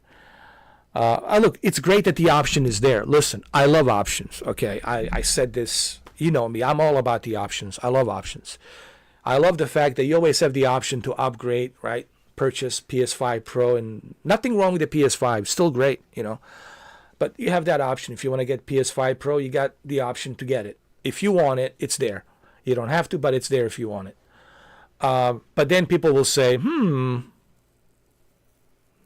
the PS6, RDNA 3, remember on Digital Foundry how Mark Mark Cerny was toying with this idea. Remember, he was asked about RDNA 3, and he says, well, we're reserving the RDNA 3 for the next generation. This is a mid-range generation, which is the upgrade, PS5 Pro. So we're just using RDNA 2 with the 32 working groups. A little bit, he likes to call it X. RDNA 2X on steroids, right? With this, scaling resolution technology that's similar to the NVIDIA DLSS, which is deep learning supersampling. And remember, when he was asked about the RDNA 3, he says, no, we're kind of saving that for other projects in the future.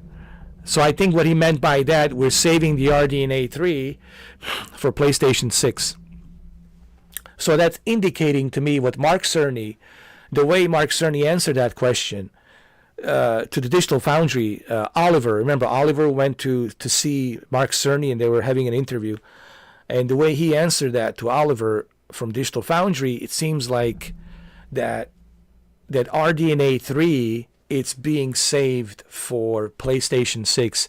That means we might see PlayStation 6 next year being announced. And it's not that far away, dude. 2026 is around the corner, man. Next year. So, and it's a good point. It is a niche market. I agree. It is a niche market, and I think I agree on there. I made a video where I agreed on it. It is a niche market, but PlayStation 6, just around the corner.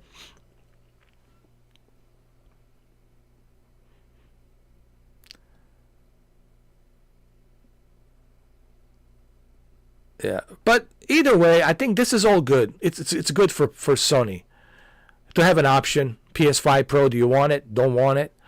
Would you like to use your PlayStation VR 2 connected to the PC if you want it? It's there. You don't have to.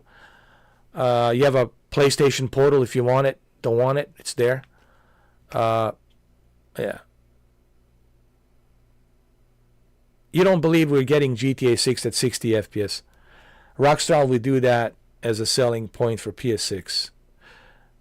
You might be right, dude.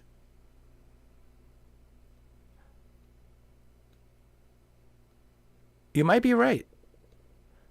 Because I was looking at some of the, Miami Beach. They were showing Miami Beach. It was like a tech demo. Rockstar was showing the water and the Miami Beach. And, man, it looked super real. And I'm looking at it like, dude. And they were using some super high-end PC to do it with an SLI. And they were getting those, 60 FPS frames. I don't think RDNA 2 with a 32 working groups and even with a PlayStation, spectral resolution, dynamic scaling resolution, I don't think it's enough. I think you might be right. It may not be enough, dude, to push the limit of what's possible. But we could be wrong. I don't know. Who knows? Maybe Mark Cerny worked some magic. Maybe he worked closely with Rockstar. Who knows, man? What the case might be. Obviously, he's not going to tell us everything. There's a lot of secrets, There's a lot of things Mark Cerny cannot talk about. It's under NDA, right? Non-disclosure agreement. And when you are under NDA, obviously you're limited to what you can say. But we'll see.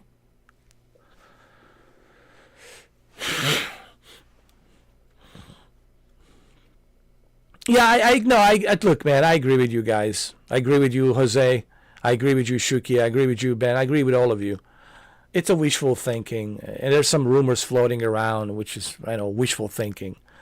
But yeah, let's just be. But I don't know, dude.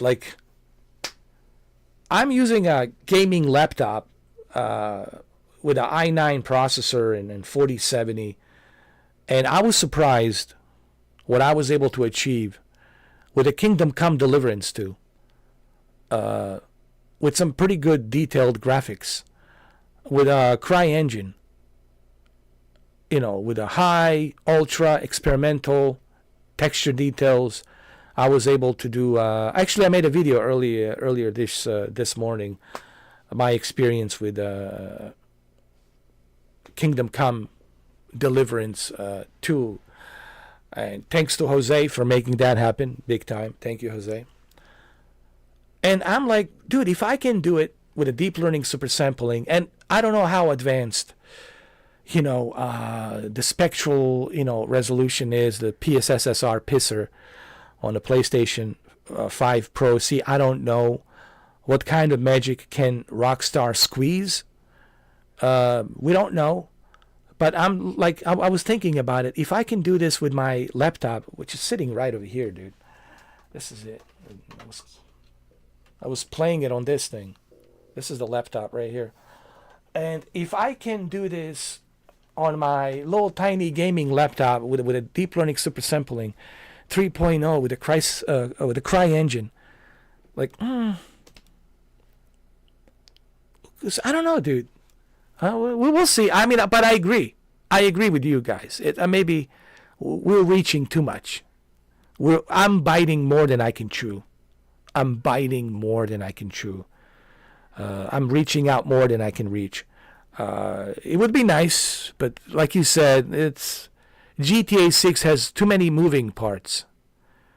Kingdom Come Deliverance. It's a big game, but Rockstar, Grand Theft Auto, it's a next generation graphics with way too many moving parts, way too much stuff going on. It's a huge map. So, there's a lot of stuff there that needs to be rendered. So it needs a more computing power than we can imagine. So, yeah, you're right. Maybe I'm overreaching too much. Jose says, I think they will have some kind of 60 FPS mode with GTA 6. Maybe with a frame gen, but it will not perform well. The real 60 FPS mode will be on PS6. I agree. Actually, let's just call it. I think even Rockstar knows that, just like with the GTA 5, when they released it on the PlayStation 3 and Xbox 360, they knew that, it's going to look the way it's going to look, the best way that it can look for 360 and PS3. But also Rockstar knew that there's going to be an enhanced version on the Xbox One and PlayStation 4. And they did. They gave us the more enhanced version for PS4. And I think they will do the same thing here with Grand Theft Auto 6, like you said. PS6 will take the full advantage of Grand Theft Auto 6. I think, Jose, you're right. I think all of you are correct. I just have these wishful thinking, because based on the rumors, I've been reading, Reddit, it's full of so many rumors, and you got to take it with a grain of salt. With a grain of salt, man. You can't really believe everything that they say on the Reddit,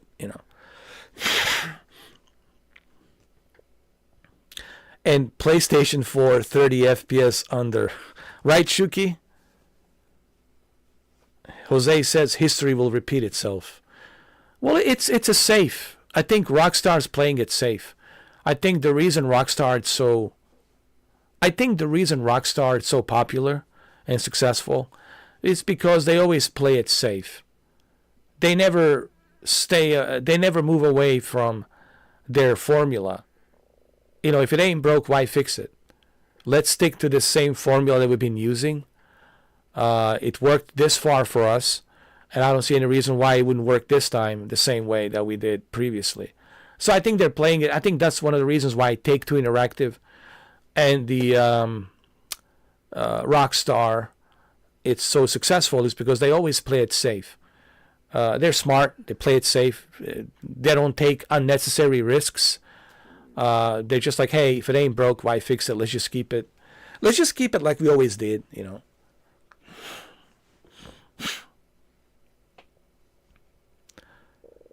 I know a potato PC can play GTA 5. That's true.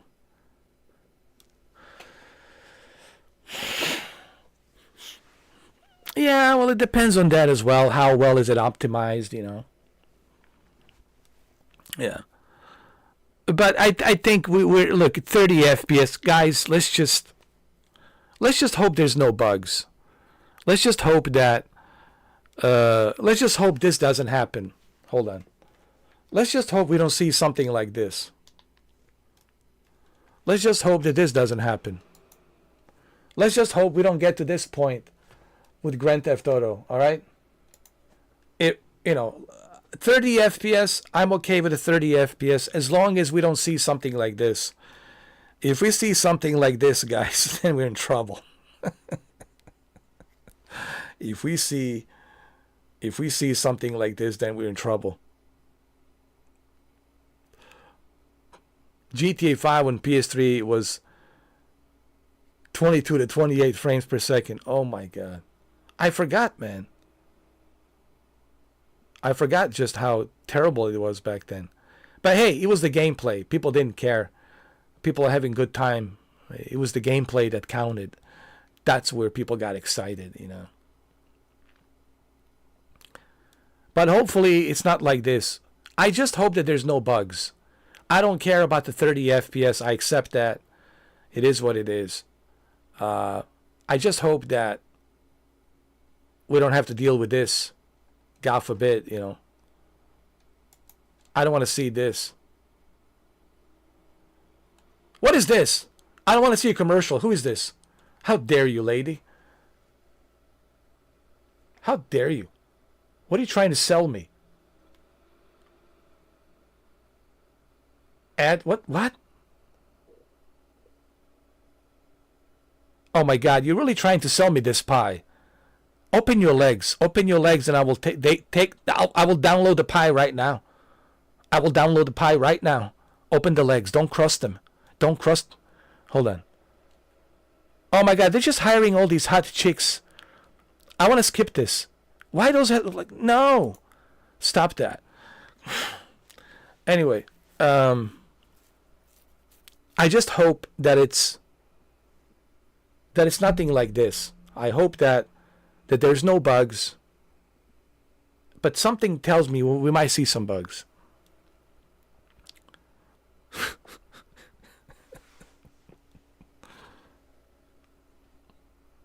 Dude, this was driving me crazy earlier today. I mean, and I landed actually. Believe it or not, I landed. I was able to land. I'm not kidding, dude. I actually landed. Safely. I did. I think I did. Here, let me show you.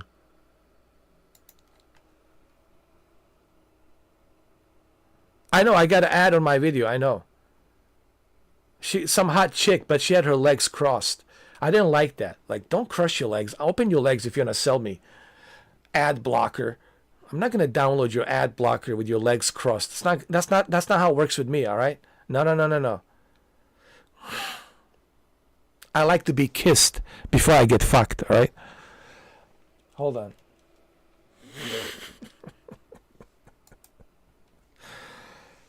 Wait a minute. So anyway,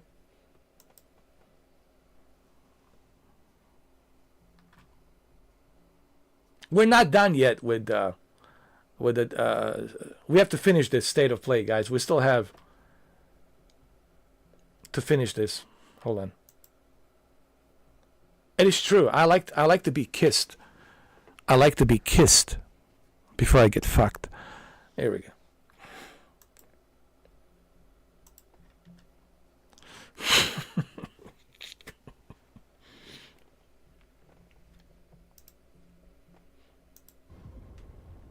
My soul. Let's see what else we have.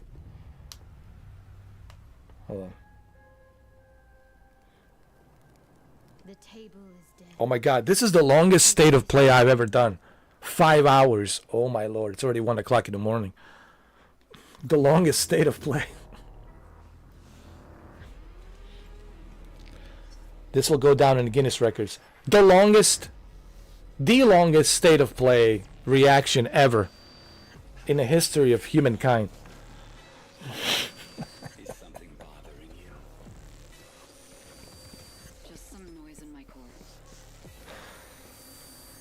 Oh Lord.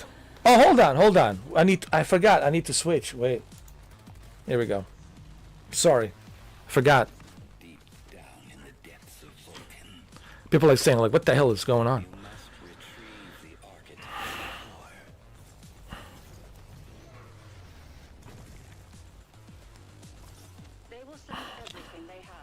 My tea's getting cold over here, man. For 5 hours. You know I would never want to see you hurt. But the path we walk demands. I remember you. I can't believe it's already 1 o'clock, man. 1:13. 1:13 a.m., dude. Holy shit, man. Oh yeah. My memory's still a bit blurry.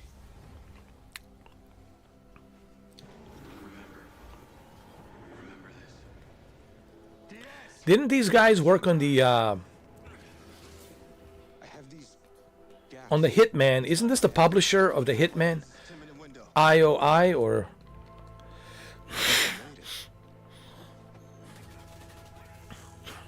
That's just leftover hardware. It's been decommissioned. is this the technology that they were talking about? Neurotechnology, where your brain can be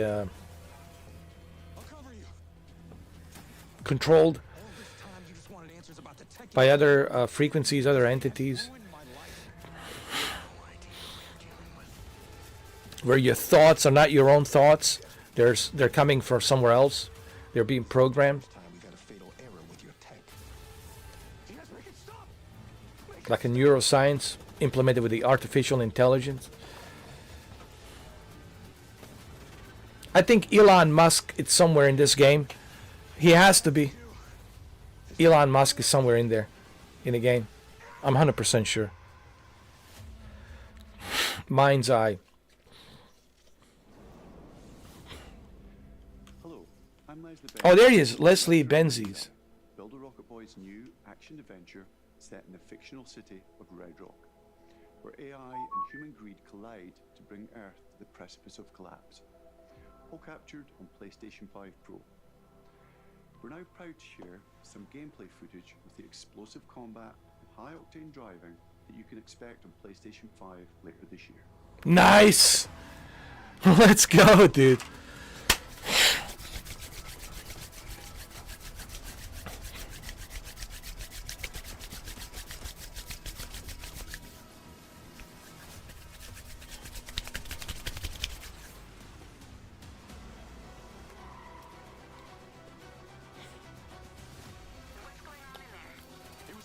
Yo, this is Grand Theft Auto 6, bro. We're getting a...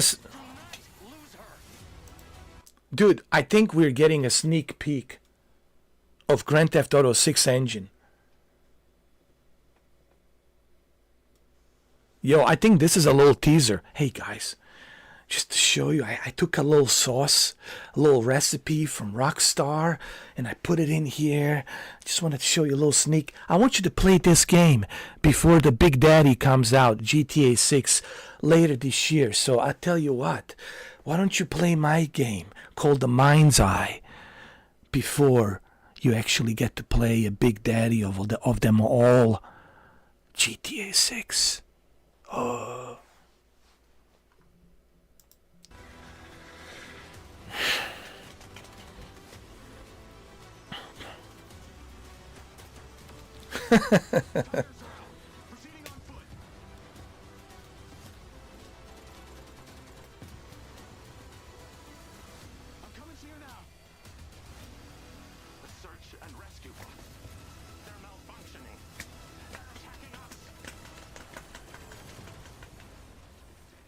Mind's Eye!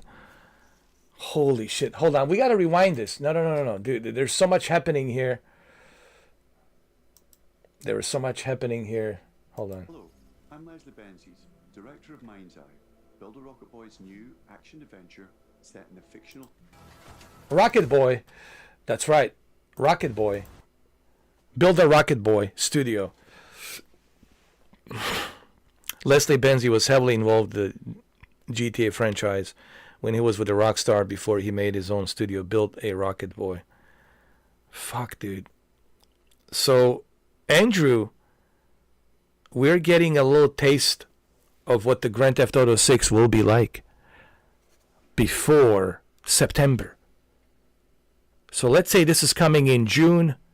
It's coming in, let's say June. This is coming in June, July, just in time for 4th of July, you know. I think this is a perfect 4th of July game to celebrate our independence for the summer. So, I'm thinking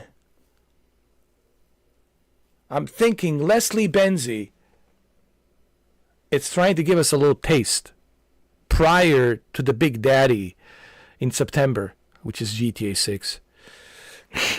Love the original Shinobi.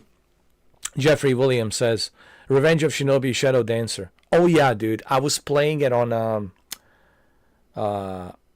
Antstream Arcade, and I think Jose was here. I was playing it not too long ago. Yeah, man, it was cool. But that's also coming on PlayStation. Yeah, I forgot about that too. So Shinobi, yeah. So yeah, 9.5 out of 10, dude. Listen, I know people will. Okay, here's what happened. In the beginning, it started kind of slow. All right, because this live stream, it's now, 5 hours. In the beginning, I was like, it's kind of slow with the Monster Hunter and Shinobi, right, and all these other games. But then it started picking up. In the second half, it started picking up. And that's when I said, whoa, wait a minute. Especially with the Days Gone remastered version, right, coming out April 25th. So I quickly changed my mind, and I said, well, wait a minute, this is not bad. Because the way people were messaging me, I thought this was going to be terrible, right? The way they were leaving the messages, and like, hey, dude, you need to do a video on it's terrible, man. Like, what's going on with Sony, man? You definitely need to make a video about State of Play. Did you watch State of Play? Huh? Did you see how bad it is? And I was like, you know what? I'll tell you what. I'm not going to even make a video. I'm just going to do a live stream. Let's just do it together. And here we are. And boy, did I glad I did. Because it's totally opposite. For me, it's a totally opposite experience. And I know I'm being subjective because of, Days Gone and the Tides of Annihilation, of course, Metal Eden, and of course, this game, Eyes Mind, by Build a Rocket Boy. However, this is a great state of play. This is a great state of play. So, I'm sorry. It's great. We also got the Armored Core. Armored Core is getting released. We got Top Spin. We got a bunch of other games coming up on the Plus. Some indie games as well. We got all of the Armored Cores. I think 3 of them. 3 Armored Cores, Jose. So, I don't know how people are saying this is terrible. Like, how is this terrible?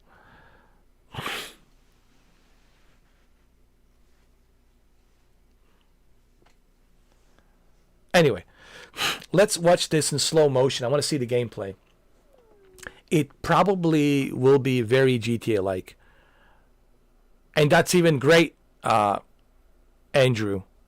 That's even great because we're going to get a little taste of Grand Theft Auto with a next generation Grand Theft Auto games. And for those of you who have PS5 Pro, listen. You're taking a full advantage this year. Because even he said, Leslie Benzi just said, you will take full advantage of PS5 Pro. So there's certainly a benefit in having a PS5 Pro, for sure. I mean, you want to enjoy the best possible gaming experience on your PlayStation. Well, just like a PS4 Pro, same thing with the PS4 Pro. I want to have the best PS4 Pro experience. Well, you did. I did. So same thing here, PS5 Pro. So it'll definitely pay off all the money you spend on the PS5 Pro this year. For certain, with the utmost certainty, you will definitely benefit. There's no question. And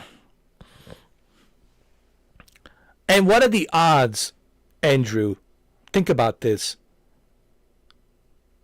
Yesterday, I was watching the CEO of Take-Two Interactive. Now, he's the CEO of Take-Two Interactive. He was on CNBC talking to the reporter. Because CNBC, it's all about stock market and business. And she asked him flat out, okay, Grand Theft Auto 6, is it on track to be released this fall? And with full confidence and smile, he said yes. And this is the CEO. This is the big daddy of Take-Two Interactive, says yes, it's on the track. It will be released. So we know that GTA 6 is coming. GTA 6 is coming this year. There's no question. So what are the odds that here we are? We got Leslie Benzi with Build a Rocket Boy Studio, and he worked on all of these GTA franchises. It's giving us a little taste, like a prologue. Think of this like a prologue before the Big Daddy GTA 6. This will be a great summer. This will be a great fall, great holiday. This will be a great year. It started kind of shitty. 2025 started kind of shitty. I'm not gonna lie. The month of January was just like a month from hell, man. What's with all these airplanes crashing down? What's going on, dude? This is some scary situation. Which it is terrifying, dude. Like, people are afraid to fly, man. Jesus. So it was a shitty beginning of January, all right. But I think spring, summer, fall, it will pick up. It will pick up, I think. We'll have a great spring. We'll have a great summer, and we'll have a great holiday season, man, with the GTA 6. I mean, it doesn't get any better than that. You know. And also, you guys, well, we have Forza Horizon 5 this spring. Hello? Hello? Hello? Hello? You think I forgot about that, didn't you? Oh, I didn't. You think Shuka knows that I didn't forget about that, did I? No. I saved it for the last, yes, Forza Horizon, which will also take full advantage of PS5 Pro. So, anyway, let's look at this gameplay. I'm sorry about that. I want to look at it in slow motion. I want to look at this in a slow motion. Okay.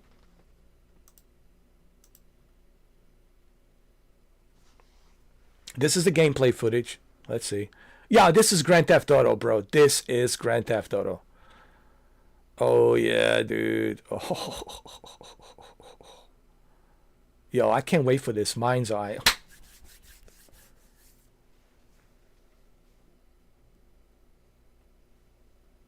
Andrew says, hold on, let me pause this. It can still be delayed even if they know it will be now and just don't want to say anything yet. The next 2 earnings call in May will be interesting and probably tell us a lot. I think we'll know more. I think in spring, summer, we'll have more. We'll know more. But let me tell you, the president, the CEO of Take-Two Interactive was very confident. I have to say, he was super confident about. Maybe I can find that interview because he was like really confident, dude. Like super confident. Like we got this. Don't worry. Like we tested everything. Everything's scheduled. Don't worry. I never seen him this confident. He's more confident about this one than he was for the GTA 5. But on this one, Let me see if I can find him. Like he was like super confident. Let's see. I'm trying to find him.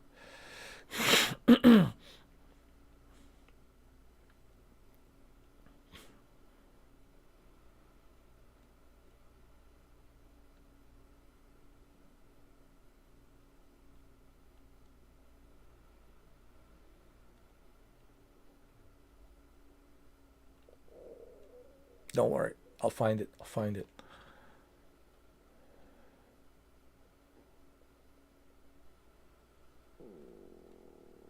I know it's got to be there.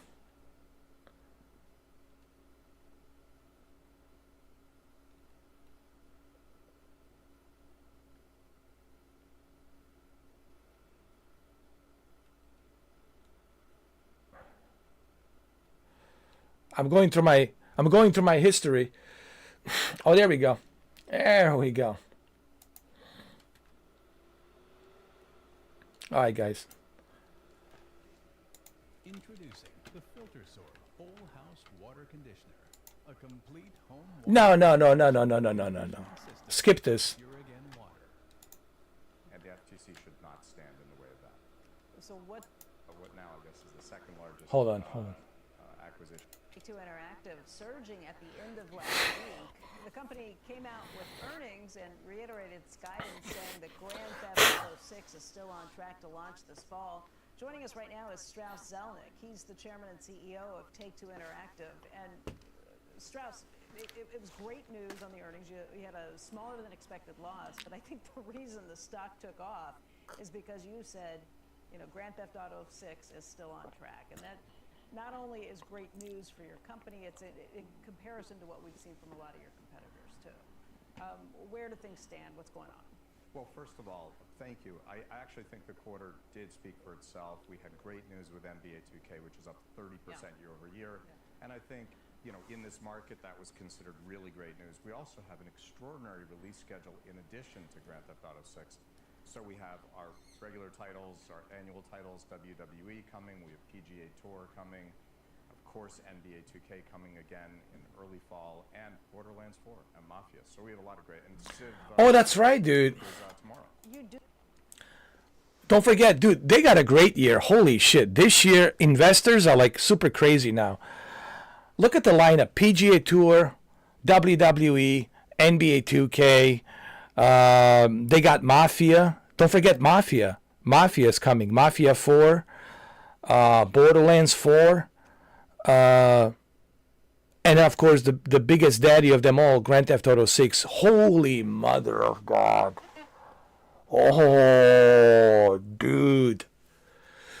They're going to make trillions of dollars, bro. This will be a great year for Take-Two Interactive. Holy mother of God, man. Oh, it's a checkmate, bro. Yo, man. But like you said, there could be, you never know, dude. There could be a delay. But I don't think so. I think they're on a schedule, man. I think he wants to make his investors happy, of course. But at the same time, he doesn't want to jeopardize the quality of GTA 6 by releasing it kind of like he doesn't want the same repeat of Cyberpunk. I think that's the only fear that he has. He doesn't want like Strauss Zelnick doesn't want the same repeat of what CD Projekt Red did, where Warner Brothers Interactive was pushing CD Projekt Red to release Cyberpunk, and even though developers of Cyberpunk, they knew, hey man, we're not ready, but they were forced by the investors and Warner Brothers Interactive to push the Christmas release, a holiday season Christmas release, was the 2020 of Cyberpunk. So he doesn't want that to happen. So you could be right. There could be a delay, because he doesn't want that, Well, we'll see what happens. But so far, I know he's trying to make investors happy, and you can see the stock moved up immediately. But we'll see. I hope so too. I hope so too. Anything's possible, guys. We don't have a crystal ball, all right? I just want to clarify. None of us here have a crystal ball. You don't know. I don't know which way this is going to go. It can go either way. We might see it in 2026. But something tells me no. I think, honestly, it's coming this year. It's coming. $2 billion on that game, dude.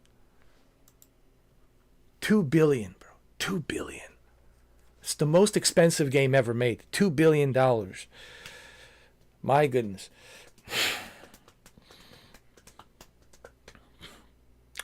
So this is Mind's Eye. This is Grand Theft Auto big time, dude. Yo, this looks like Grand Theft Auto, plays like Grand Theft Auto.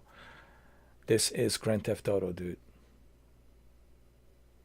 Oh my God.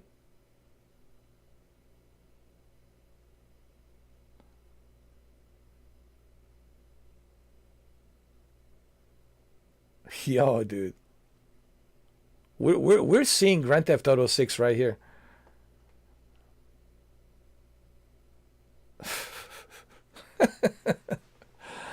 Oh my God. And it looks amazing.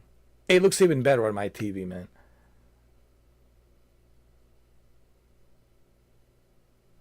Wow.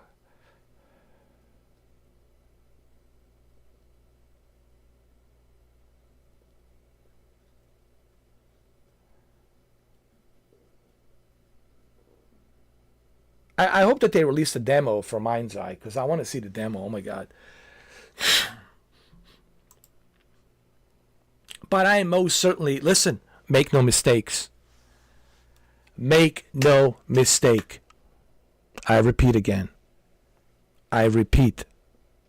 So everybody can hear me loud and clear. I'm most certainly buying this game, Mind's Eye, on the PlayStation when it comes out. There's no question. There's no question in my mind. I'm most certainly, most positively, certainly purchasing Mind's Eye game 100%.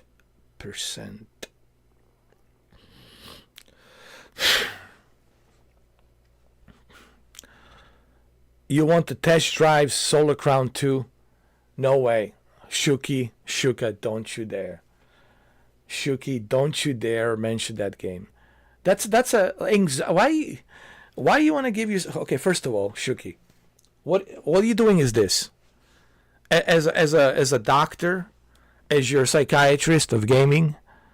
Why you want to give yourself an anxiety? Having an anxiety, it's not pleasant. You can't catch a breath. You get panic attacks. It's not fun. I don't want you to have your high blood pressure from 120 to 150. Jesus, that's pretty bad. Don't mention you want to test drive Solar Crown.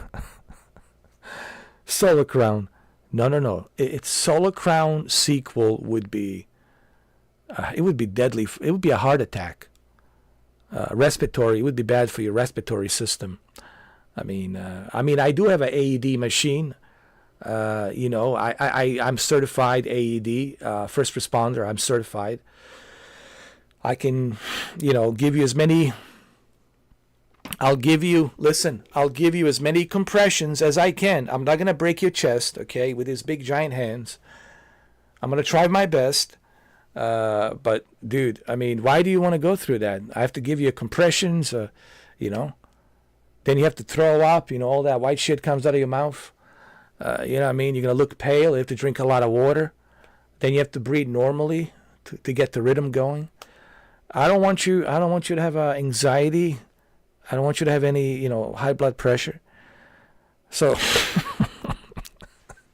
don't even mention test drive Solar Crown 2. Test drive Unlimited Solar Crown 2. That's That's no.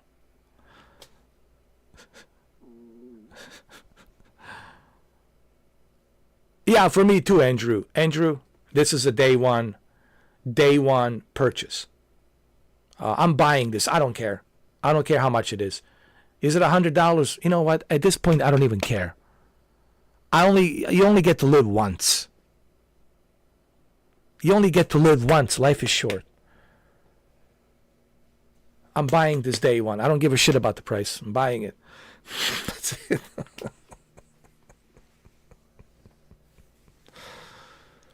Oh, see, I don't know if you guys know, but Shuki pre-ordered last year Test Drive Unlimited Solar Crown 2 for $170, and that was on sale. That was on sale. It was on sale. Normally it was like $200 or $250 or something like that. And as you all know, what has happened to Test Drive Unlimited Solar Crown. You've seen the live streams. I have dedicated the entire month of September and the first week of October. Yes, I have dedicated the entire month of September. The entire month of September and the first week of October, which comes to 267 hours. I have dedicated 267 hours, first month of September, the entire month of September. I'm sorry, the entire month of September and first week of October to Test Drive Unlimited. And let's not even talk about it. Look, my blood pressure is already going. My blood pressure, it's already rising. Just, my blood pressure is rising just thinking about that. I've spent the entire month of September and the first week of October Test Drive Unlimited Solar Crown. Good God. Instead of saving that money for Silent Hill 2. Oof. Now my blood pressure is going really high. Oof.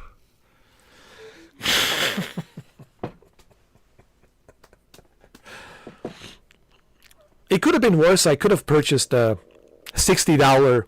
Remember, I was this close purchasing $60 deluxe edition Concorde. Oh God. Hey, listen. On the bright side, guys, Andrew, Shuki, Jose, it could have been worse. This could have been far worse. All right? I only paid $28 for Test Drive Unlimited on CD keys. Okay? I only paid $28 for Test Drive Unlimited on CD keys. So, but it could have been worse. I could have spent $60 on a Concorde. Oh Lord, I would have to attach compressions to myself. I would have to attach, electrocute, use the AED machine and just, come on, again. I do. I have an AED machine. I do. I'm certified. But there's a lot of things you don't know about Mr. 4K. Mr. 4K, it's this secret man. Next thing you know, he's a Ethan Hawke. He's a Mission Impossible. He's a Baba Yaga. He's everything. It's a living legend or some shit. This is like the living ghost or some shit. I don't know. But it could have been worse. I could have purchased. And I was actually this close purchasing Concorde. I was this close purchasing Concorde. And thank God that I didn't. I think Test Drive Unlimited saved me.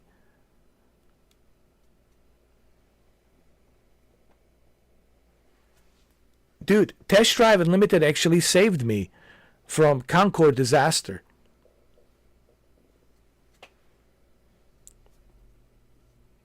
So, Yeah, but if it was a Concord, I would have gotten a full. Yeah, that's okay. I would have gotten a full refund. You know what's funny, Andrew? I actually enjoyed Concord because me and Brandon, we played it and we enjoyed it, man. Me and Brendan, we played it and we enjoyed it. I had fun. I mean, I'm not gonna lie. That's what I said. People listen. Everything I say, people can go back because I have 8.5 thousand videos. Everything I said is documented. They can go back and they can see, well, let's see what he said. Let's go back last year when he was playing the open beta for, I played 2 betas. In July, yeah, it was in July. 2 betas, back to back. I played them for like 14 days. There was like an extended beta as well. And me and Brendan, we enjoyed it, man. I enjoyed it. So, I didn't listen. I didn't want to see it fail. I don't know why.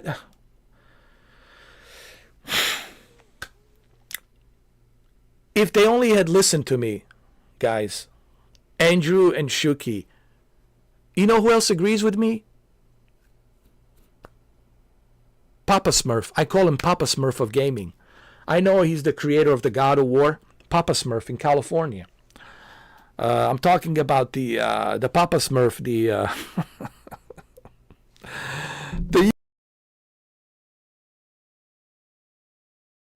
oh my God. Anyway, you know what I'm talking about. David Jaffe, even Jaffe agree with me. If Concord was included with PlayStation Plus Premium, they would have saved the game. I said it. He said it too. David Jaffe said it. I said it. But I think I might have said it first. And then he said it second. And I made a video where I agreed with him. Both me and him have the same mindset. When we both said, I wish that the Sony has watched those videos, but it's too late now. Where both me and him said, David Jaffe and I said, if Concord was PlayStation Plus, part of PlayStation Plus membership, the game would have been saved. We would still be playing it right now, today. If it was saved, we would be playing it right now, today. But unfortunately, they didn't.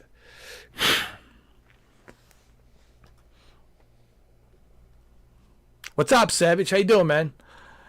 Oh, yeah, it's a clean stream. Well, you're missing a lot, man. Listen, you want to see a Grand Theft Auto? You want to see a trailer for Grand Theft Auto? Here you go, man. Check out the Grand Theft Auto, man. This is called a prologue. Savage, this is the prologue for Grand Theft Auto 6, only on PlayStation. We get to play it on PlayStation first. It's built by a Rocket Boy, but it's in partnership with IOI and Rockstar. You know, Rockstar, they want to put their names on here because it's the separate deal. So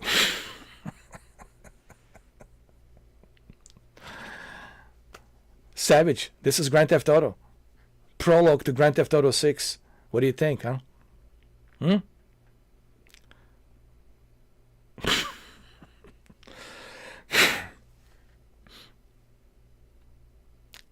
Nah, man, that's GTA 6, bro. No, this is Mind's Eye. We're looking at the Mind's Eye gameplay. It's created by the Build a Rocket by what's his name? Leslie. Oh my God, I forgot his name. Leslie. What the hell was his name? Leslie Benzi. Created by Leslie Benzi. Leslie Benzi worked on all of the GTA franchises in the past, so he's very familiar how to make a Grand Theft Auto game. And you can see similarities with the Grand Theft Auto here. It certainly has the Grand Theft Auto style to it. No Dolby Vision on the Pro, flop, Jeffrey Williams says. You know, I never understood why Sony doesn't have Dolby Vision. It's like Samsung. Why Samsung doesn't have a Dolby Vision? What is it about Samsung and PlayStation that they don't like Dolby Vision? Not that there's anything wrong with the high dynamic range, but I mean HDR10. There's absolutely nothing wrong with HDR10, but I'm a little bit disappointed that they weren't able to acquire Dolby Vision, Dolby Atmos. To be honest with you, I'm a little bit surprised on that. To be honest, like they should have been able to acquire it, because Dolby Vision's a free market. Whoever wants it, hey, we're gonna sell it. I don't know why it's stopping Samsung and why it's stopping Sony to acquire a deal with Dolby. Dolby, it's in California, right? It's in California, Dolby. Dolby Laboratories in California. But Sony should reach out, for sure. Why not? Samsung should reach out to Dolby,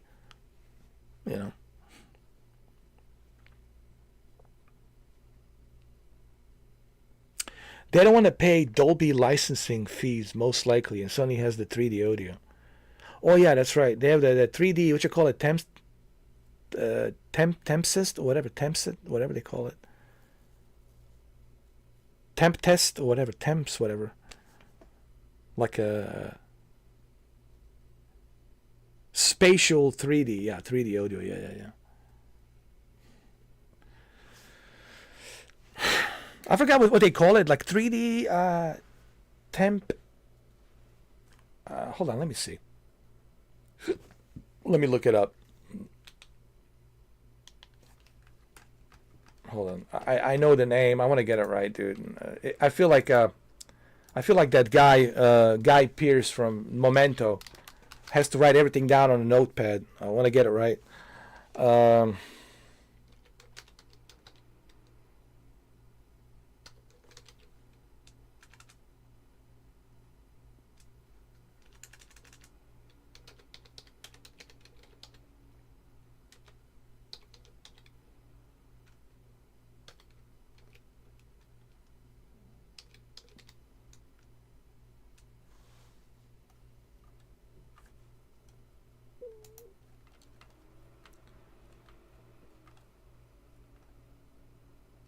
Hold on.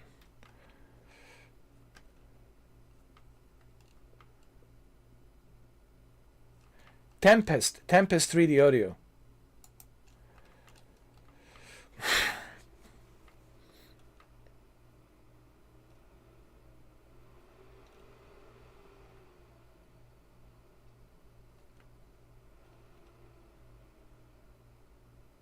Yeah, that's what they call it. Yeah, Tempest.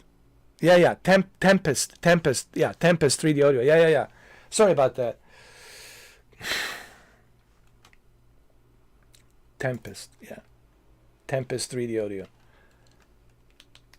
I know I heard it, man, because I've been into this, the whole television, 4K television, anything tech related, man, I've been into that since 2015. So I remember all of this. It's all like in my head.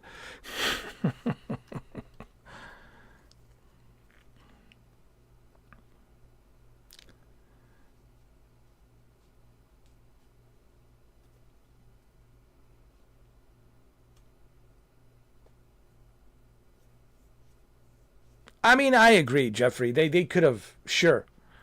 I that's what I said. Actually, I wanted to see, like, them to bring some of these classics. I even said, why can't they bring Parasite Eve? I know it's a Square Enix, but they had exclusive deal back then with the PlayStation, with Square Enix. Why couldn't they bring, these great games like Killzone and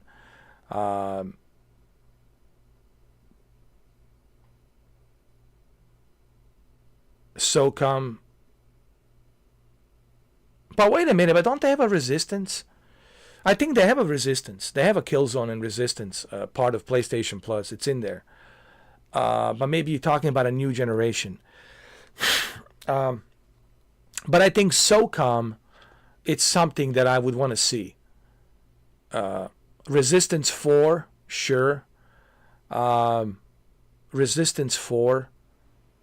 No, wait, is there Resistance 3? I think there was a Resistance 3. So Resistance 4. SOCOM, I would love to see SOCOM. Dude, U.S. Navy SOCOM. U.S. Navy SEALs SOCOM to me would have been, wow, dude, the greatest early Christmas gift you can give this guy. So certainly there's games they can bring for sure. But I wouldn't say this is a bad state of play in my opinion, Jeffrey, because there are some cool games that they showcased. But again, I'm being very subjective because for me, Days Gone, it's a big deal. Mind's Eye looks pretty good. I want to play this. Tides of Annihilation looks pretty darn good. Wait till I show him. Wait till I show him. There's Days Gone.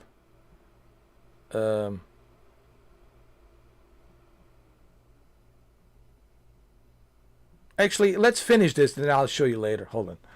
Let's finish the rest of this state of play.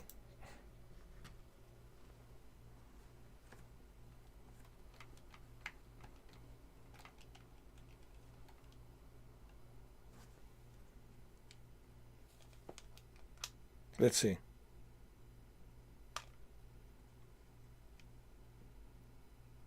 What is this?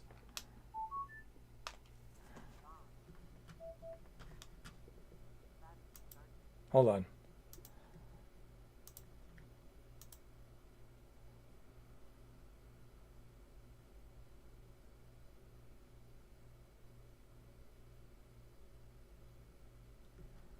What the hell is this? Hold on. Is this the gameplay of this game? Hold on. Wait a minute.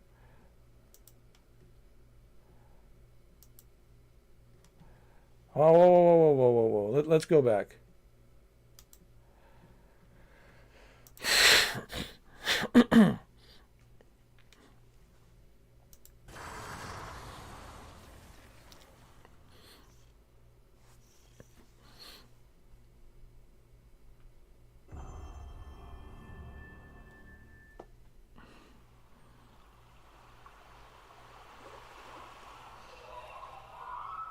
It always comes back to this.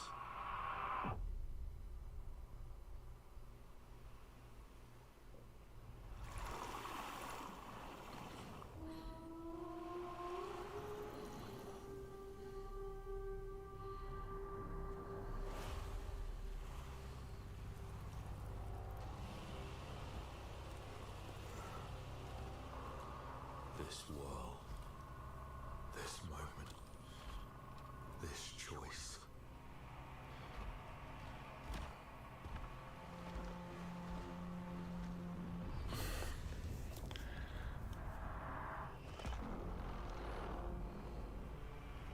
Every time the sun dies,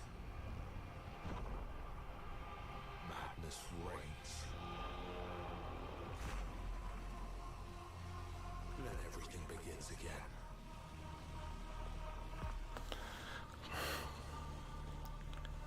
But after every death, I always come back stronger.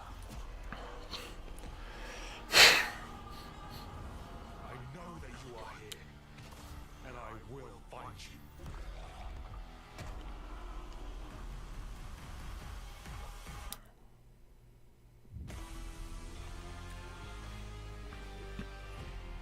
Sorrows.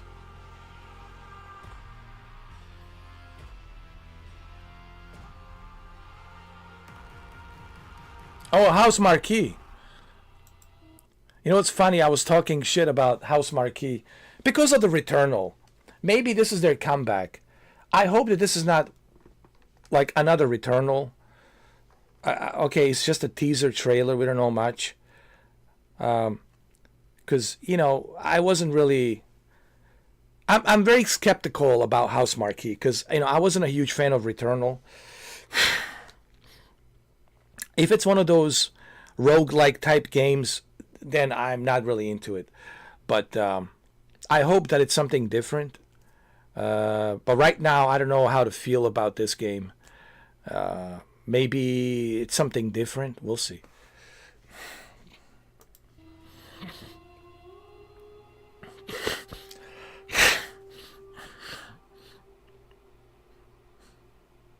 Oh, 2026. Jesus Christ, man! Is this PlayStation 6? This will be a release title, launch title for for PS6. It all makes sense. Release PS6 on 2026 because of 26, so it kind of matches the same number, the 6, and then you release this game titled Saros. Yeah. It makes sense.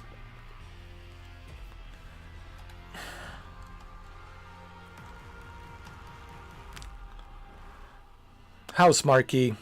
Well, we'll see. Next year, we'll see House Marquee. Hopefully it's not another Returnal. Hopefully. Hopefully. Hey everyone, I'm Gregory Loudon, Creative Director of Housemarque. We are thrilled to announce that our latest game, Saros, is launching next year on PS5 and enhanced for PS5 Pro. Saros is the ultimate evolution of the Housemarque gameplay first experience. So wait a minute, so what are you trying to tell me? That PS6 is not coming next year? There goes my dream. There goes my dream of PS6 coming next year. Guys, who said 2027 PS6? Who was it? Raise your hands. Anybody out there, raise your hands. Who was it? Raise your hands. Raise your hands. Who was it? I know someone said 2027. I wish I could remember who it was. I can't remember who it was, but someone long time ago told me. It might have been Jose. I don't know. Was it you, Jose? You said 2027. Was it you, Savage? Who was it? Someone said 2027. I don't know who it was. You said 2027. Andrew. I think Andrew, it was you, Andrew, said 2027. It makes sense. Okay, well then, if that's the fact, then I definitely see a reason to purchase PS5 Pro. That you got 2 years to enjoy, man, PS5 Pro. Look, I know it's $700, but you can buy it used. You can trade in your old PlayStations. There's other things you can do. I think you can benefit with a PS5 Pro for a couple of years. And then, of course, you can sell your PS5 Pro and then get the PS6. So, holiday 2027 for PS6, a year after next Xbox in 2026. You could be 100%, man. I have a feeling that's what's going to happen.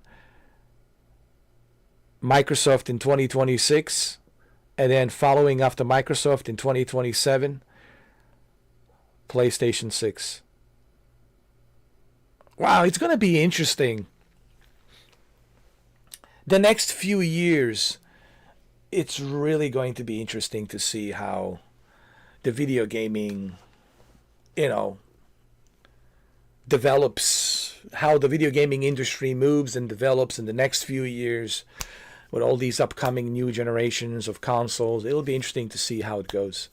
It's very exciting times. It really is, with all these upcoming games and consoles, and so we'll see. Oh my goodness. This has got to be the longest, almost 6 hours. It's 2 a.m. Oh my God.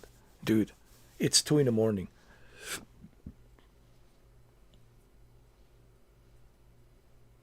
It's 6 hours of state of play reaction. This is in a Guinness records, the longest. I just need to hold on. I don't know if I can do it. I have to say that this has been the longest state of play that we have done, and I couldn't be more happier. It's music to my ears to hear that the PlayStation 6 is coming in 2027, and I think they're going to do a fantastic job. It's going to be great.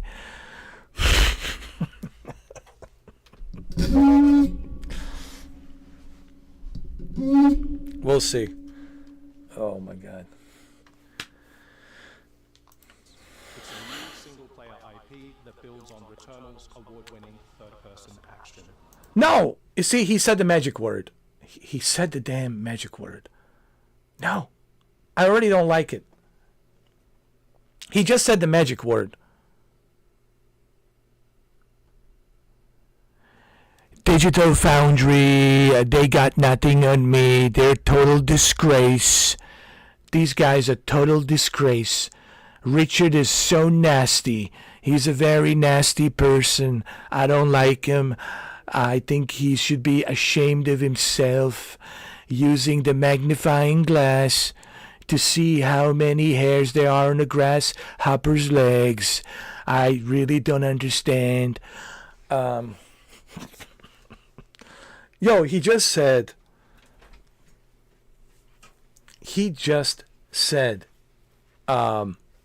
think about it. He just said Returnal in this game. Returnal, dude. Right here. Returnal. Can you believe it? He just said Returnal right here. Right on the game. No, watch.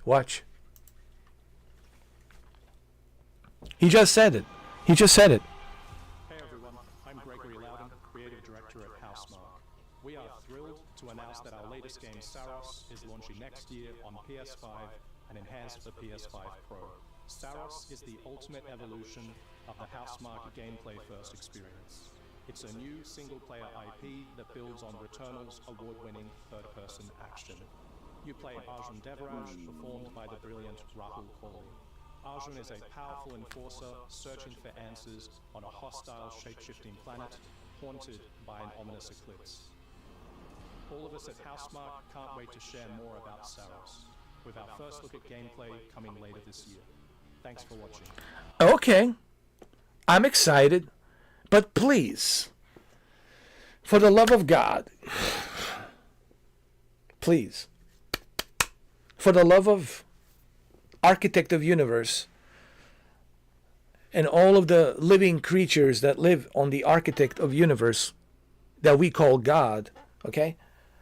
Please, don't make it another Returnal. Do not make it another Returnal. If it's a Returnal 2,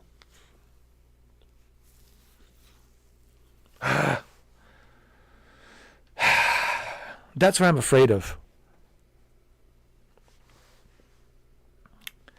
CC says, guess Xbox will be carrying PlayStation into 2027 with a select few titles from Xbox massive library. But guess what, Sissy? If Sissy, you see, there's a flip side to that coin, Sissy. I want to show you something, Sissy. See, Sissy, when you have this, and I'll show you.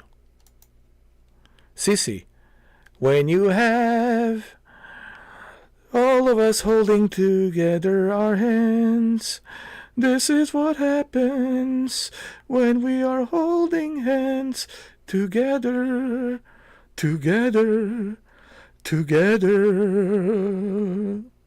That's right. You see? It pays to be a gamer. Is it Chichi? I'm so not Sissy. They call you Sissy. I'm so sorry. Chichi. My apologies, Chichi. Oh, what the fuck's wrong with me? Chichi, my apologies. I meant to say exposed. My apologies, Chichi. You know, Xbox got some pretty good titles, of course. They got, some heavy hitters coming. Fable is one of them, of course. Avowed is one of them. Avowed is coming this month. But my whole point, me showing you Xbox next to PlayStation, is to show to everybody I'm not a fanboy. I'm a gamer. But I could easily become a fanboy of a PlayStation because I have so many PlayStations. I mean, I got 3 PlayStation 5s, including a PlayStation VR 2, including 2 PlayStation 4 Pros, including a PlayStation Portal, and yes, including this thing right here. This thing right here, of course. This thing right here. But my whole point, Chi-Chi, is, you know, it pays to be a gamer and just own everything. So I gave it a 9.5 out of 10. I gave it a 9.5 out of 10, Eric. I don't know why people are complaining about it.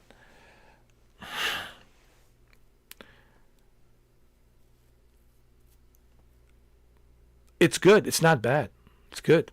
But I don't know about Returnal 2. See, this is at the end where they kind of got me a little bit worried. See, the Returnal 2, I'm a little bit worried about the Returnal. But here's what I'm excited about. I'm excited about this right here. On September, Hell Is Us. I'm excited about this. I'm excited about this. I'm excited about Tides of Annihilation. I'm excited about The Mind's Eye. I'm excited about, of course, my personal favorite, Days Gone Remastered. Only $10 upgrade. So there's some goodies. There's some good stuff here. Of course. And the Armored Core is coming on the PlayStation Plus Classics. So we got the Armored Core. We have this. Oh, and the Metal Eden. Metal Eden as well.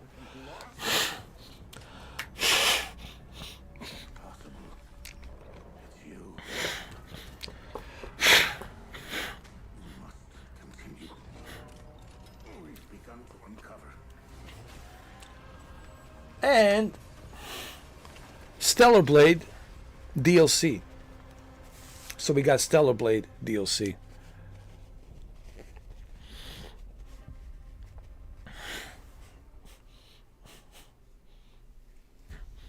Well, I always keep it real, man. I always keep it real. It's just people only seen one video of me. And they haven't watched 8.5 thousand videos. Maybe if they did, they would know what Mr. 4K is all about. But I digress. What else I'm excited? I'm excited about this. Here, let me show you. This right here.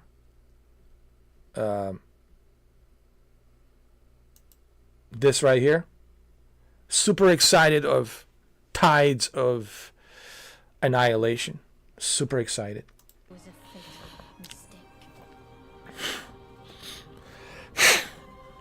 mistake. Eclipse Glow Games. It's the aura of the grail pieces. I can sense it. As long as it is reforged, my wish can be fulfilled. I just wonder, like Andrew said, if this is going to be like a Souls type game. But even if it's a Souls type game, I still like it because it has that Bayonetta, Final Fantasy, Tomb Raider feel to it, which I like, dude. And look at this, man. This looks amazing, dude. This is all captured on PS5 Pro. It has a little bit of Devil May Cry, yes. A little bit of... What the hell? Devil May Cry.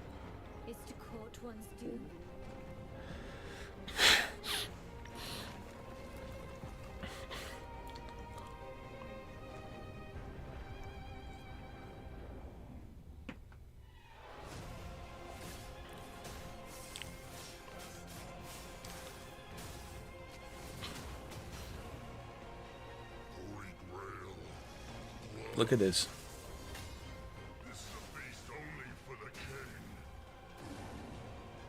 Nice.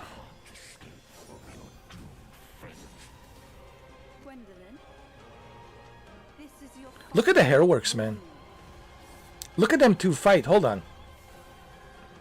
I want to see them two fight in a slow motion. No. Hold on. Hold on a second. Let me get my zoom in Digital Foundry. Magnifying glass. Hold on a second. Hold on. I want to see you two fight. Up close.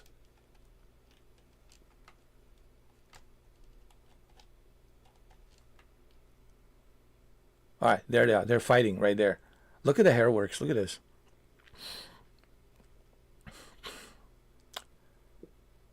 That was great.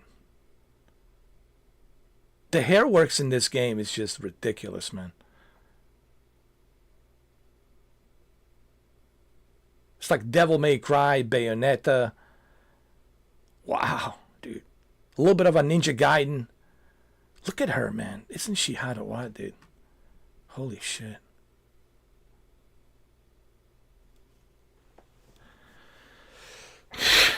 So overall, I give this State of Play 9.5 out of 10.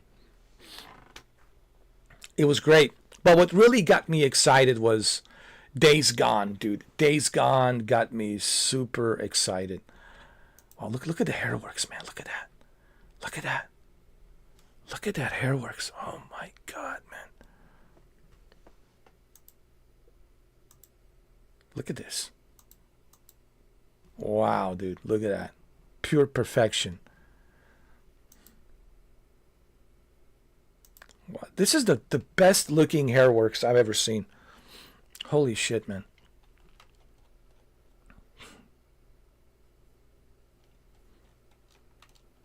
Damn. What, this is a Chinese developer? Damn. Look at this. I tell you what, hold on. I'm gonna talk to Xi Jinping. I want to make sure that this game gets the proper publicity. I want to make sure that this game sells a lot of copies. I want this to be the greatest game ever. I know that the PlayStation 5 Pro will manage. I have Elon Musk. He's going to buy PlayStation this summer, and we're going to make the PlayStation the great station of all time again. This is just the beginning of great golden age of PlayStation that's coming.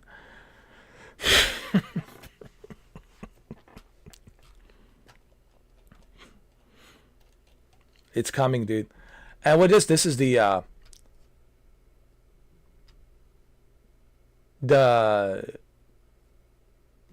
Metal Eden. This is Metal Eden. Hold on.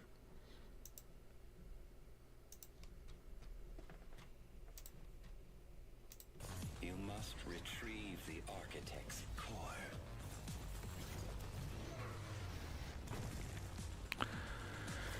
All right, guys. I think we're gonna wrap it up. I think 6 hours. I think we spent the longest time ever doing a reaction on a State of Play, man. This is the longest reaction ever, dude. 6 hours. I don't think anyone has done it like I did in 6 hours, man.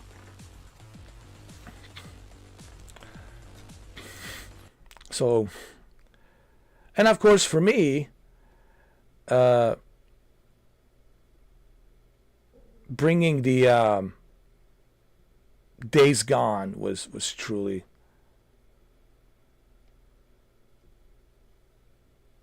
the part where I got super excited. This was the part where I got really excited. It was this. Studio's post-apocalyptic open-world epic comes to PS5 with VRR support and PS5 Pro support. It also includes added content like permadeath and speedrun modes, an enhanced photo mode, new accessibility features, and Horde Assault. Horde Assault, nice. This is what I'm looking for. Horde sizes that will provide a fresh way to experience Days Gone. And if you purchase Days Gone on PlayStation 4, you can upgrade to a digital version of Days Gone Remastered and get all the content and features for $10. This is where I really got excited. It was this, man. It was really the this was the part was the this is where the second part of this state of play where it really got super exciting. This is where I got super excited. I was like, holy shit. And they started with this, and I was like, oh my god. Increased horde sizes that will provide a fresh way to experience Days Gone. And if you purchase Days Gone on PlayStation 4, you can upgrade to a... So it was a great state of play. I don't know why people didn't like it. Like, you know,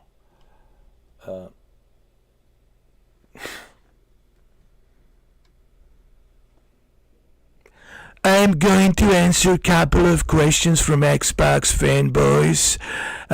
Just don't ask me a nasty question.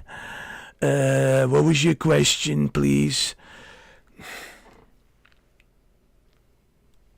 No.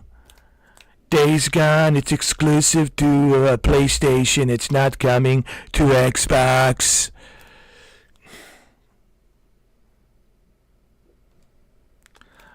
So, yeah, man, I don't know why people are complaining. Like, okay, the way people were messaging me today and they were asking me today, they were like, hey, did you see how terrible State of Play was? And I was like, okay, well, I got to watch it. I didn't see it. That's what I said to one of the guys that left me a comment. I said, hold on, like, I didn't see it. I got to see it first.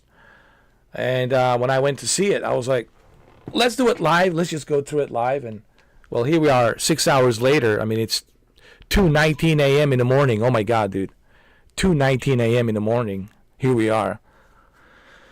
This is the longest I've ever done for a for the reaction of State of Play. And my goodness, dude. Holy shit, you know. I didn't really think that I was going to go this far. But this is why you have to look at videos for yourself. You have to look at something for yourself.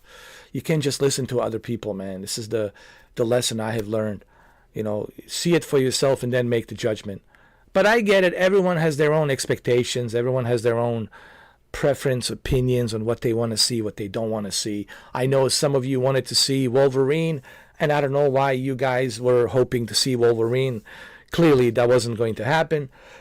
And some of you wanted to see Grand Theft Auto 6. Obviously, that's not going to happen because Rockstar will do that on their own terms, on their own YouTube channel, which is going to reach like whatever 8 billion views in one day, I'm sure.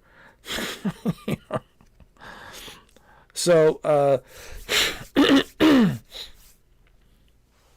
it was a great state of play. Let's see what they said at the end. I just want to see in the closing what they said. I just want to see at the end. That builds on Returnal's award-winning third-person action. You play Arjun Devaraj, performed by the brilliant Ryan Hall. Arjun is a powerful enforcer searching for answers on a hostile, shape-shifting planet haunted by an ominous eclipse. All of us at Housemarque can't wait to share more about Saros, with our first look at gameplay coming later this year. Thanks for watching.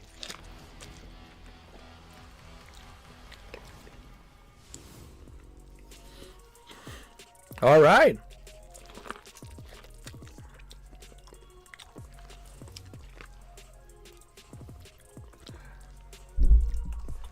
Monster Hunter Wilds. Hold on. I want to see this lineup. Hold on. Thanks for watching.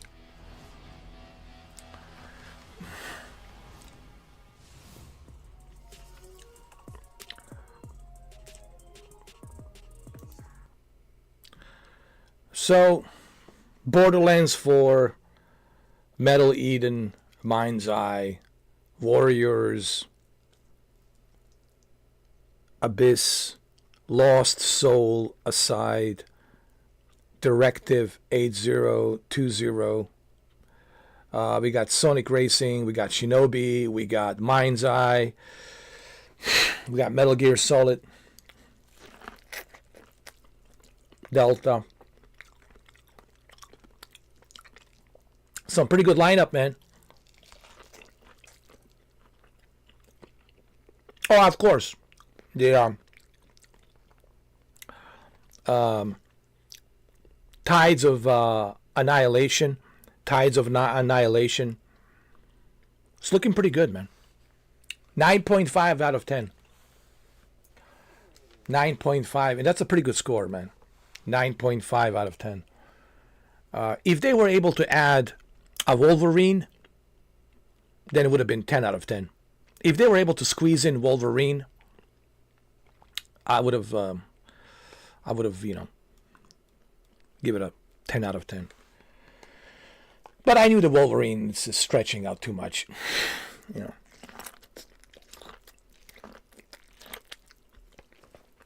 Well, what do you guys think, huh? Pretty good. So why people didn't like it? Why? I would like to ask you guys what's going on. Why people didn't like it?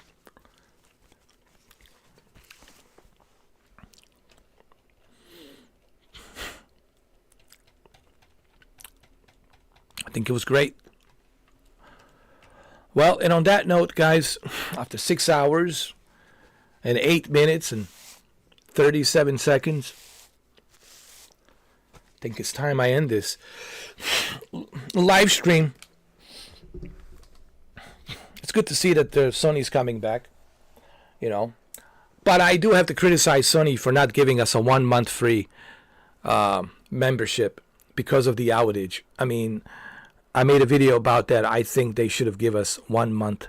The 5 days extension really doesn't do much. 5 days delay doesn't really do much. I think they should have given us month of March free. The best way to make the apology for the inconvenience is tell everybody, hey guys, we understand it was very inconvenient. What happened on Friday, Saturday, over the weekend. It was unfortunate, but shit happens. We're going to give everybody next month free. March will be completely free. You don't have to pay for it. That really would have made a huge difference. But it is what it is. Other than that, it's good. It's looking pretty good for PlayStation. It's looking good. There's plenty of games to play. This will be a big year. With all of these games on both PlayStation and Xbox, man, there's plenty of games to play, guys. Listen, you only benefit when you have both systems. You benefit. This is why I'm a gamer. I have both systems, PC, everything. Nintendo, right? It's right over there. Why? You guys want to see my Nintendo? Why do you want to see my Nintendo? Why? There it is. There's my Nintendo. Right there.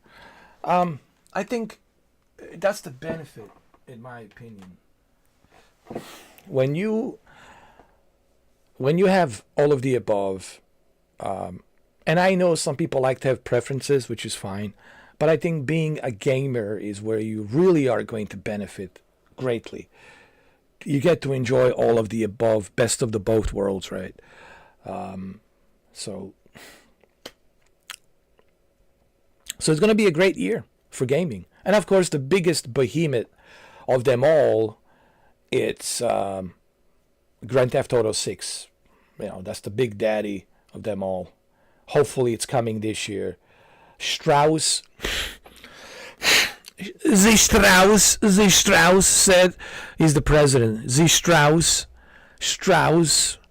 said that it's coming. Mr. Strauss said that it's coming. He's the president of the Take-Two Interactive. Strauss. I forgot his last name. I just know him as Strauss. Strauss, yeah, is he good?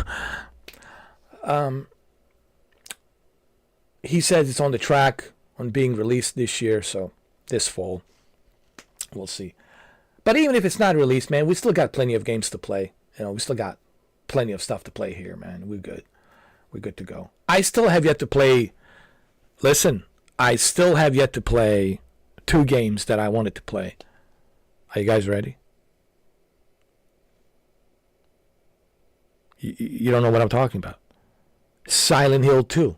I have still yet to play Silent Hill 2, okay? Remake. It's something I really want to play. I really want to play. And of course, there's something on a Meta Quest that I want to play. It's called Batman Arkham Origins. It's something I want to play. But obviously, under my circumstances, I can't right now, currently. But in the future, I most likely will. So, Shinobi, there's a Shinobi game as well. It's coming out. So there's Borderlands 4. There's plenty of stuff to play, guys. There's plenty of stuff to play. It's going to be a busy year with lots of games, And that's good. That's great. I mean, it's exciting. These are exciting times for gaming. There was something else I want to talk to you guys about this rumor, and I know the Asmongold, the guy with the eyebrows, He talked about $100 for a game, Is there a game that's worth $100? There may be an exception for one game, like Grand Theft Auto 6. I can see a $2 billion game like a Grand Theft Auto 6. Sure, those games, they don't come out every year. It's like once in a decade. Once in a decade, you get like something like a GTA 6. So there's a huge value in Grand Theft Auto 6, paying $100. So there's maybe the one exception, and I'm not against it. It's the one exception, sure, Grand Theft Auto 6. But I just don't want this to turn into some kind of a new standard where everybody else will start taking advantage of this new normal, where they think, oh, paying $100 for a game should be a new normal. No. Like I said, there's an exception to that rule for one game, which is Grand Theft Auto 6. But does every game should be $100? No. I mean, no. No. That's just ridiculous. No. I mean, come on, But what do you guys think? How do you feel about that? You think that this is nonsense? You don't think this will happen? It's just rumors going around about some games being $100 and as a standard. I don't think that's going to be the new standard. I just can't think of anyone who understands economy, who understands how the market fluctuates, under any working brain cells would ever think that's a great idea to keep the games in this kind of a market where it's $100 per game. Even if it's a $90, even if it jumps from 70 to 90, it's still ridiculous. Not every game deserves to be $90. Imagine paying, $90 for something you don't like, right? Not every game should be 90, Games should be priced based on what they are. What type of value does the game has? What type of replay value does it have? What type of game is it?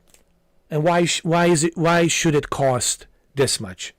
And these are the questions that I think you have to ask, and developers have to ask themselves, well, why should we price this at $90? Now, when you look at Grand Theft Auto 6, it's a huge behemoth juggernaut of a game, right? It's the biggest daddy of them all. And I can see why Rockstar might feel, hey, we spent $2 billion on this game. We need to make some revenue. We need to make some kickback money from this, which they will. $100, is that a fair price? Look, you get what you pay for, right? Grand Theft Auto 6 is not something that comes out every day or every year. It's a once in a decade. Once in a decade. So, that's why there's a certain value when it comes to Grand Theft Auto. These games, they come once in a decade. And I think Rockstar feels like, hey, this is a $2 billion game. If you want this experience, well, you're going to have to cash out some hard-earned cash on this. But is it worth it? That will depend on who you are. I think for majority of the gamers out there, I think it's worth it, of the investment, because the experience of that $100 will give them throughout next 10 years so many things to do on that Grand Theft Auto 6, So for them, yes, there's a tremendous value. So, but do I agree that every game should be around $90 as a new, like a base game? Every base game should be 90? No, I think that's ridiculous, man.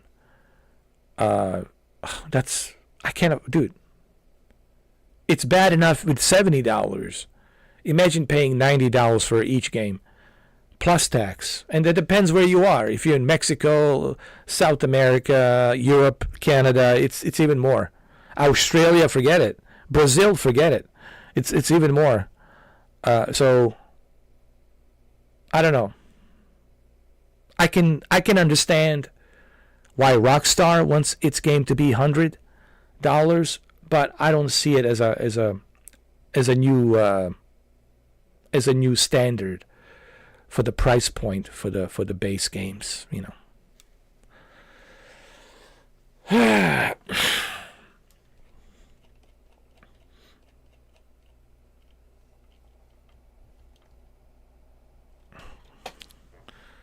All right, ladies and gentlemen, it's time for me to go. Like I said, this has been a ridiculous 6 hours and 19 minutes of state of play reaction. I don't think anyone has done this kind of reaction the way I have done it. I mean, and I was thinking about it. I was like, should I make a video? Should I just do it live? I said, let's do it live. Let's just have people come in and let's just see what people think. And then also what I think, because I haven't seen this. See, I never saw this. I just started watching, and when was it? 8 o'clock, So I started at 8 o'clock in the evening, and in the beginning it started kind of slow. But then in the second half, it started picking up. And then when it picked up, oh my goodness, did it pick up with all of these great games? And it did,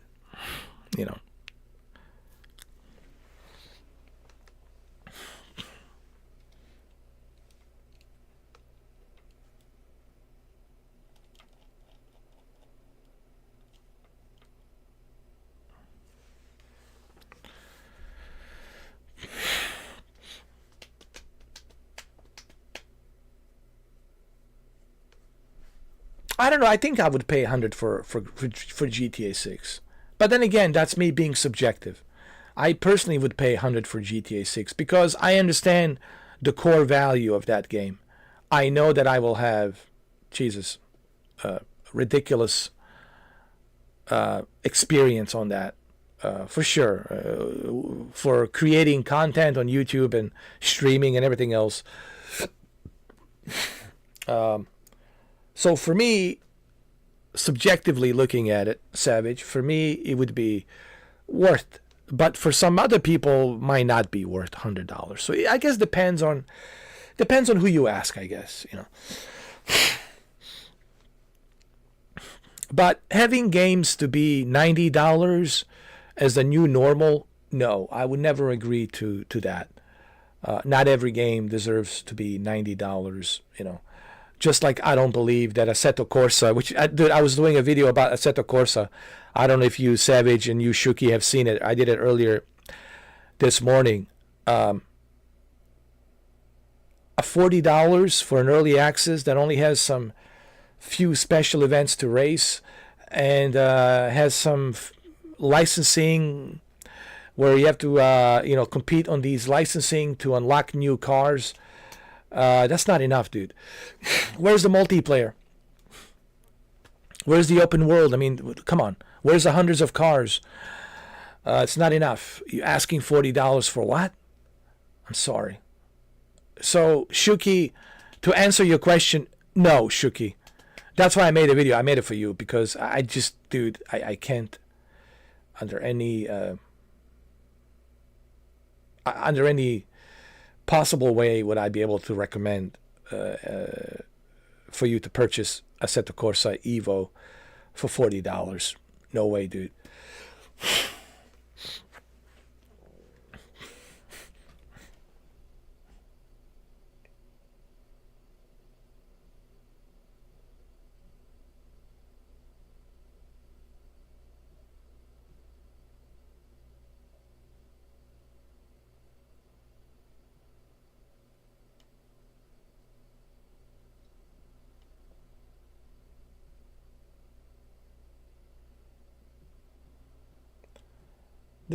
How did I miss this? Hold on.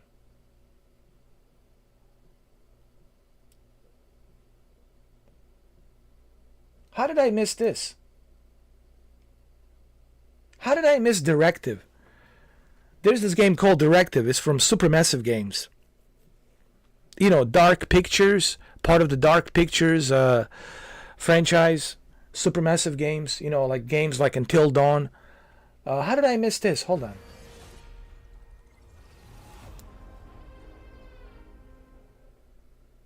How did I miss this?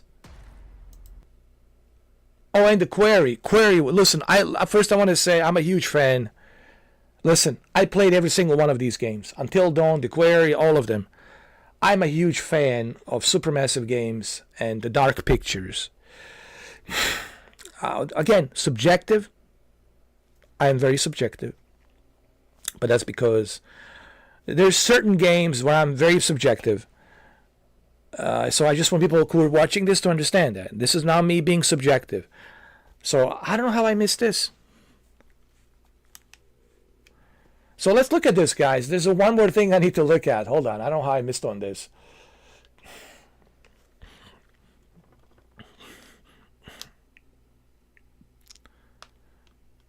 There's one more thing I need to look at before we wrap this up. It's already 2:40 a.m. Oh my goodness. Hold on.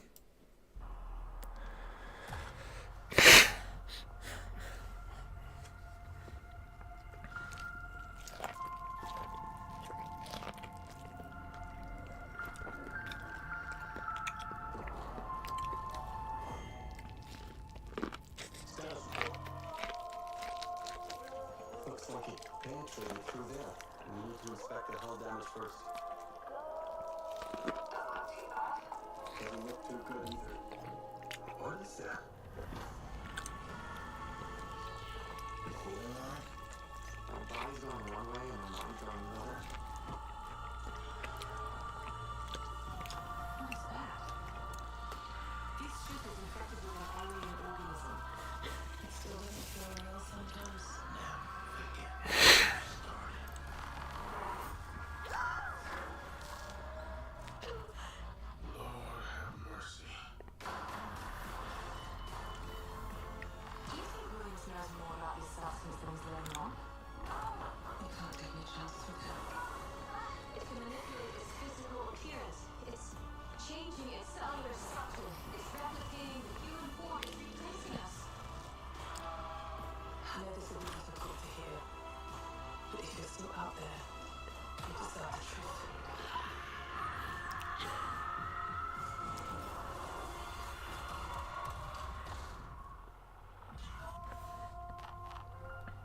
When is this coming out?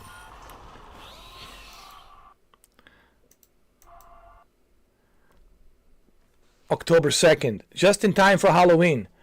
All right, so this is great. This reminds me of Alien, Prometheus.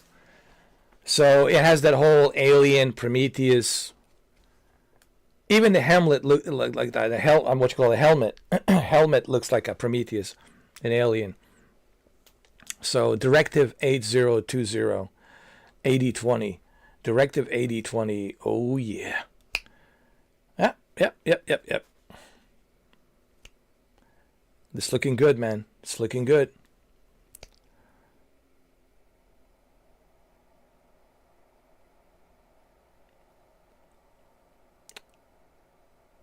This is great. This is going to be a great year, dude. Listen, with a Metal Gear 3, Delta, and all these other games, dude. And remember, I still have yet to play Silent Hill 2.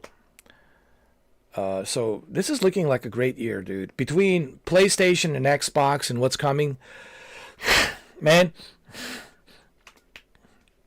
this year looks like a juggernaut of games. And then, of course, the biggest juggernaut, behemoth of all of them, the Big Daddy, it's Grand Theft Auto 6.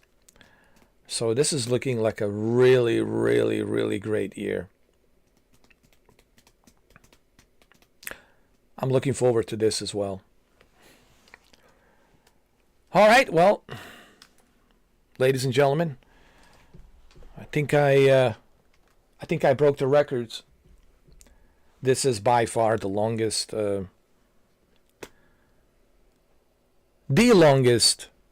reaction live stream of State of Play that I have ever done, with 6 hours and 28 minutes and 29 seconds. But who's counting? This bozo is counting. A lot of you show up, man. I didn't think you guys was going to show up, and here we are. Almost 3 o'clock in the morning. And, I give it 9.5 out of 10, dude. It was great. I liked it.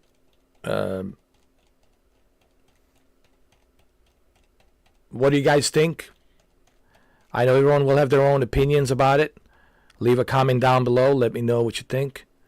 You heard what I said. I think I spoke very openly about how I feel about this State of Play. Like I said in the beginning, when you watch this from the beginning, I was kind of skeptical because I was already brainwashed by everybody telling me, oh, it's a terrible, terrible, terrible State of Play. It sucks. Don't watch it. It's terrible, terrible. It's so terrible. And then I was like, okay, let's go watch it. In the beginning, it was kind of slow. And I was like, what is this? So I was like, eh. And then the second half, it's where it picked up. In the second half, it really picked up. And that's when I got super excited.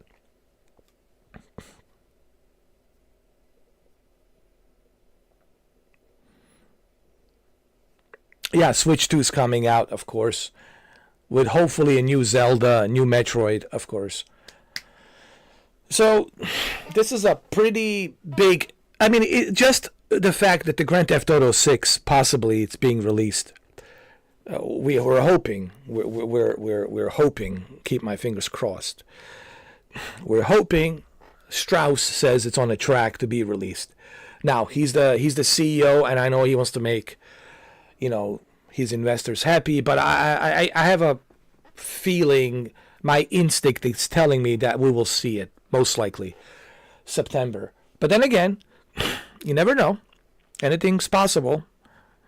They delayed Delta. Remember, Metal Gear Solid was scheduled for November 20th, and then they pushed it back now to August 28th.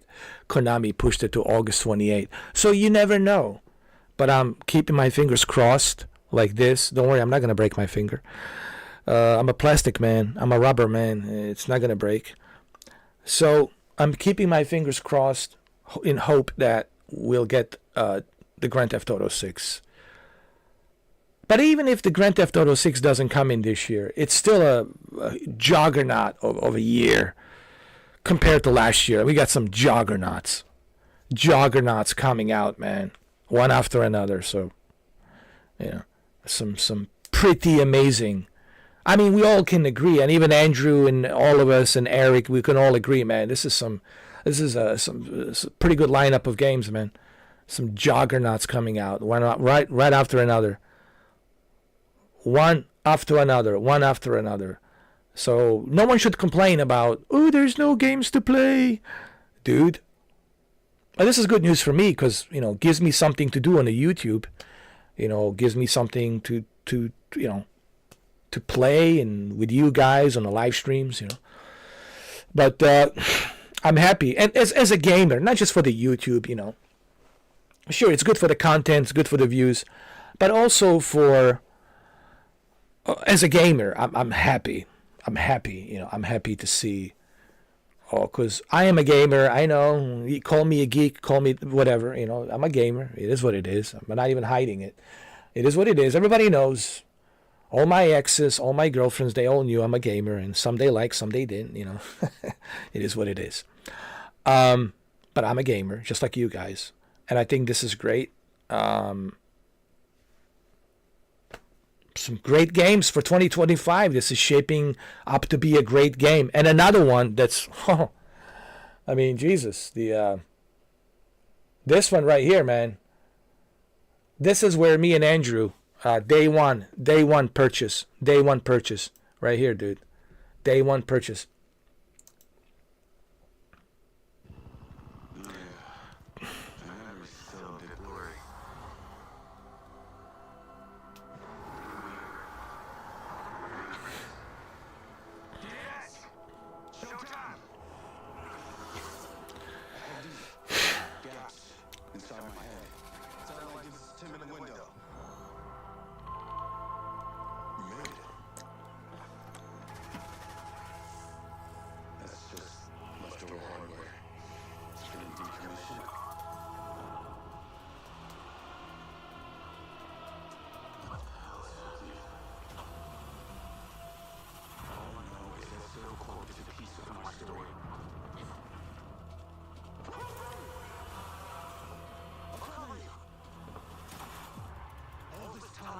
Answers about the tech in your head? Are you kidding me? This thing has ruined my life.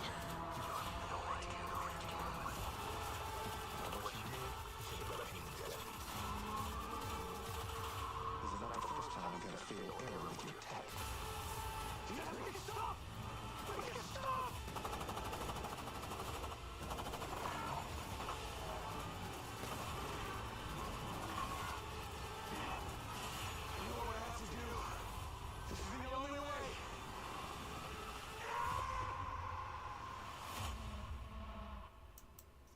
Mind's Eye, dude, looks freaking amazing.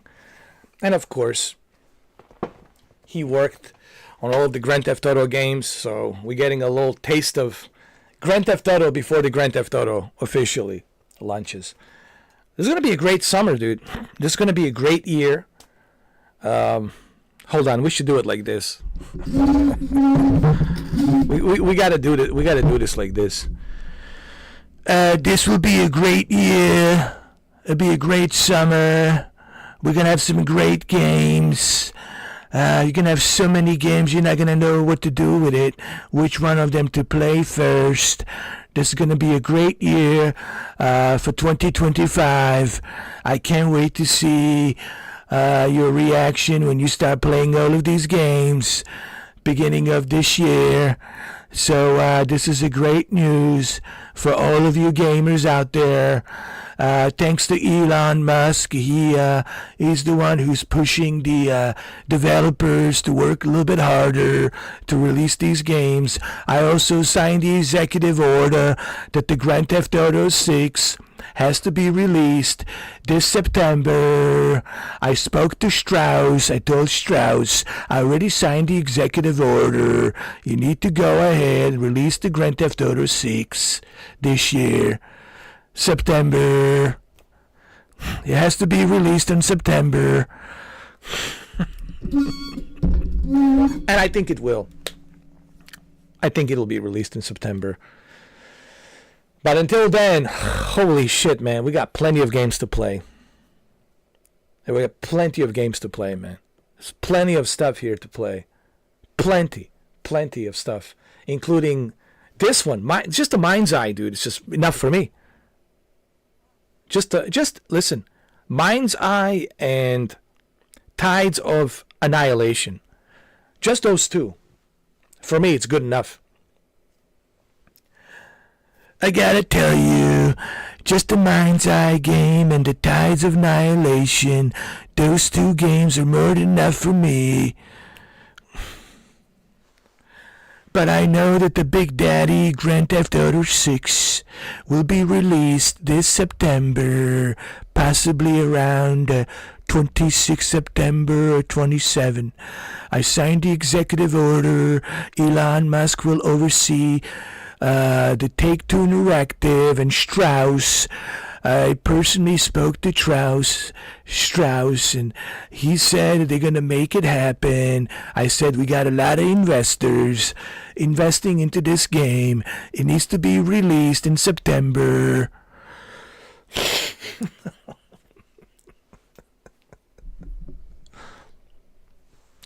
I also need to be in that game. It is in Florida, so it has to be me. I have to be in there. They were going to put me in the game. I made sure to make me look good. Please make me look good. If I don't look good, I will give some bad ratings to the game. Make me look good. So it's going to be great, man. We got a lot of stuff, man. We got a lot of games. On both PlayStation, Xbox, and Nintendo Switch 2. I mean, there's a lot of games, bro. It's just between PlayStation, Xbox, and Nintendo Switch 2. There's a juggernauts of games. Juggernauts. So no one should complain, ooh, there's nothing to play. Dude, there's plenty to play. Plenty to play in 2025. Are you kidding me? Plenty. I mean, just this month, we have Avowed and Monster Hunter Wilds.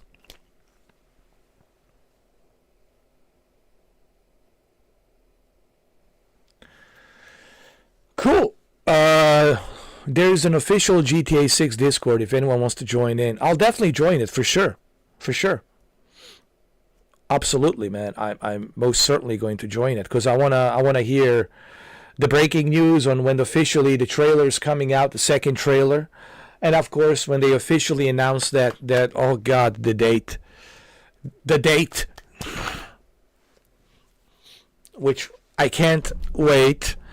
The official date, whenever I think September 26th. That's what I'm guessing, September 26th. But then again, you know, I could be wrong. You know, I've been wrong before.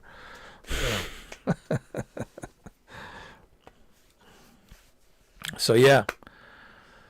Well, wow, guys, it's almost 3:00 in the morning, and we have made it. I really can't believe that we have spent 6 hours and 39 minutes and 57 seconds just on the this epic state of play. I've never done this. You know, I was like, I made a few videos this morning. Then I had some other things to do. Then I came back and I heard the news about PlayStation Plus apology, and they're only going to extend 5-day delay between your payments.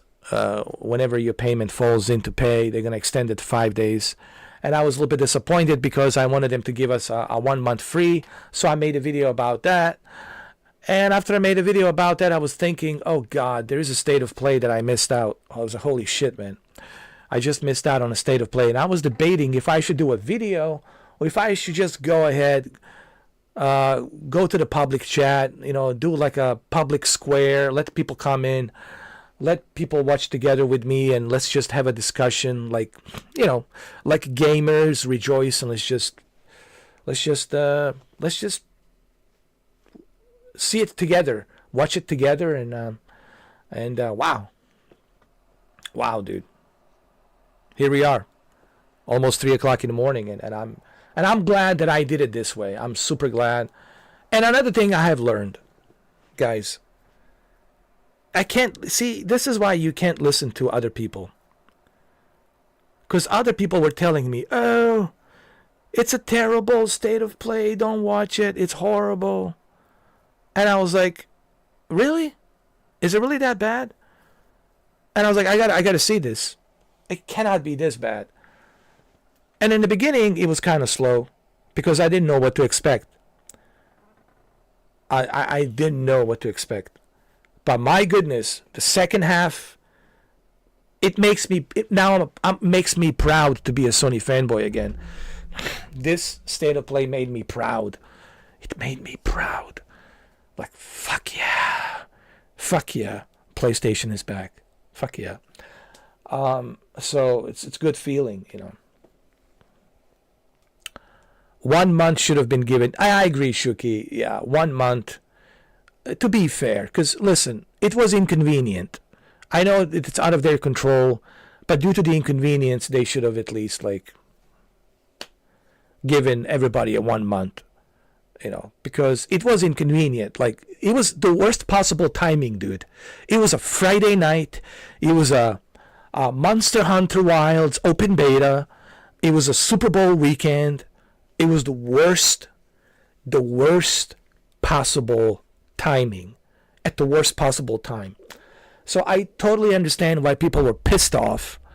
Even though I said, hey guys, you know, shit happens, you know, it's out of Sony's control. But I gotta tell you this. Sony handled it pretty well. They were able to restore it within 24 hours. They were able to restore it within 24 hours, and that's pretty good, man. You know, considering this was a worldwide issue that they were dealing with, and they were able to restore it within 24 hours, and that's pretty good. In Japan, they had to wait till the next morning, dude. Till Sunday morning. They didn't have it from Saturday morning till Sunday morning, dude. It really sucked for Japan. Me, it was only 8 hours. But that's because Sony loves me. I'm like their first priority. They're like, Mr. 4K first. Everybody, it's secondary. Let's make sure that the Mr. 4K. But here's the thing. I was playing Kingdom Come Deliverance. I was playing Kingdom Come Deliverance 2. And Assetto Corsa Evo. So I was busy playing Kingdom Come Deliverance 2 and Assetto Corsa Evo. So I was, you know.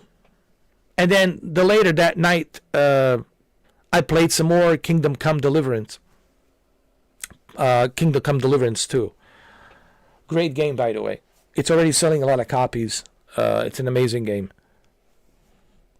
So I didn't even feel it, bro. 8 hours, I never even felt it.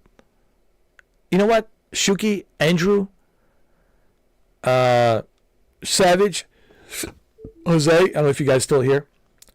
I didn't even feel it. Dude, I didn't even know.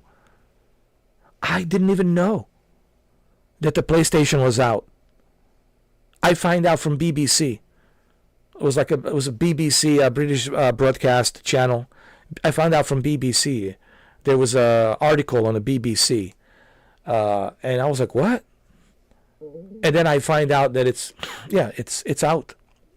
The PlayStation was out. The only thing that sucked for me, not being able to access my Gran Turismo for 8 hours. So that was the only thing that kind of sucked. You know, and I know it sucked for Shuki big time, that he wasn't able to access, you know, Gran Turismo. So that kind of sucked, you know. And of course, it sucked for other people because Monster Hunter Wild, it's a pretty big deal. And I'm kind of like getting into it, man. I've been playing Monster Hunter Rise.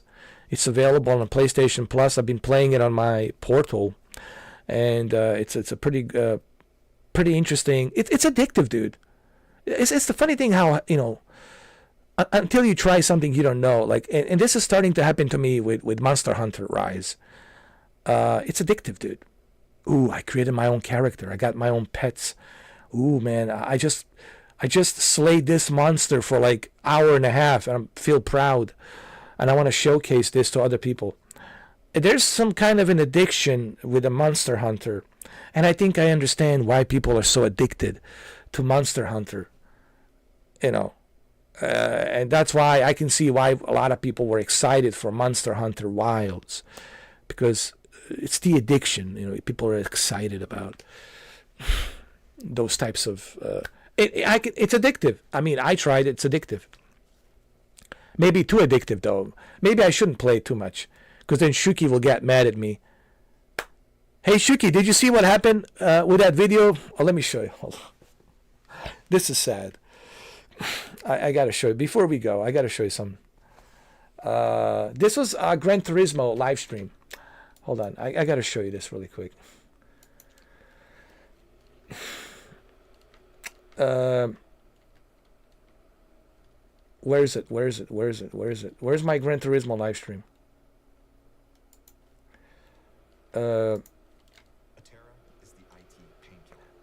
Dude, I was doing 10 laps with my Demon, and you know how you have to change a fuel, you have to change a tire, and I thought I had enough fuel. But then I realized, shit, I couldn't make it, and I was in a third place, bro. I was in a third place. Look, let me show you, dude.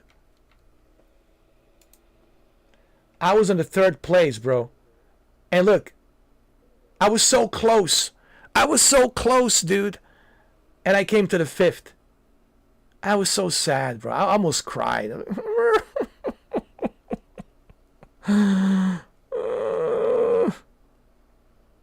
It's sad, bro. This was a great race, man. But I was so close. I was in third place. I was so close, man, to get to the finish line. And damn. Got to the 5th place. So sad. It's so sad. This was painful for me, man. This was so painful. Oh, I know. You were telling me you were working on your PC. I know. Oh, dude. Oh, this was so sad. So sad. My Demon ran out of fuel, bro. My Demon ran out of fuel, dude.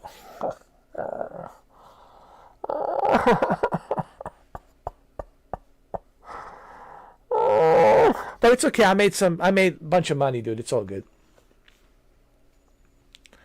I made a bunch of money. It's all good, man. It's all good, my friends. It's all good. Demon ran out of blood. I know. Demon ran out of blood. All right, guys. Well, that's it. It's time for me to go, man. It's been 6 hours and 49 minutes. The longest State of Play live stream ever recorded in a humankind history. I just want to say this was the greatest State of Play reaction live stream ever recorded in the history of humankind. I would go as far as to say even bigger than 700,000 years ago, the dawn of Homo sapiens. This is the greatest of all time.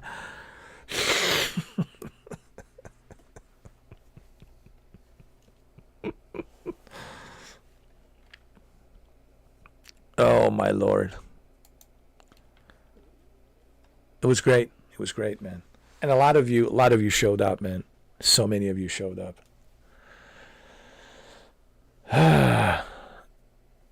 Oh, you're back over 2 million. See, that's what I like about Gran Turismo. It's so easy to make money. It's so easy to acquire money. Compared to, like, when you look at Test Drive Unlimited, Solar Crown, when you look at all these other games, it's so hard. Like, you know how long it would take me? Well, it took me a month and a half. Remember, all the way through October. I started in September, and I was all the way in October, first week of October, and still I was struggling trying to get 3 million.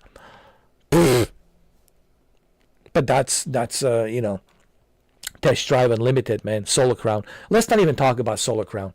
It just gets my blood pressure up, man. Solar Crown is just I can't even touch that game. It's so bad. I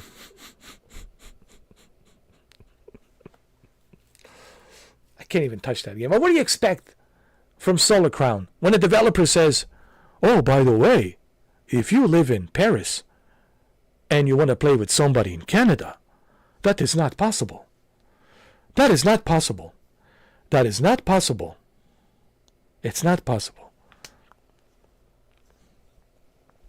This was a great live stream, man. Great live stream. We always have a great live stream. When was the last time we didn't have a great live stream? When? Never. It's always funny. It's entertaining. It's always something happening. It's never like a boring moment. Oh, here we go. Oh God. Jose, are you here? Make sure you guys go to my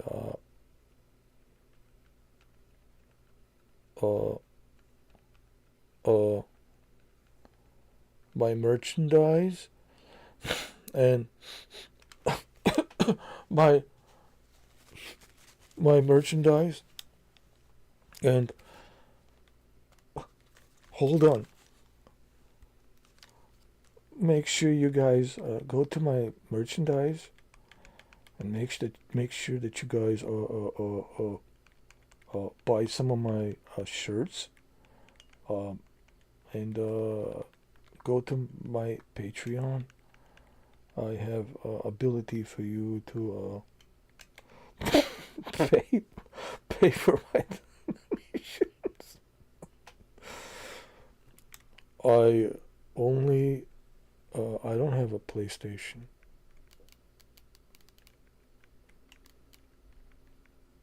I only play on Nintendo. I like Pokemon.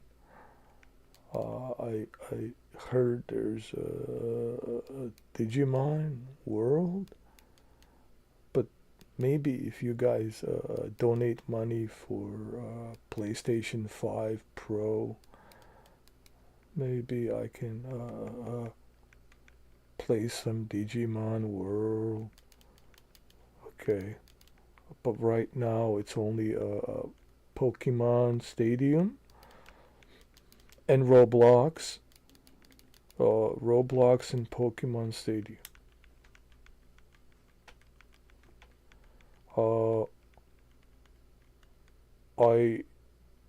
I don't know what NVIDIA GeForce is.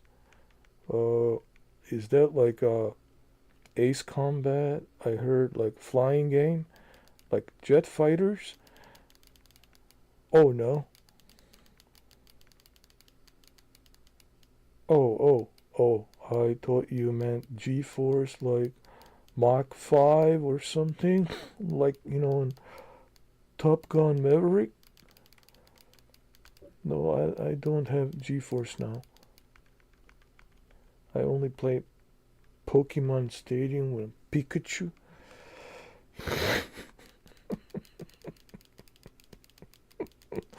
Yes, it was. Coughing was part of the act. That was part of the act, my friend. That's why I'm the actor. I mean, come on, you know. You guys, if you go, listen. If you want to see how good of an actor I am, and you can ask Renee, you can ask Benny, you can ask everybody there. When I go to Horizon World and I put on that avatar and I turn into John Wick, I am Keanu Reeves, dude. You're gonna forget that. They're gonna say that's not Mr. 4K. I'll bet you $100 you will not know that's me. No way. I'm betting you $100 you will not know it's me. Well, now you know because I'm telling you. I'm telling you. Now you know. But you would have never known. That's me, dude. You would have never.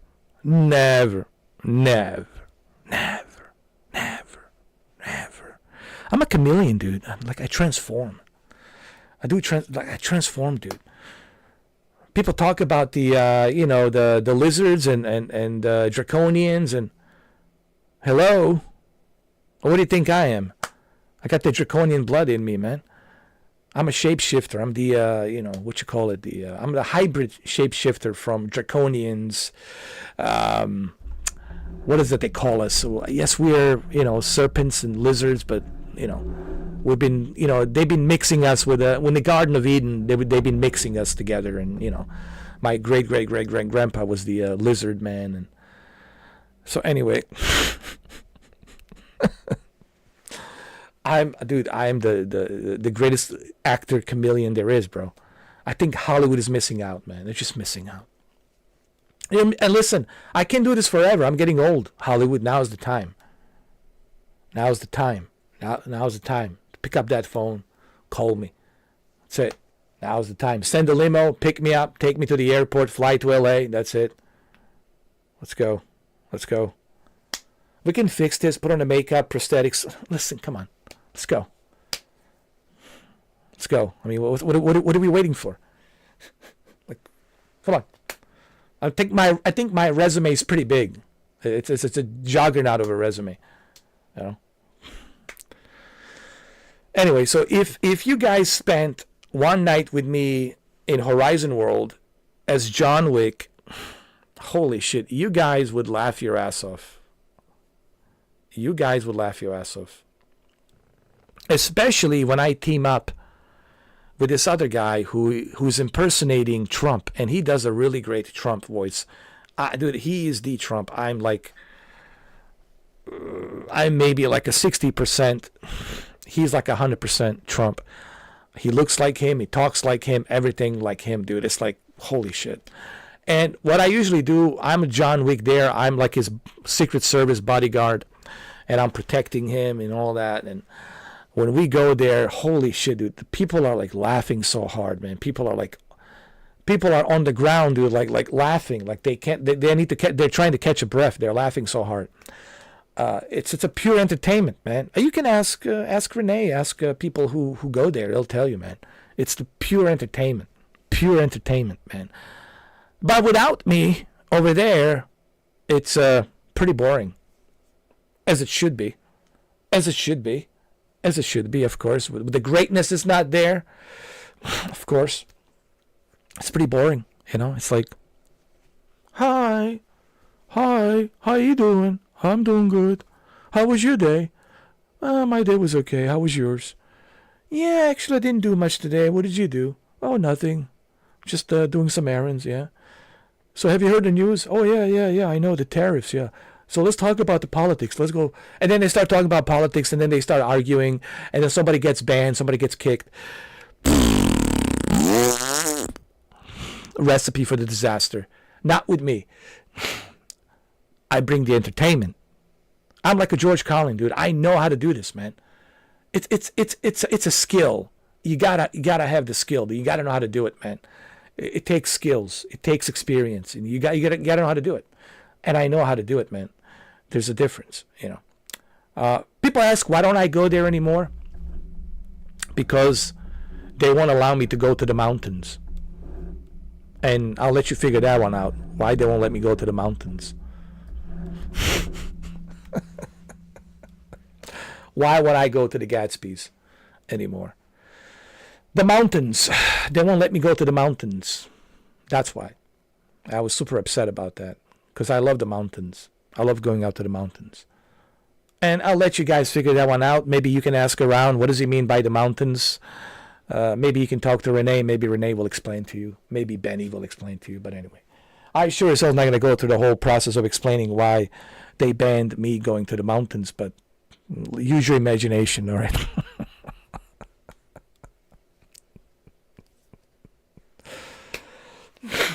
Anyway. All right, guys. Well, that's the end of this live stream. It's 3 o'clock and 16 minutes a.m. 3:16 a.m., guys. What is this? Is this Austin? What? What you talking about, boy? 3:16 a.m. That's what I'm talking about. 3:16 a.m. I'll tell you what. You give me some beer, and I'll show you. 3:16 a.m. You damn right. 3:16 a.m. It is 3:16 a.m.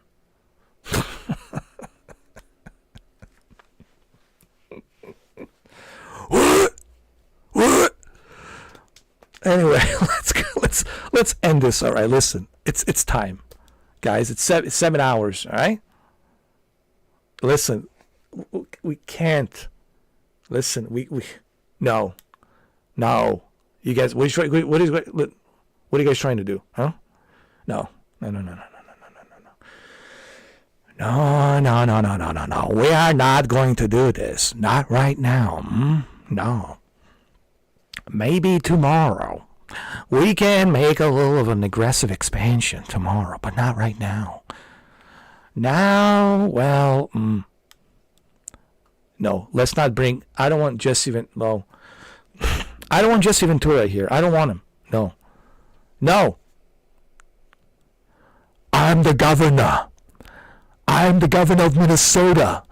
I'm a Navy SEAL. What have you done, huh? Well, why don't you come down to Mexico and you tell me, and I'll show you the body to Jesse Ventura. We're not doing this, all right?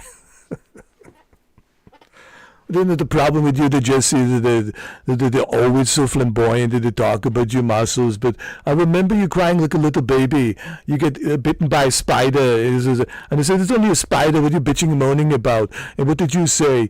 You said, ooh, I'm a wrestler. I don't want to have this on my, this thing right here, the red spots. I said, but then when you were crying like a little baby. I remember you, everyone was just like looking at you like, were you crying like a little baby and you're supposed to be the Navy SEALs, so I don't know what you're saying. All right, let's just end this. I tell you what, Arnold, I measure my biceps were bigger than yours. I do remember that. So what you have to say about that? My biceps were bigger than yours. Well, there's a bunch of bullshit. I remember the mine's were about 3.5 inches bigger than yours. And they had a much bigger formation than yours. Yours were not even sculptured as good as mine. So there's all false allegations. I know what you're talking about. Maybe the spider that bitten you, maybe there's something in your bloodstream and you started imagining that your biceps were bigger than mine. That's not true. Anyway, all right, we got to end this live stream. Listen. All right, I just want to say this, that it's time that we end the stream now. It's been a long night. I have to go and see Melania in the bed. It's been a while. She's waiting for me. It's about 3:30 in the morning, and she can't wait any longer. I need to go to the bed. I will be escorted by the Secret Service. She's waiting for me. Sorry, so I have to go. We'll see each other tomorrow. We got some more executive orders to sign.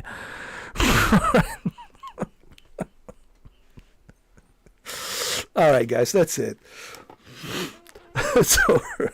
It's over, man. The show is over. Come on, man. It's 3:30 in the morning. It's 3:30 in the morning, man.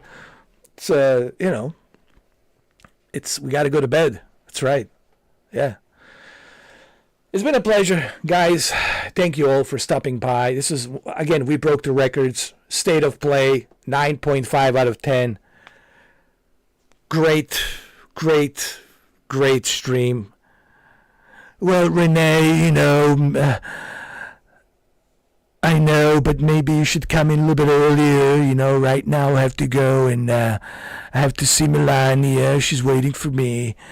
I mean, what if she finds out I'm with a blondie? I mean, it's not going to look good. I mean, I know it would look good for me and you. I'm a blonde hair, orange hair, you're blonde. It would fit together. I'm from Jersey, you're from Jersey originally.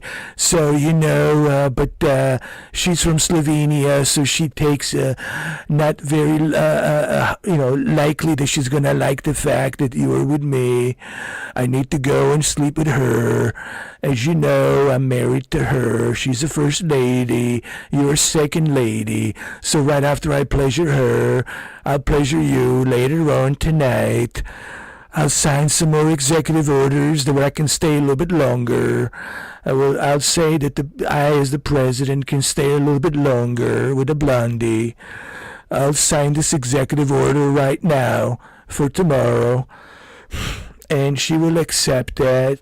She will understand I'm the commander-in-chief and there's a lot of work to do. She'll understand.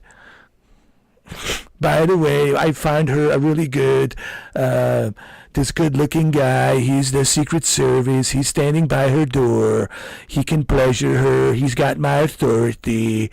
It is fine.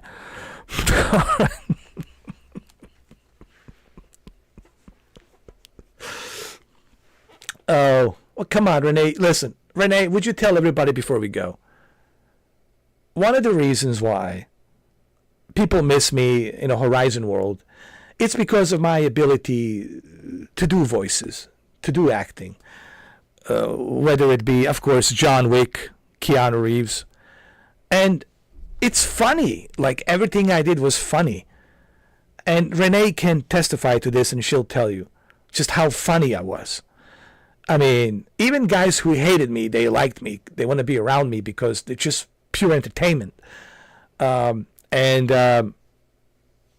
She'll tell you. She'll tell you, man. But I can't go there because they won't let me in the mountains. I wanted to go there, and it's no one's business what I do. What I do in the mountains, that is my business. I don't know why you CNN is asking these questions. It's my business what I do in the mountain. You don't need to know. You're a very nasty person. You ought to be ashamed of yourself. You should be very ashamed of yourself. You're a disgrace that you're even asking me what I did in the mountains. It's no one's business what I did there. It is no one's business.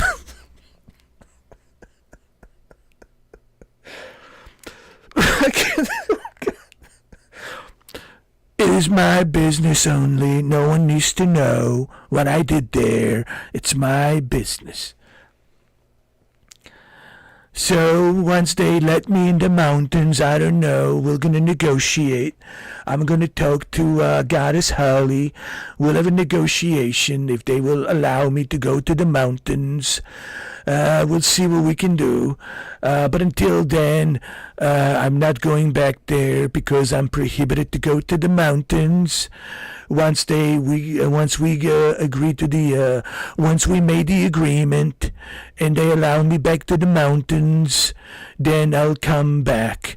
But right now, it's unacceptable for me to go there, and I'm not allowed to go to the mountains. The mountains are orange, same color as me, and they won't let me in. I practically, as a real estate agent, as a realtor, I built those mountains with my own hands. They might be small little hands, but I built it, and I'm disappointed that they won't let me in.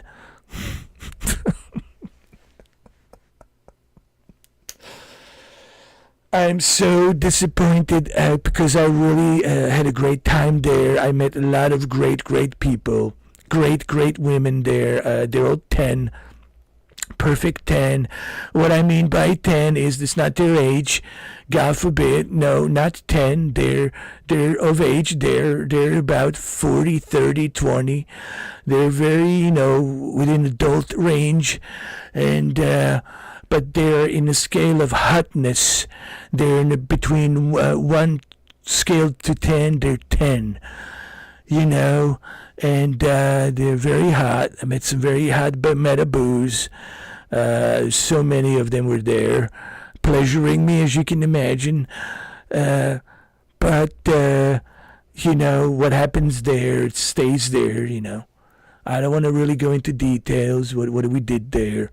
Remember, when I say 10, I mean in terms of hotness.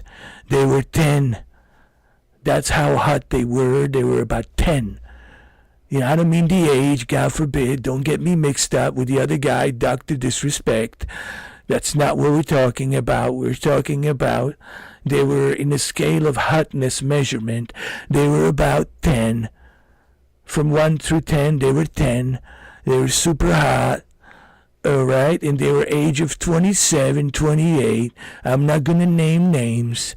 But it was not the porn star, all right? It was not her. I actually did not like her. She didn't finish me off as I asked her to do. She didn't do what I wanted her to do. And I didn't appreciate that. These other Metaboos, they did exactly what I wanted them to do, and they did a fantastic job.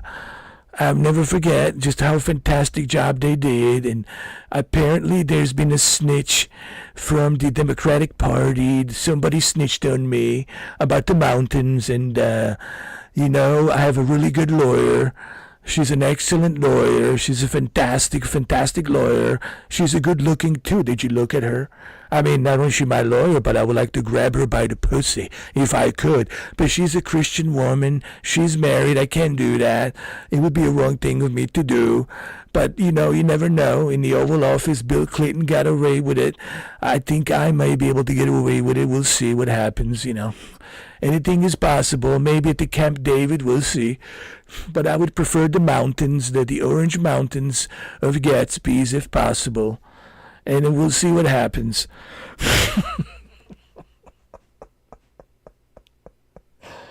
Oh my God! All right, that's it. All right, I really need to go to sleep. I think Melania is going to be very upset if I'm not there. She might give a hand job to the Secret Service guy, and I want that to happen. But she might actually do it. And I don't need it to go from a hand job to a blow job, so I want to get there as quick as possible, and I want to be able to pleasure her with my hands. So we'll see. We'll see what happens. Have a good night. All right, Renee. I hope you guys had fun. I had fun. I had a great time.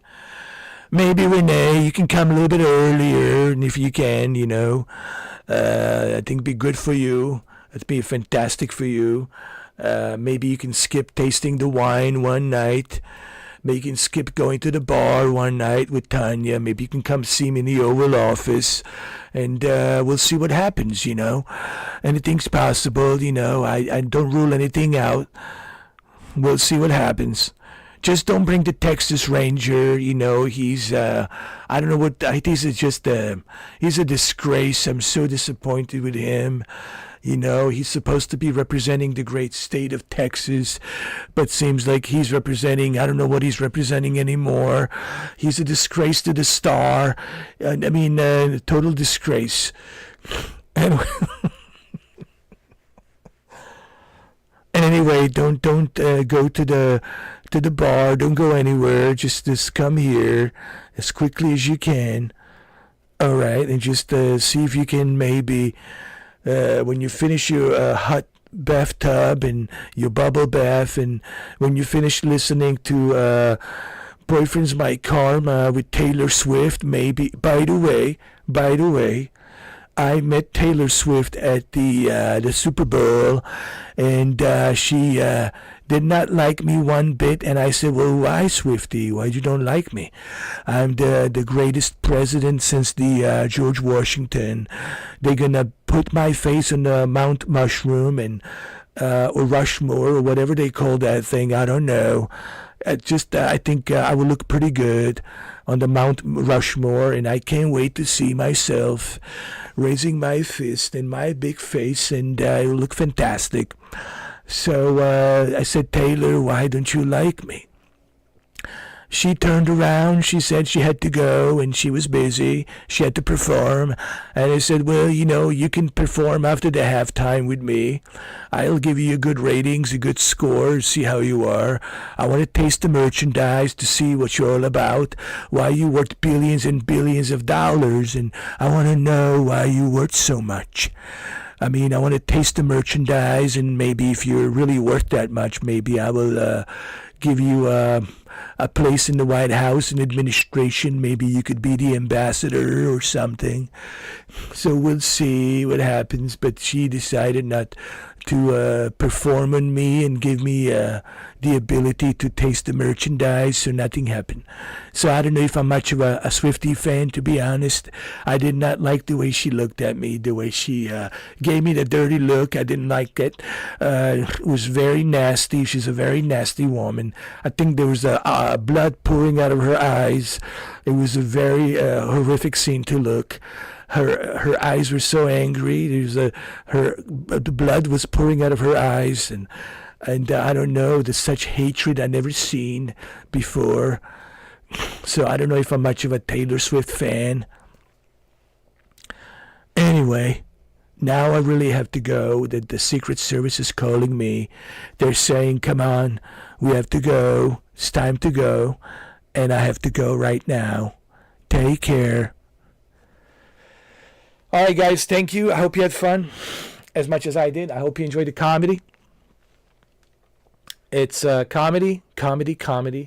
But this was great. State of Play. I mean, this was amazing. 9.5 out of 10. I loved it. I enjoyed it. Great live stream. We broke the records. No one has done it like I have done it for State of Play. It would take me forever to explain to Renee what the State of Play is. Don't worry about it. This is the executive order that I signed. It's called State of Play, where they have to release Grand Theft Auto 6 this September on the PlayStation 5 Pro. All right, now I need to go. Bye. Come a little bit early tomorrow. Bye, everyone. Bye.